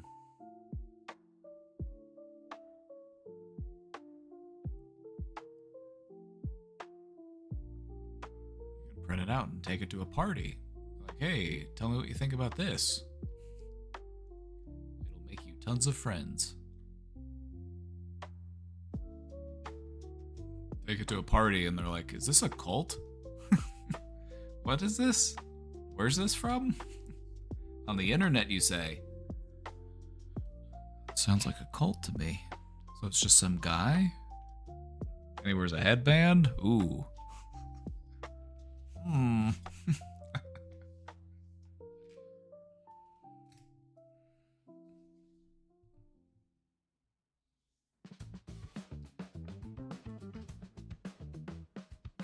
Alright, let's wrap it up. Wrap it up, we'll bring it on home. Self-fulfilling prophecy. This shows us that our beliefs can actually help us to shape our reality. Isn't that crazy? Who would have guessed? If we get stuck in those negative prophecies, it keeps us in a cycle of doubt and fear. Positive prophecies can open doors to growth and success and resilience. Negative feedback loop, positive feedback loop. It's just about which end of the pole you're at.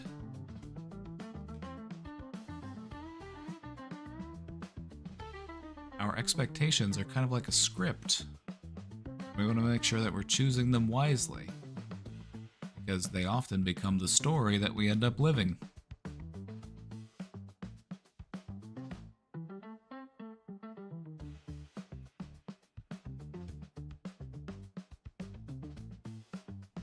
Alright, chat, I've got some questions for your reflection. So let's take a look. Can you think of a time when either a positive or a negative expectation shaped the outcome of a situation in your life?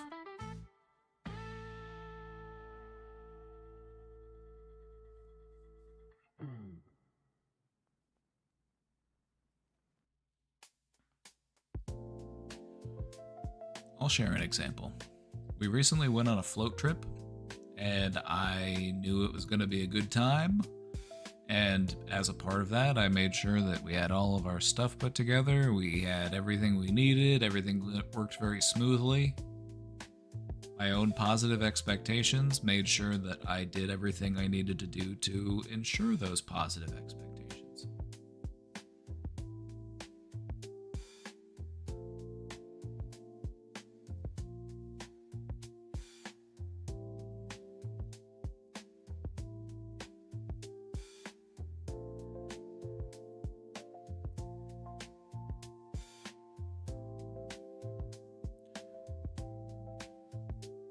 Also, I feel like a positive expectation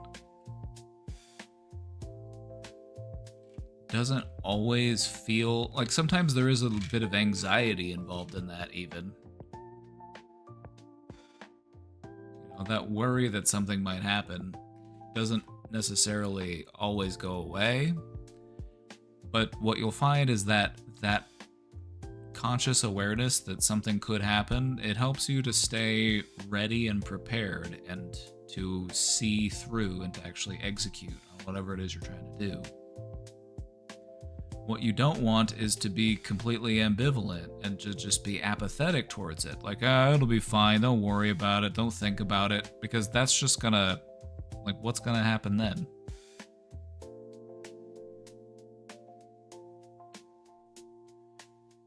It just leaves things to fester.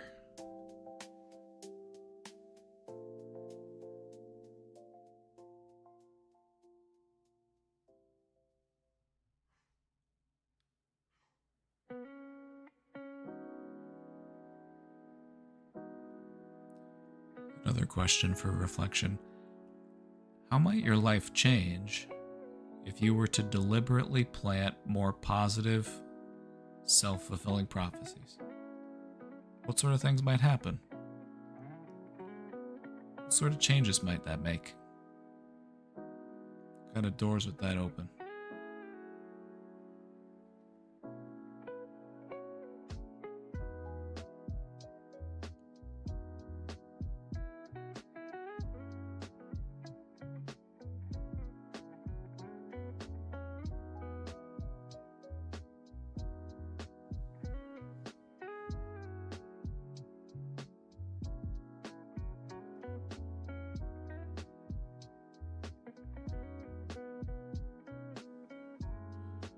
This is essentially the idea behind the concept of manifestation.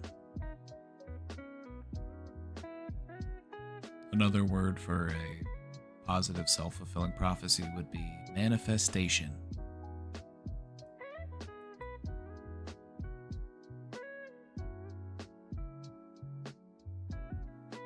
Believing that it was possible, visualizing it happening, behaving in such a way to make it more likely to happen. That's how we make things happen.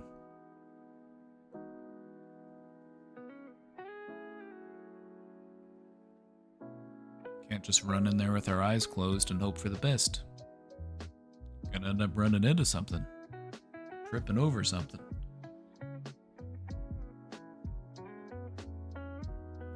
What we're looking for is aware but enthusiastic.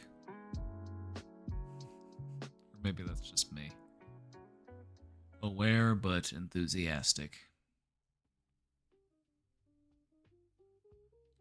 Carefree but not careless.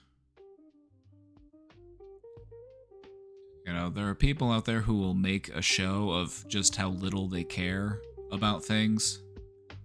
But what I've come to find is that it says much more about a person in what you actually do care about than what you don't care about. Not caring about stuff, that's pretty easy. Caring about stuff, that takes work. That takes commitment.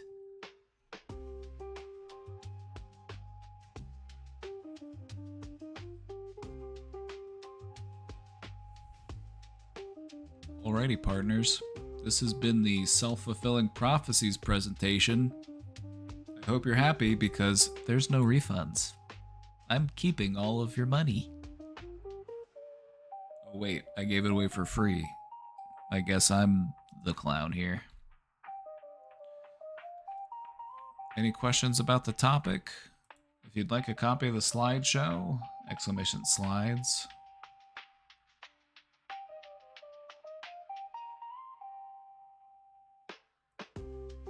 Got a couple questions in the box, so you'll know where I'll be.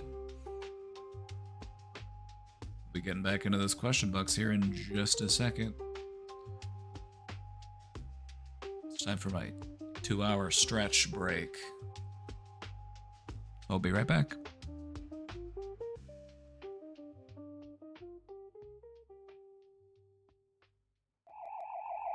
Jacob, thank you. I will be very careful with this Prime sub. I will treat it very kindly. I will give it little smooches and read it bedtime stories. I will take very good care of it. Thank you. It is my honor.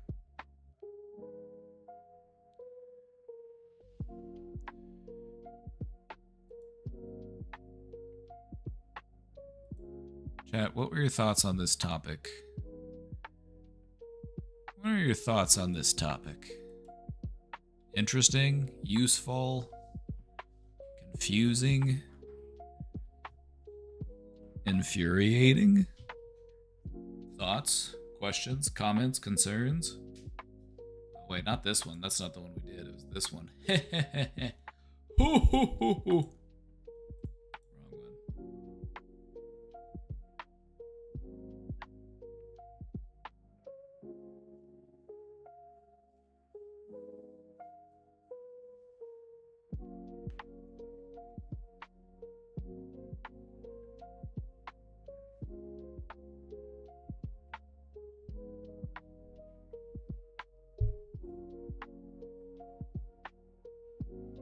Rated a 6 out of 7.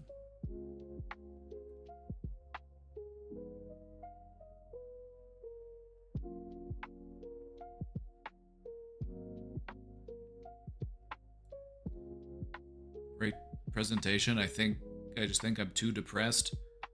Being aware that you are depressed is an indicator that you're not as depressed as you could be. People who are truly, deeply, profoundly depressed are essentially catatonic. But here you are speaking, forming sentences,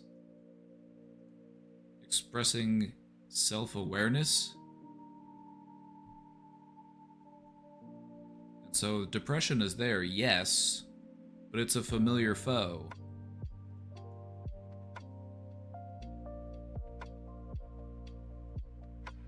That. Oh yes, I always forget. You speak better English than I do, even though it's not your first language.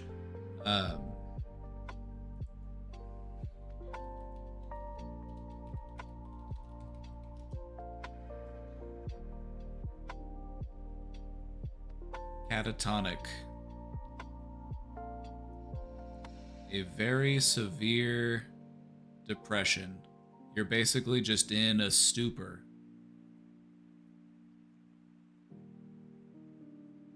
You might be unresponsive.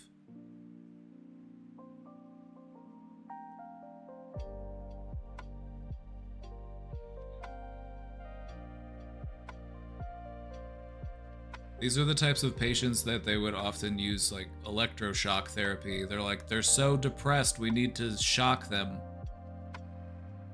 We need to zap them.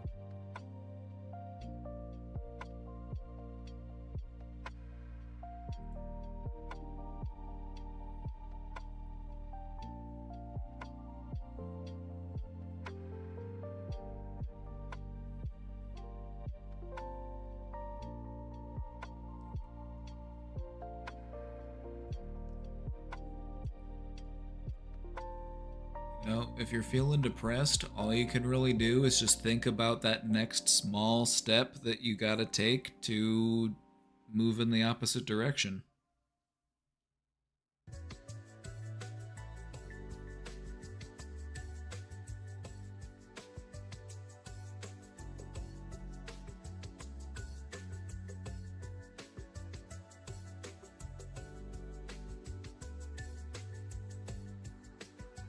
Sometimes you dance with the darkness. Who knows?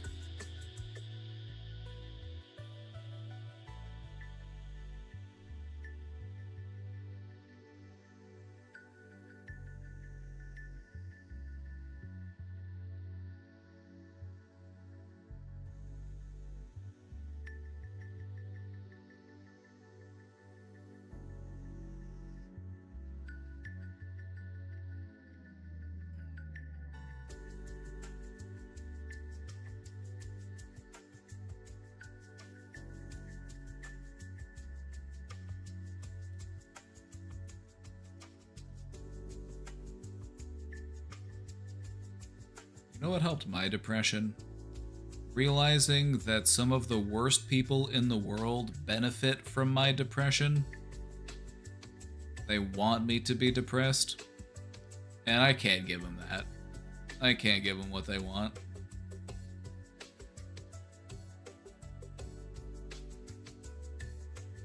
There is an oppression going on.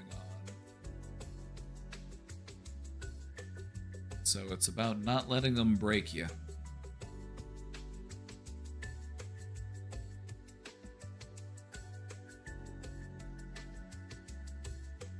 Or if they do break you, taking the time to mend.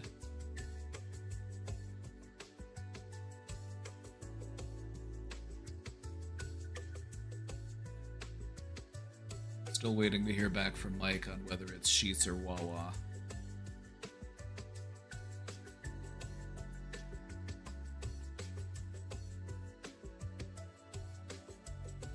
All right.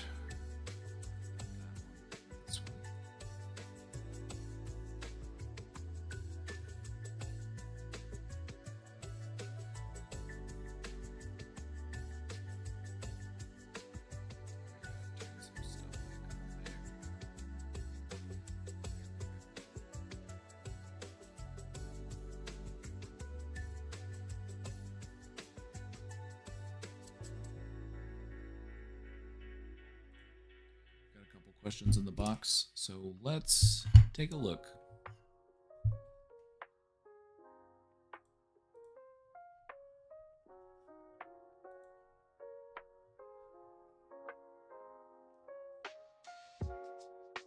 Something bad happened to me yesterday, like natural disaster level. Oh, damn. And along with all the stress and the complicated process of recovering, I'm also having a lot of fear and anxiety about how friends and coworkers will react.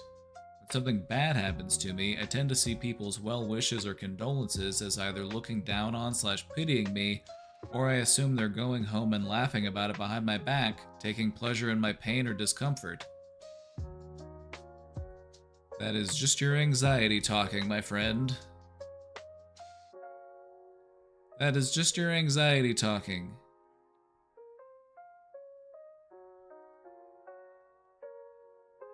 It does not make... Like, anxiety operates outside of reason. If we were to look at this situation in a reasonable way, do we really want to believe that a majority of people offer fake condolences just to make fun of people? I don't know if I want to live in a world where people are just that disgusting.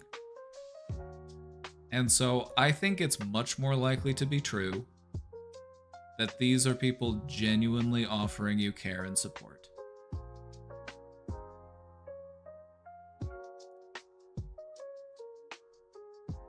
I think what's going on is that it's hard to accept support. People often struggle with taking help or accepting support when it's offered to them, or even care or compassion. You know, we have a hard time accepting those things. But it's okay to need help. It's okay to accept support.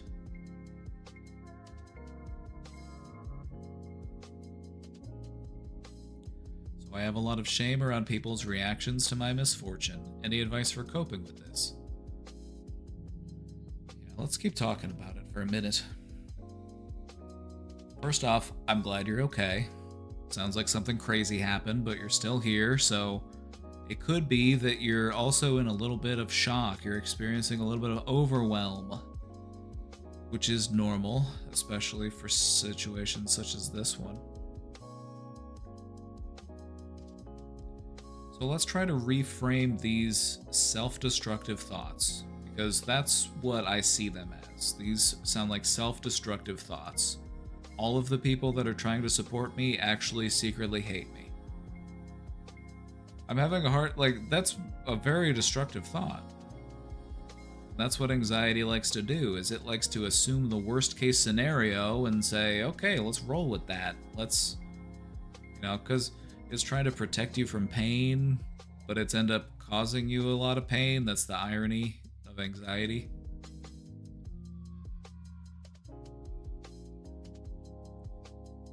So flip the situation around. Imagine that you were sending those same words to the other person or to someone else, and the types of feelings that you would feel in sending words of support to someone else. And you could rightfully assume that most of the people who are sending you support feel a similar way. They probably are feeling compassion.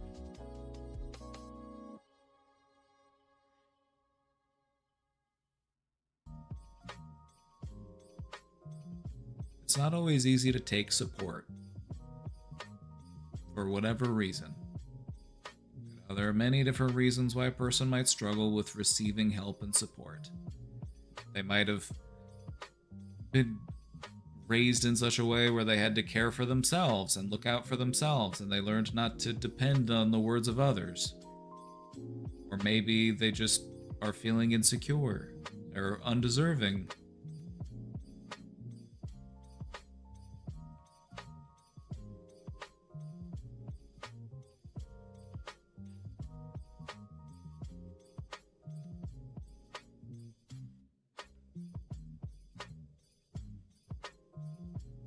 Try to open up your heart to those words that they're sending you. Let them in. Let them soak in. I don't think anybody's trying to hurt you in this situation.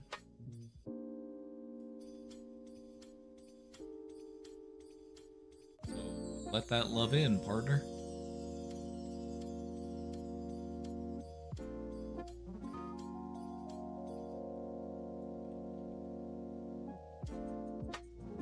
How do I deal with the fact that I am an emotional person, especially when it comes to my father?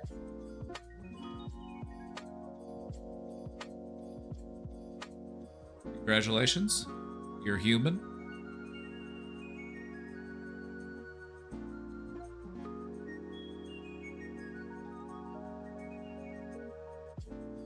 As humans, we pack a lot of emotion into our parents. Our parents play a big part in our emotional development, whether we like it or not.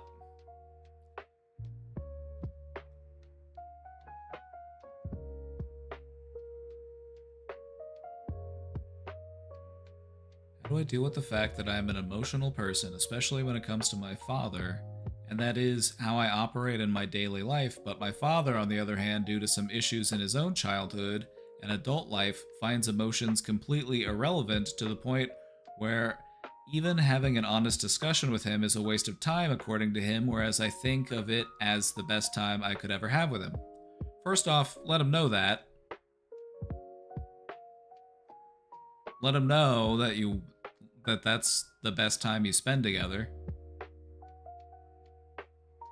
Now, see, here's the thing when it comes to men. Here's the thing. The reason why this happens is because men are taught to distance themselves from their emotions. They're made to feel as if expressing emotions outside of anger is some sort of weakness. And it's a toxic trait. So what can we do about that? One of the things that I've found to be useful, and it's kind of like how they make anti-venom using snake venom. We're going to fight fire with fire a little bit. We're going to use the logic that's being applied here, this masculine logic of I must not feel my emotions, and we're going to use it to defeat itself. And the way that I do that is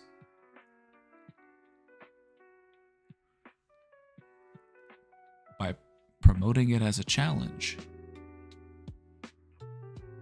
Real men feel their feelings.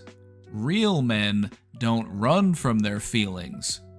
Real men aren't scared of their emotions. Real men aren't afraid to have a conversation about emotions. That's how I do it. You have to challenge them a bit. The reason why they're not talking about their emotions is because they're trying to protect their sense of masculinity, and so that's how we're going to get them to do it, is by calling their masculinity into question.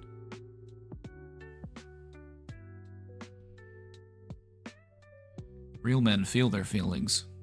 Real men aren't afraid of talking about feelings.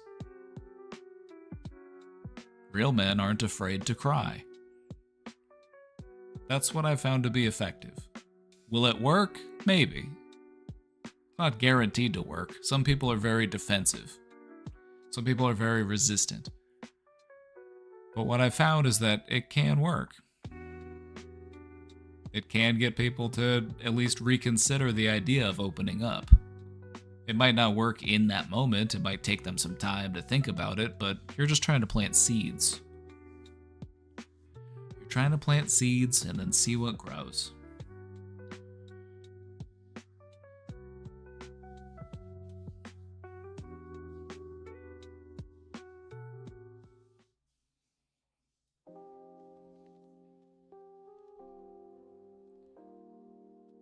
The idea that a man needs to be shut off from all of his emotions is just one way of defining masculinity. But there are more than one way to define what is masculine.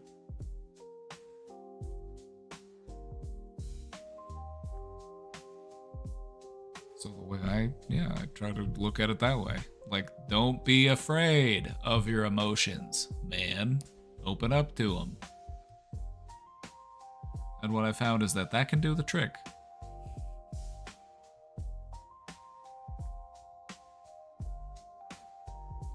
But yeah, just be honest with him. Just be direct. You know, the fact that men like to pretend that they don't have emotions does not mean that they don't have emotions. It just means that their emotions are bottled up and festering. Pretending like you don't feel things does not mean you don't feel things. You wonder why dudes are out there mowing their front yard, 65 years old, and just drop dead from a heart attack. Because all you ever did was pack away all of your hard feelings, all of your emotions, and you just held on to it, and it just ate at you for your whole life. You never opened up, you never talked about it, you never allowed yourself to be vulnerable, and it literally killed you.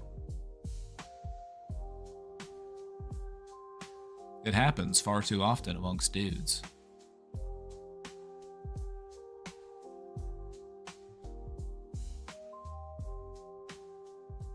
You might even know somebody it happened to.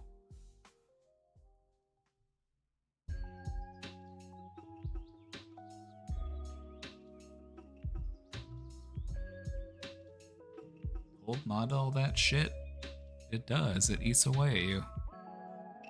For some people, it just ends up being what takes them. So let that shit out. Let that shit flow. Don't be emotionally constipated. It's not good for you or for anybody that you know.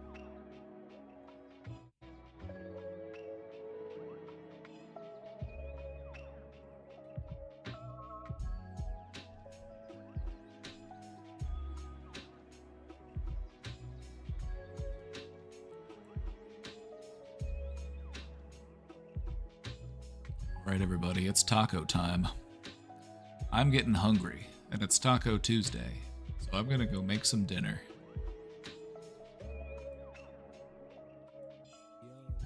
I didn't have lunch. Well, I haven't eaten since breakfast. I'm hungry. I'm hungry. Well, thank you all for being here, everybody. Thank you all for hanging out. Hope you had a nice time.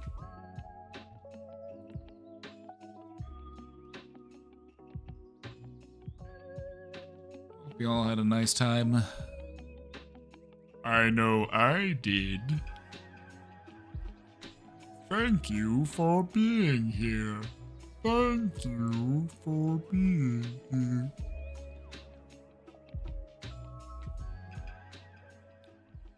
Thank you for coming to the brain domain. Where brain is always on the menu. Wait, no, that's terrible. That's how you get a prion. Alright, everybody, have a great night. I'll see you all next time. Bye-bye. If you're on Discord, you're not in the Discord already, get in here.